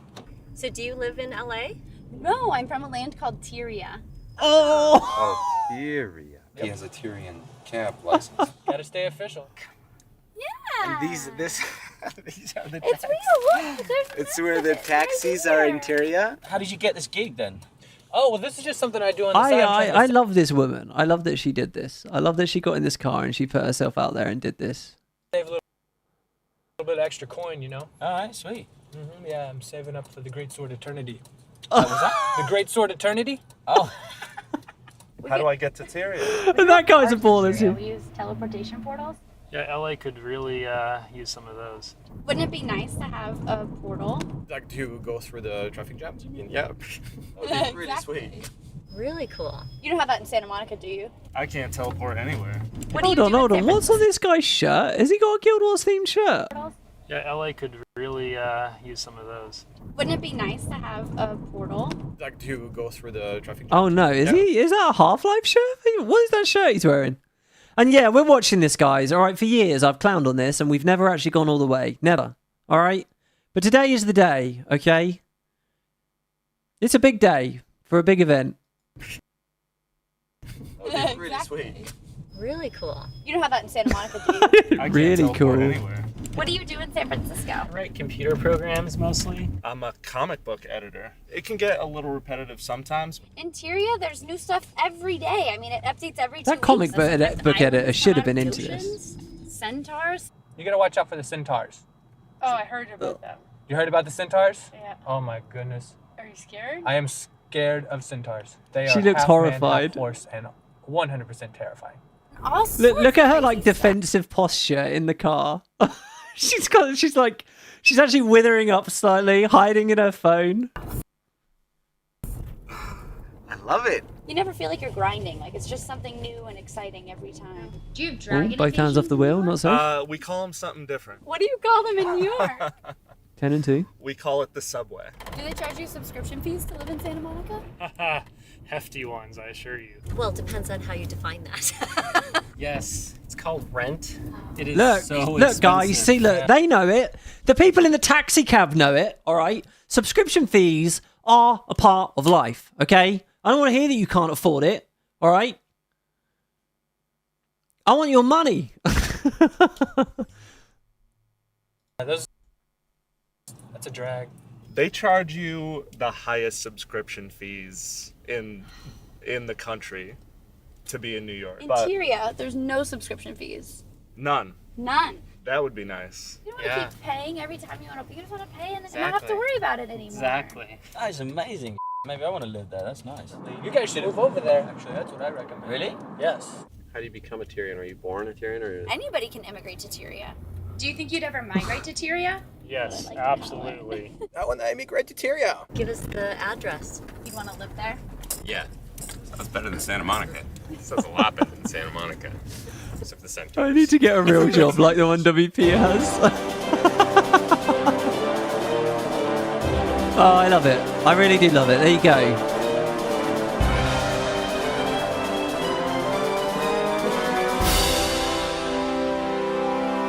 How many centaurs does it take to screw in a light bulb? How many? None. That's disgusting. I like that guy. That guy was into it. Just like I was, and just like I'm sure you guys all were. There you go. Beautiful. Yeah, back to Guild Wars 3. Come on, ArenaNet, if you're out there, can you do a Guild Wars... oh, we're on to Season 1 here, obviously, of course. Can you do a Guild Wars 3 taxi cab campaign? Can you talk to people about the Coden and Ore? Can you, decorate it with a bunch of, I don't know. Is it going to have like an Arabic vibe? I don't know. I am ready for the Guild Wars 3 taxi cab campaign. Watching this makes me want to lie down on the floor and groan. You can't explain why. Yeah, this was so I was grabbing trailers. The game through the ages. And of course, there were so many from Season 1. I've skipped so many. There was the Bash the Dragon song, which was a big moment and really fun. All the Zephyrite stuff. Every release had something. Every release. I mean, we look back on it a bit sourly, right? But it was a hell of an era and something to be very proud of. And then Season 2, I skipped all the trailers until this one, the final trailer of Season 2. Or rather, the final in-game cutscene of Season 2. I honestly thought that the Guild Wars 3 trailer would be more like this. I thought it'd be more concept art. I guess they were limited for time. I mean, even this, they didn't do many of these, did they? I'll drive the taxi. No, I'll be one of the nondescript people that gets in the taxi. And I'll get, like, ridiculously into it. I'll roleplay. I'll ask if they have Ettins there. And I'll go, ooh, me in taxi. Is there optional sub? Me think optional sub. Fun game, better. More quality content. Less MTX hook. Less brain drain. Better Glassdoor review. Optional sub. Thumbs up. Me like.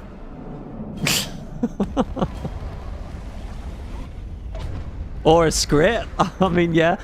Oh my god. You know what? It didn't occur to me to wonder if those Fursona guys are... no, we didn't call them Fursonas, did we? What do we call them? I never told you what my Fursona was either. I didn't even get to see what people were guessing. I didn't even think they might have been script. I sound like a belter. Beltadoa. That's what they say, isn't it? Oh, am I Canthan? No, but I could do a hell of a samurai. It is good to Wait, no, what's the line? It is good to meet with you.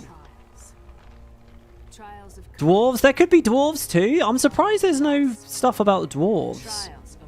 Oh, look where we are, guys. What is this? Echo, history echoes, but history doesn't repeat, but it does echo. Who was there? Can you give me a little one in chat?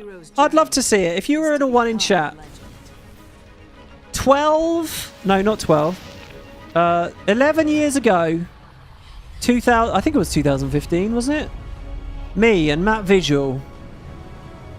We hosted the post show to a crowd of, at first, 120,000 people. I wonder what ArenaNet just got on this, all told. SGF is huge, so it's better. But we had like 120,000 people came to the post show, and then it dropped about 80k after about 15 minutes, and then it stabilized around 40k. It was the biggest show that we did. It was huge, and it was just us watching this over and over and over. Speculating what these things could be. This was an epic trailer too. This was a hell of a moment. They displayed a lot of stuff on this. We got the Scrapper here. The Mordrum we had already been fighting, but this was... There were the glimpses of the Exalted, and we thought they were the Massart. I remember these Wyverns using Chains of Jarlis to pull them down and break their break bars. There was a lot to be excited about Guild Wars at this point. This was also the point where they betrayed a lot of their core philosophies. About party size, about healing, about cooldown manipulation, lots of stuff. But this was big. This day was very, very, very exciting. And I'm still convinced that it was not just the whole community's insistent stronghold. Oh, let's not talk about that one. Insistence that those Exalted were Massart that made them write Lazarus into Season 3. Guild halls, of course. Oh, the new civilization. The jacket Edsel looks so good there. Gliding. The Revenant was being added. They went fucking all out with Heart of Thorns. Look at the lighting and the mist and stuff. It's very deceptive in this trailer. There you go, new allies. There was a lot to say about this trailer. The logo was very good. And there were a lot of other complimentary trailers too. There was a one of Morgemoth being formed. The one of Ritlock, like attacking the Wyvern. And that was when I learned if I got the assets directly off NCSoft, I could get higher quality than anyone else. Peggy 12. There's a lot of big stuff back then. Yeah, we got a few ones here. You guys were there for the post show? Well, welcome to the Guild Wars 3 post show, I guess. It's all a bit of a different vibe now.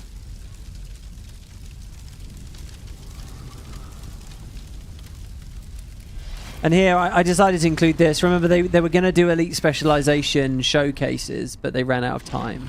So they only got to do a few. But I remember the dev live streams talking about these, showing off the Reaper, showing off the Tempest. And that shit was thrilling. Of course, I think that was the OG PvP lobby back then as well. Which I still wish they'd bring back, kind of like the key to Lion's Arch. The memory of Lion's Arch key. There's a short YouTube project by K Anon that talks a bit about Project I. Okay, maybe I'll check that out after this is over.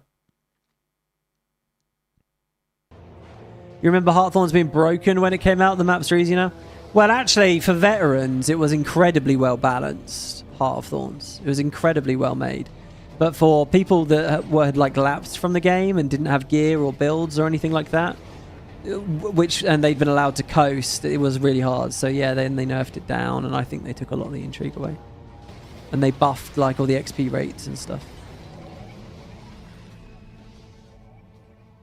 The concept art for Guild Wars 2 has people gliding and farmer that looks like Sylvari Farms, just saying, yeah, I noticed the Sylvari Farms, but you got to remember like the idea of the druids, and they built natural houses and stuff as well. Yeah, I included this. This is the Stronghold trailer. Because like I say, I thought it was fair to do a bit of a mixed bag. The big moments and the little moments. Of course, Stronghold is not a survivor. Could have been, but they decided to focus on push. Could be in the future. Remember, there's not necessarily the end of Guild Wars 2. I just watched the reveal. Kind of looks like it's lost its unique Guild Wars aesthetic. Yeah, guys, come on, by a quick show of hands. And if you're not going to drop a YouTube comment, what do you guys think about the aesthetic? Are you excited? Are you happy about it? Oh, here you go. I did include it. There was this, remember? Man, I kept a lot of the trailers in, eh? I'm pretty sure it goes pretty quick. I don't have all the Season 3 and all the Icebrood Saga and all that. Remember when people said Heart of Thorns was half an expansion? To me, in terms of like exploration, adventure, new places to go, and story length, I still say it is. I still, like, in terms of features, it was incredible. It went above and beyond. The bar was really low, and they fucking pole vaulted over it. They went crazy with features. But in terms of actual playable content, places to go, time for the story to shine, I still think that's accurate. Heart of Thorns just suddenly stops when you get to Tangled Depths and well, no, even Auric Basin. You just kind of zoom through.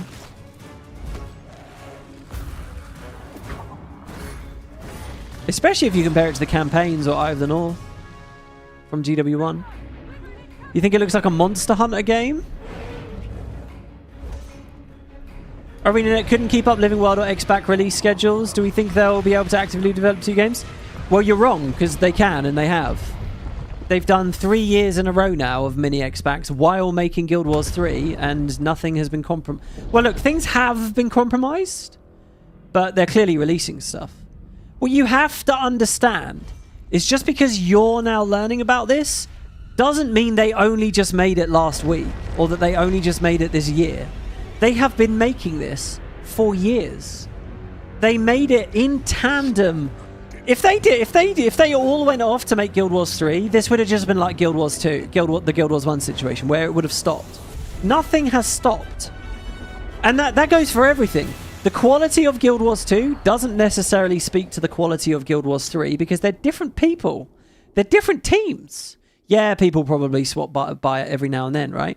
But if you don't like the writing in Guild Wars 2, that doesn't necessarily mean you'll dislike the writing in Guild Wars 3. And equally, if you love the writing in Guild Wars 2, it doesn't necessarily mean you'll love the writing in Guild Wars 3, because they are different people that have been working separate tracks. They have not compromised or given these things up. So this is Season 3, by the way. This is the behind the scenes of the Nightmare Fractal. This is the triple release. This was my favorite release of all time, where we had a raid, we had a Fractal, and we had an epic Living World release with Shushadu and all that shit. And the story was really good. It was very good. And they did a behind the scenes. You remember the bends? This was like a big, good period for the end game. So yeah, that's why I include that here. Like, I can't stress that enough. You probably can predict the quality and the idea of Guild Wars 3 from a philosophical perspective, respecting your time, skill capturing, shit like that, right? And from just, okay, they're both made by the same studio. They both have the same kind of people working there with the same sort of Western philosophies and politics and, you know, costs of living and all that shit, right? Like, you can do broad strokes, sure. But that doesn't mean that the products will be very similar. And it doesn't mean that they'll be constrained in the same way. They're different people. It's like saying that the next mini X-Pac is going to be bad because you don't like how 2 Weeks developed the dungeons in the Guild Wars 1 Reforged updates just now. Well, that's patently a foolish thing to say because 2 Weeks didn't work on Guild Wars 2. And they won't have worked on the mini X-Pacs, right? So, and who am I? Look, and I openly admit, who am I to know how much crossover there is? I don't know. I don't work there. And I'm trying not to be too much of a mouthpiece for the studio and just assume the best, but I am an optimist on these things. As one of our first bosses. So look, I honestly don't think you can say the fact that they've got this out and it hasn't been cancelled behind the scene, that is proof that I need. That's proof I need. If they've had a status quo, a stable balance, where they've been able to do mini X-Pacs. Now, there is another question, okay? There's another very, very valid question. And it's for the Debbies out there, okay? Come on, Debbie. And Debbie says this. Debbie says, well, I don't like mini X-Pacs. They compromise to strike this balance, and I don't think many X-Pacs are good enough. I don't like the storytelling. I don't like the scope. I don't like the masteries. I don't like the maps. Guild Wars 2 is cooked because of this system, this system, this system. I'm not interested. And then immediately once you get him down to I was hoping that Guild Wars 3 would... I don't know. Even to those Debbies, I say fine. Put down Guild Wars 2 and check out Guild Wars 3. But if on any level you've been satisfied by the mini X-Packs, I don't think you have anything to fear, because the mini X-Packs will continue. And also, the mini X-Packs are also an evolving conversation. All right. We're really looking forward to Secrets of the Obscure was not handled the same as Visions of Eternity. Visions of Eternity has just introduced this new idea where one of the releases is a systems release. And the systems release was fucking good. Right, maybe you hate raids and you never want to touch raids, right? I get that. Maybe you got the fears about it and you don't want to play with other people. Fine, raids get written off. But if they do a system patch next year and it's about guilds, right? Or it's about world versus world, or it's about PvP, or it's about the Wizard's Vault, or it's about something new, they could really... They might knock your socks off again, because the system patch was excellent. And the moment that a system patch hits on an area of the game that you're interested in, suddenly all this life is breathed back into Guild Wars 2. I can promise you that this year's system patch was fucking epic. And I think that Visions of Eternity is a really high quality mini X-Pack. Why? The base story was good. The second story patch we've had has been bigger.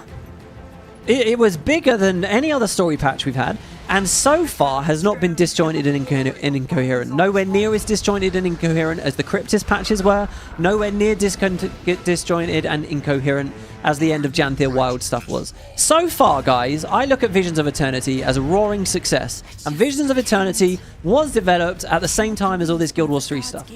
So I have no reason to be upset about a mini X-Pack 3. I just want to hear it exists. And we'll see what they have to say about it. And look, that is not me being a fanboy, okay? I have big problems with a lot of the mini X-Packs, and I completely emphasize and I empathize with anyone who really doesn't like mini X-Packs. I empathize with people who haven't liked it since Season 1. Why wasn't Season 1 bigger and better? They were already working on other projects back then. I empathize with people. I get it. I understand, Debbie. It's okay. But I think there's every reason to give them the benefit of the doubt on it. That's my honest view. And I'm not sitting here fishing for affiliate links on any shit like that. I don't even have an affiliate link to push you. That is my honest feeling on it. We, the gods, saw there could be no... And just to put a point on that, mini X-Packs are an evolving conversation. The next mini X-Pack could mimic VOE again, or it could find even more new strengths. It could find even new ways to refine the process. The more they just keep doing it, they'll get better at it. Their tools will get better at it. They'll understand the kind of things they can do. The game is consistency, not to keep vacillating through these crazy different ideas. So anyway, here you go, POF trailer. A whole other era. I remember doing my, I mean, I was very privileged with POF. I got flown out there. I mean, they did press events for HOT as well, but they were local to the UK. And they included a lot of people that shouldn't really have been there. For POF, it was really just those of us that really cared about the game. Hope she still remembers who her friends are. And it was quite the experience. It was really fun to meet the devs. I'm sure it was fun for some of them to meet us. Oh, that was Daybreak. Sorry, Jesus. And I got to make a lot of really great content off of that. You know, the big live streams I did. Restreaming Peachy's stuff where she wouldn't get the lore because we were trying to get the elite spec. I remember someone clipped me screaming no when she didn't read that Sunspear line or whatever. POF was a good era, but it really burned me out. And Season 4, I really scaled back. I'd been going flat out with all the Season 3 shit, all the Heart of Thorns shit, all the POF shit. And I scaled back for Season 4. I was very burnt out. And I was seeing a lot of cracks in the format in Season 4. I do think Season 4 is very high quality. But of course, here's the end of Season 4 now. And this was supposed to be the window for a big new game. This was going to be it, right? But whatever it was, however it was, whenever it was, it fell through. And there was the horrible tragedy of the layoffs.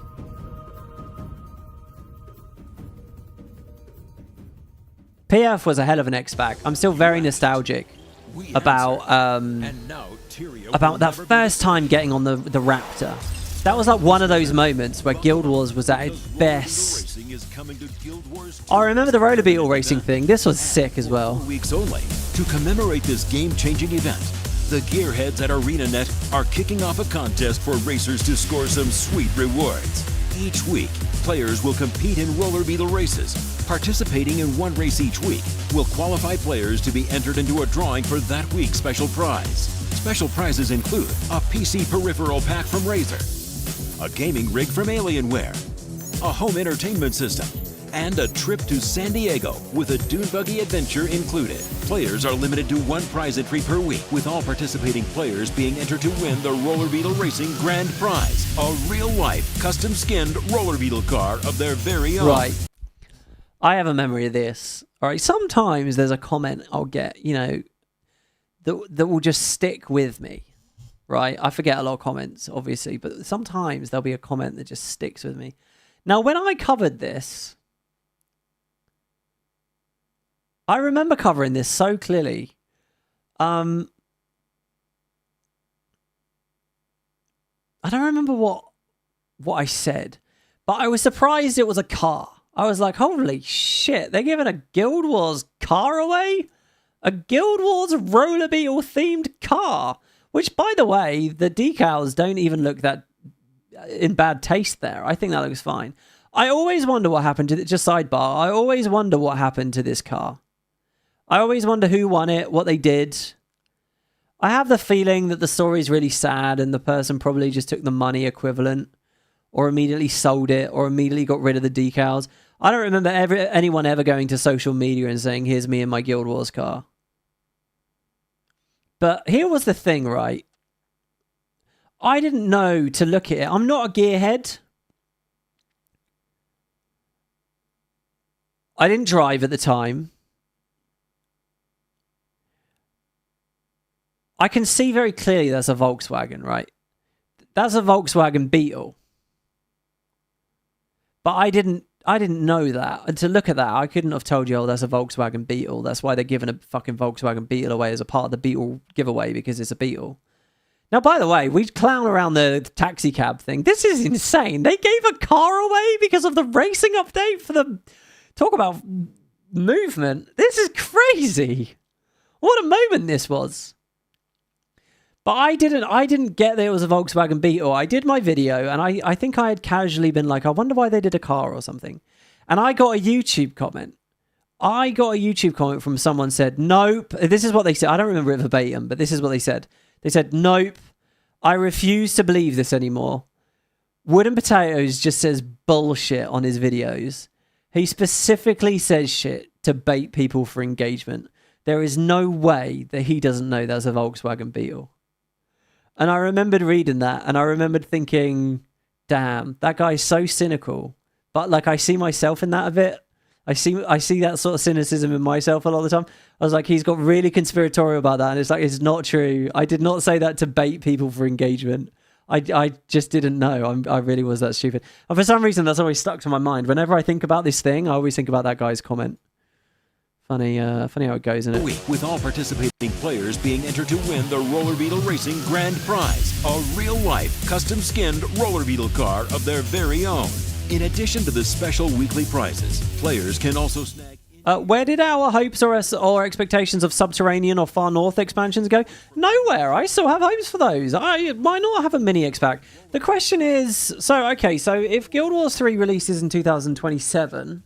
When's the next mini X-Pack? Are they going to try to not overlap them? Are they going to leapfrog them? Surely there should be a mini X-Pack this Christmas, right? 2026 Christmas should have a mini X-Pack. And if there's going to be a mini X-Pack this Christmas, where the fuck is the announcement?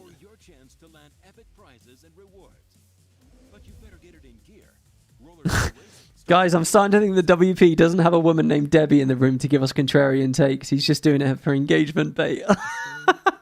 No, I'm really here. I'm here. It's Debbie. Hello.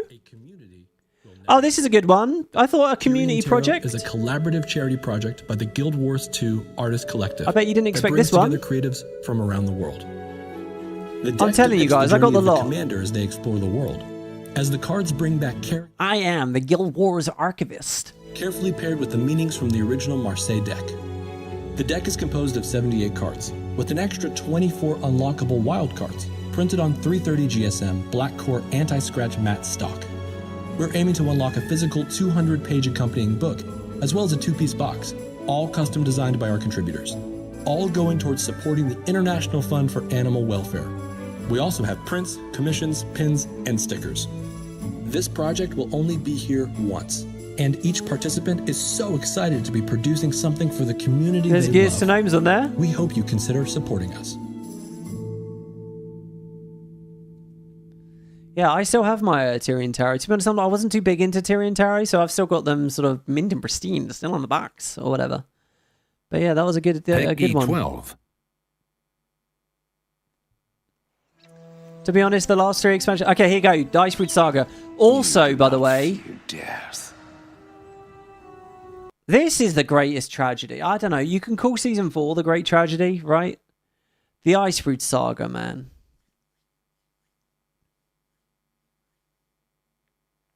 This... I got an anecdote that I think could be fun to tell you. I haven't ever told this because I thought I was under like embargo or NDA about it for a long time. So anyway, let me just finish a point here before I give you a little anecdote here through the ages. The Icebroods, this is one of the best trailers they ever made. I know I've mentioned that a few times, right? But this is easily like top 3, top 4. This is an incredible fucking trailer. If they had just done a Guild Wars 3 trailer like this, I would have been perfectly happy. Well, mostly. I do think I would have wanted some in-engine stuff. And there was so much hype and excitement. I could have also got, the moments where Mike Z went out on stage and had to explain everything that was happening, even though clearly none of the content was built yet. And they had the tease for build templates and World versus World alliances, which didn't come for years and years and years. Yes, the Icebrood Saga was good until it suddenly wasn't exactly, and that was more about End of Dragons. But this trailer was fantastic. Just a bit of an anecdote for you guys. I had a deal or something that sort of fell through with the Icebrood Saga. I was contacted. So if you guys remember, before they went out on stage, they had like a big countdown thing, a big press countdown thing. Do you remember? It was just like a field of ice and mist and smoke. And slowly the mist and smoke and ice cleared as the silhouettes of Jormag's army appeared and the portals slowly appeared. Do you guys remember that? And it lasted like 12 hours or something. Maybe I'm misremembering that. It lasted a really long time as they slowly came into view. It was like the pre-show. And it slowly unfolded. And I think for the Icebrood Saga, some of the people that lived in America, people who live in America always get the opportunities, really. But they were invited out to the theater or whatever. I wasn't going to the theater. I never physically went out to an event for the Icebrood Saga. But they did message me, and I was under NDA about it at the time. I was going to do the pre-show, and what they wanted from me was to do the whole timeline. They wanted to do me a full story summary, a full lore story summary of the entirety of the Guild Wars story so far. And it was going to be a big job, a really, really, really big job. And just to be totally open and honest and vulnerable with you all here at the moment, it never happened in the end. And I've always wondered if it was because I was a bit unprofessional with it. And the way in which I was unprofessional is we set it up. We had like we were emailing. We weren't chatting on Discord or anything like that. It was emails. And I wasn't emailing that fast back. I was trying to chew on the ideas and think about it. And I just had anxiety about it, frankly. And I was just being a bit flaky, frankly. But it was never strictly told to me, you have to email back every day or you have to email back every other day or something. But I think I took like a week to respond at one point. And I looked at my inbox and they said, hey, we're going to go a different way with this. And I had no choice but to just say, oh, okay, sure, no worries. And they never said anything else. They never boxed me out of anything. It was just that idea. They said, we're going to go another way with it. And I think they came up with that icy thing. But there was a little period there where WoodenPotatoes didn't do many videos. And it was because I was doing this huge thing. And then they didn't. And I don't know. I just always felt like, I've always thought, fuck, man, I should have been more accessible. I should have been more available. I think I might have fucked them around there. I never knew whether I did.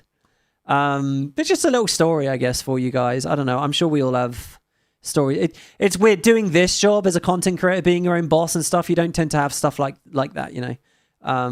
But I'm sure we all have moments like that professionally. I certainly did with the old office I used to work at. But yeah, it was just a fun thing. And I thought, I want to tell people about this, but I didn't know how long till the dust could settle or whatever. But I always think about that as well with this. Anyway, so they did the thing with the mist clearing. And then finally, there was this. And I don't know whether that was because I was a bit flaky with it or what, but it could have been cool. On the other hand, I don't have that much of a passion for just regurgitating the story, as you guys know these days. I do kind of like the idea of using like AI art for concept art. I think that would be cool, but there's such a moral panic about it. I've kept it away. Anyway, let's watch the trailer. Let's talk about 12. About this here. Didn't they do the whole summary thing with a different streamer for EOD? Maybe. I don't think so. God, don't tell me that. That would make me sure that I'd been boxed out. Fear something far worse. What I was going to do was long. It was very long. It was like multiple hours. It was a huge thing. I don't think anyone's ever done what I was going to do. I could just ask better than agonizing. No, it's fine. In some ways, it was a relief to not do it as well. The day your children no longer feel the chill of the frost. Oh, I'm not dwelling on it. It's just that I remember it. And I thought it was a good little story.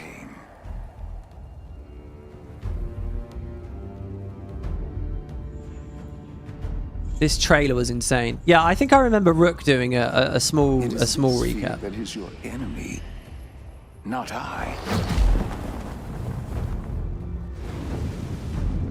Was I going to act out? No. In which all races of Tyria suffer. In a one-man play. It was going to be like Cormier versus Traherne. Here you go, look at the shot! That's the Eye of the North shot! I'm convinced. But you need not fear me, champion. Jormag sounds so cool in this trailer as well. For I can set you Yeah, it was this scene.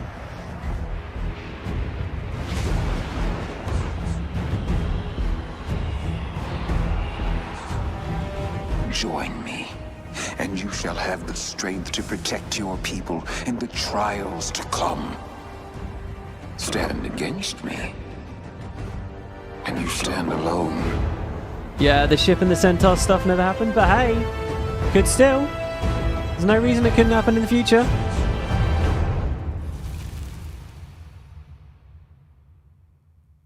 Gonna spam this because it shows positivity of how things are going for mini Hispanics? Wait, spam what? We're getting near the end now, guys. There's not many more. It's a monument to mortal resilience. Of course, then, speaking of EOD, here it is. God, we did so many runs through of this. They built new lives upon the very This was not a bad trailer. that sought to end theirs. Portals are little flames. Brilliant. Do you guys remember this? Hot, then gone. Brilliant, hot, Those who then face gone. eternity easily forget what a lifetime means. What an ending means. I remember that. That bit of the trailer really sticks out in my mind because I did that for like how many months doing End of Dragons Daily. It was the intro to End of Dragons Daily. You guys remember that? And this was the intro that we had set up. Yeah, there you go. Banjo remembers it. Yeah, Frost Zombie X. Brilliant, hot, then gone. Those who face eternity easily forget what a lifetime means. What an ending means. I had such high hopes for End of Dragons. It doesn't have to be this way. No, Kunavine. It does. Oh, I still get shivers from this trailer. That trailer was really good. The logo was really good. That's probably the best logo they ever did. That was a hell of a run in on that one. And do you remember the big concert, the key art with Marjorie and Casimir by the tower? Yeah, we need a good soundbite for something Guild Wars 3 for Guild Wars 3 Daily, so we can do something similar. Here was their other trailer. Familiarity in this strangeness. Like a song, half remembered. A tune without words to carry it. I know you, and yet I don't. You will soon, little one. Oh, the sound to this X-Pack was good. An echo in the mists. A possibility. Oh, these were good. I forgot how good these were. Your children would be trapped in the past if not for me. Shit, and the Their June stuff worlds as well. are carved from the jade that I gave purpose. I promised them a future. A century of progress cannot end this way. I'm not Cantha's, not just a spoke in some grand cosmic wheel. Would a great innovator give up so easily on that promised future? All the meta stuff, would they? Would they? Of course they won't. Guild Wars 3, the great innovators. I'll find a way to save us all. I'll find a way to save us all. Oh, this fucking cold bitch. Oh, man. EOD's such a mixed bag. ArenaNet, you were really close on this one. This was...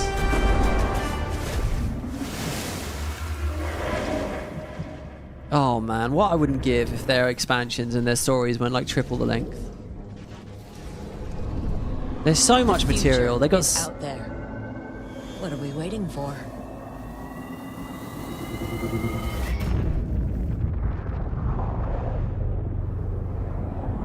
Man, EOD. What a wild ride that one was. You don't like the render of the Asura with the very smooth skin? Yeah, that one always was very... Everyone has very smooth skin in that one. There you go, there's the key art. It's weird. I didn't expect those trailers to have such an impact on me that they did there. Because they really had an impact. This was the launch one. Or the release one. In hundreds of years, we have seen so much change. The Elder Dragon's lust for magic is unsustainable, bringing a new season of transformation and conflict. Mortals forge new powers greater than themselves. It's My weird only to realize fear that this is the newer than consequences Cyberpunk. Such creations may bring. The future still has yet to be written, but time is running out. It's a shame they don't do trailers like this for the mini X-Packs. This was a good style. I don't know who they contracted for this, but this is not bad. Yeah, Blade Sworn.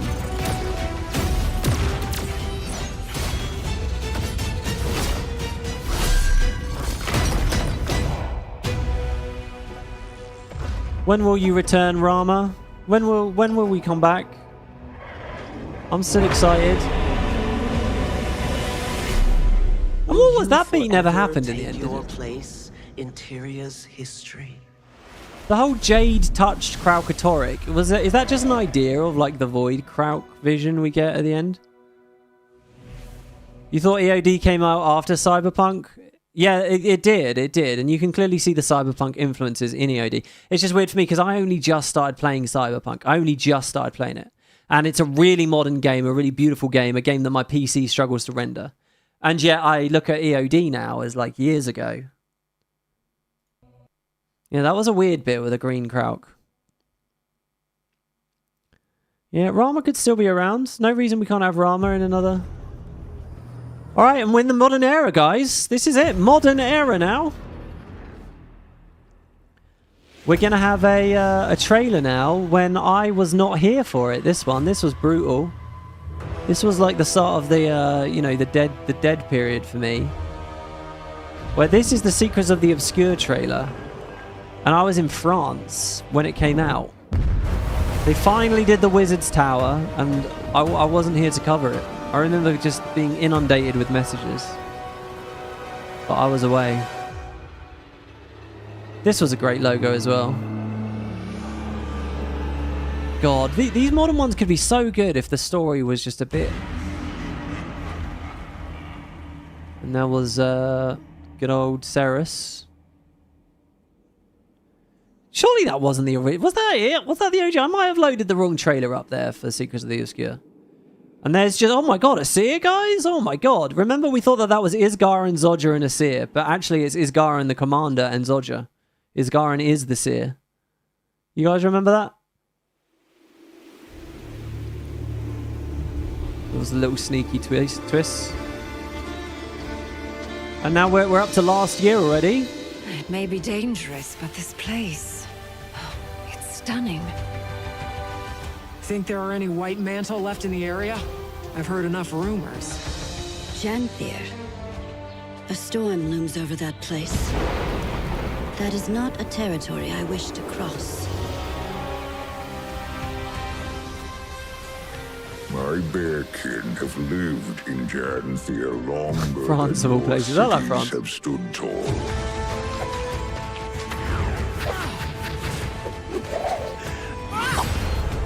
The more I learn about history, the more I quite like the French. Is this? Surely the strangers do not walk among all lands. A false god!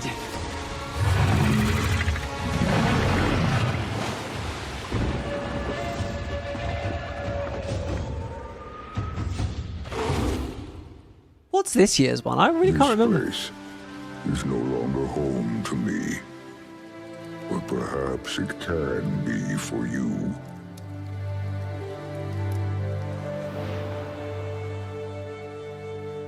WP, did you see that NCSoft is not listed as a publisher for Guild Wars 3? Yeah, I think if they're not, are they? Isn't it? It's all just ArenaNet now. Is that all right?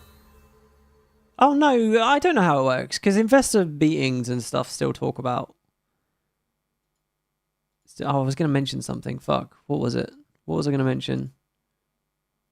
Something about the Coden, something about recent expansions. Oh yeah, no, there's the French thing. I read the other day. I read last night. I was reading about the British coat of royal arms, which has got 4 sections on it. So you might think, oh, okay, one's for England, one's for Scotland, one's for Ireland / Northern Ireland these days, and one's for Wales. That's what you'd think, right? But it's not. It kind of is. There's 3 lions for England, 1 lion for Scotland, even though Scotland really is meant to be a unicorn. And they actually do the unicorn, but only outside of the emblem. There's a harp for Ireland, and then there's another lion for England again. There's 2. It's like, what? This is such a mess. With no representation for Wales. And I was reading about how Wales, like, for a long time wasn't really considered its own country, and it kind of slowly has got that over the past 100 years in quite a cool way. But, like, it's nonsense. And then you realise that it's just all heraldic bullshit, and that actually, you think it's bad now, for hundreds of years, there were 2, like, daffodils on it. 2 of the sections were daffodils. Like, the first and the 4th quadrant were daffodils, which is, like, the French thing. And it was literally because bitter, salty British kings were trying to pretend that they were the kings of France as well. Even though they weren't winning any wars, they'd been kicked out, they had no territory, they kept it on the royal arms for like hundreds and hundreds of years, acting as though they were the kings of France. Until finally, one of the kings finally had the good sense to get rid of the French bits. And then he had these gaps, and he just kind of put England into them. Also, King James, who is a Scottish king, he put the unicorn there, but he specifically, like, chained it up, so it looks like this horrible, like, imagery of like, subjugation. Like, if you're Scottish and you look at that, it's like, fuck you, we're not chained up. But it was a Scottish guy that did it, and he thought that looked good. There's a lot of weird bullshit with that. Anyway, sorry. That's not about Guild Wars 3. Why Unreal 5 and Steam? Unreal 5, because it's a fresh start, a new engine, and they can hire talent from, universities that actually know how to work with it, instead of being in-house spaghetti. Steam, because you get more money. What's wrong with Steam, right? Yes, Valve take a cut, but overall you get a bigger audience, and you need a big audience. You need to be able to command the conversation. You need to be able to be relevant. Whatever the Inquest are searching for, we need to find it first. Oh, is the daffodil the Welsh thing? Okay, I can't remember what the French flower was. It was some French flower they put on there. These fools have no idea the power that's buried here. The ley energies on Castora flow in abundance. That tree looks the amazing. Wildlife is vicious. Finding the future requires exceptional vision. We will use the Scriptmancer. at our disposal. Elite specs are back. That's another thing about VOE. That's another thing about VOE. They brought the script back. The script? What the fuck? They brought Elite specs back.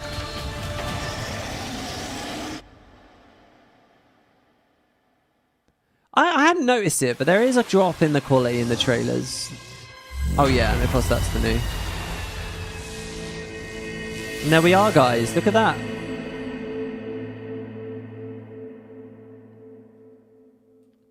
And that's up to this year.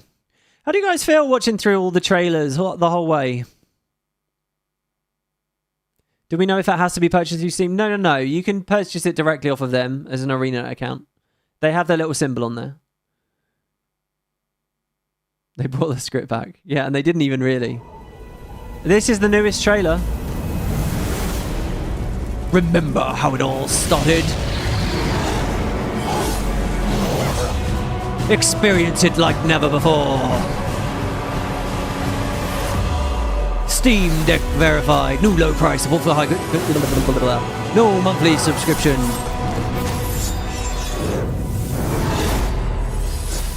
Guild Wars Reforged.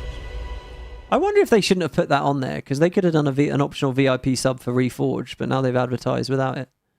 There you go, guys. That's it. That's every trailer. If I click the next one, we're back. Our guild gathers before each battle. It is a time of planning and of friendship. Well, can we just imagine, please, that you know, all of that happened all at once, and then the Game Awards started. Not the Game Awards. The Summer Game Festival started, and then we watched the Guild Wars 3 trailer. Can we just imagine? Can you guys just do me a solid and pretend that I was prepared and got that sorted out? Fleur de lis. There you go. That's it. That's it. The Fleur de lis. I don't know what that is, but I thought it was a flower. Guild Wars 4, 500 years after Guild Wars 2, which is a repeat of both Guild Wars... No, look, if they're going to do something... If they're going to do a Guild Wars 4, Guild Wars 4's got to be on the Garden of the Gods, surely. Or what do we now think? Do we think a Mini-X back on the Garden of the Gods? Do some skillful editing. I can't, though. This is live. It's just going dumped. It's just getting dumped up there. Joining right now. What's the stitch? When's the announcement? You missed it at this point.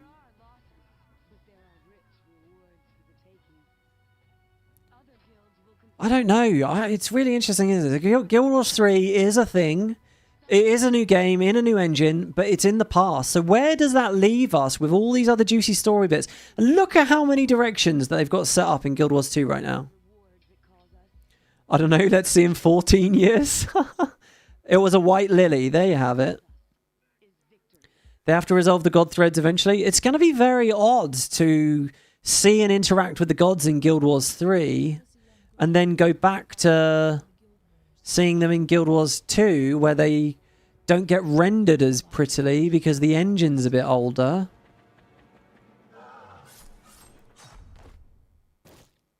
So we might never do that. So we might never see the Garden of the Gods in that game. Going back 1,000 years is just an easy way to not mess up the storyline. Actually, I argue the other way. I think that there's a lot of risk now that they'll fuck the story up. They best be absolutely 10 out of 10 bang on, know exactly what they're doing and why. And do we see that in their Mini-X packs? I mean, I just made a very long argument that the Mini-X pack quality doesn't affect the Guild Wars 3 quality, so... Is it confirmed it's in the past? It is. There are official communications that it's 1,000 years ago. I'm assuming it... I mean, if the gods are there, it's got to be, right? And again, unless it was this idea that the gods come back and all that shit, but no. I think as well, I think they might do a split timeline thing as well. I think Vlox will create a new timeline and we'll go into that timeline in the past. I think Vlox will rewrite reality. I really do think he will. And it'll affect what the Seers do somehow, some way. And it will mean that Ore is some... I think you're not just looking at the past. I think you're looking at an alternate timeline, which means that the future is not written. Anything in Guild Wars 3 can go anywhere. They can have their cake and eat it too. They can have a really rich area of Tyria as a recognizable setting with recognizable races and not be constrained in all the directions they want to go. I'm a big believer in the split timeline theory.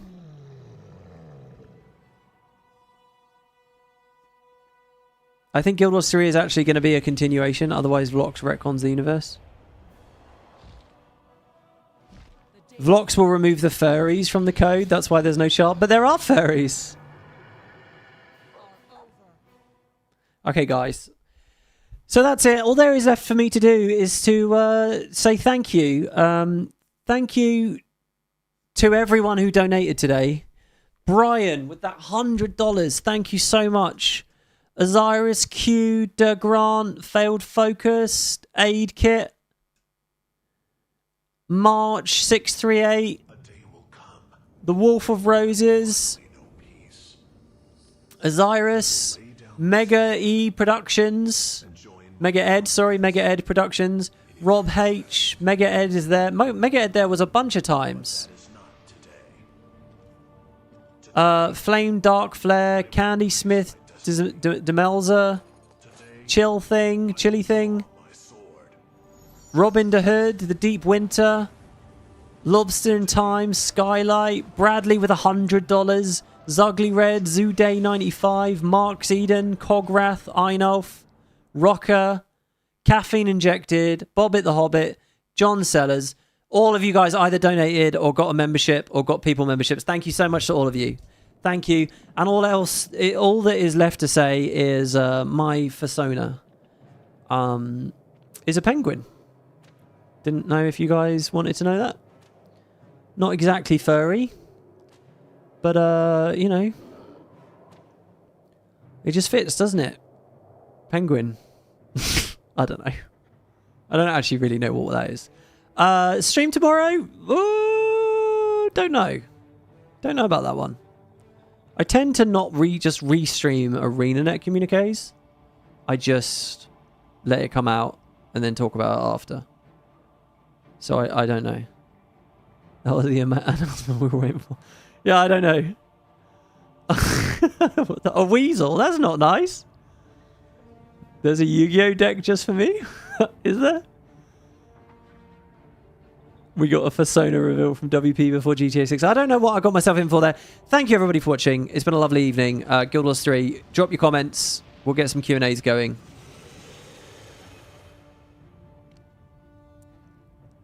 And I'll see you next time. I'm going to go watch the rest of the Summer Games Festival, honestly. Ta-ta, guys.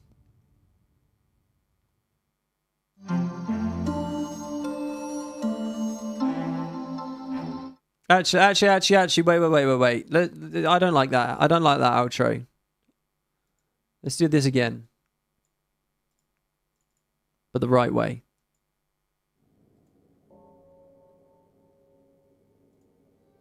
Many generations ago, evil walked the shores of Camphor. It rode the wind. There we go. All right, ta-ta, guys.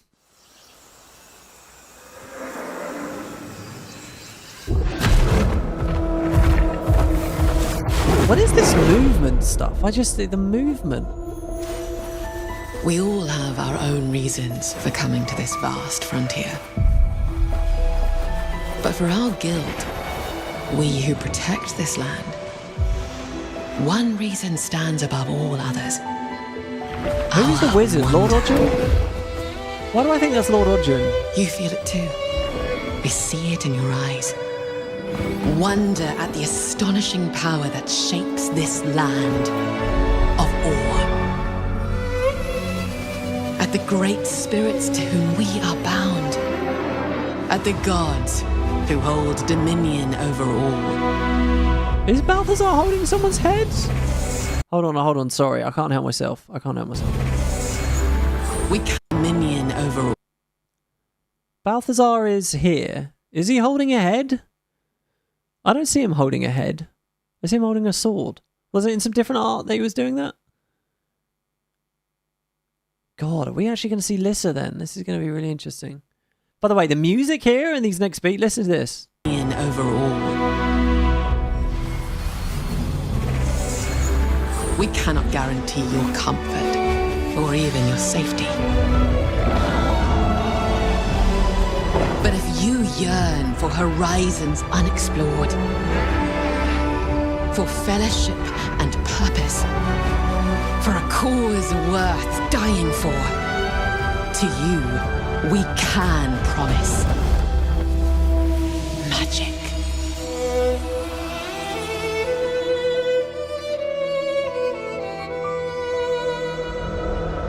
Fucking unreal. Totally unreal. I wonder.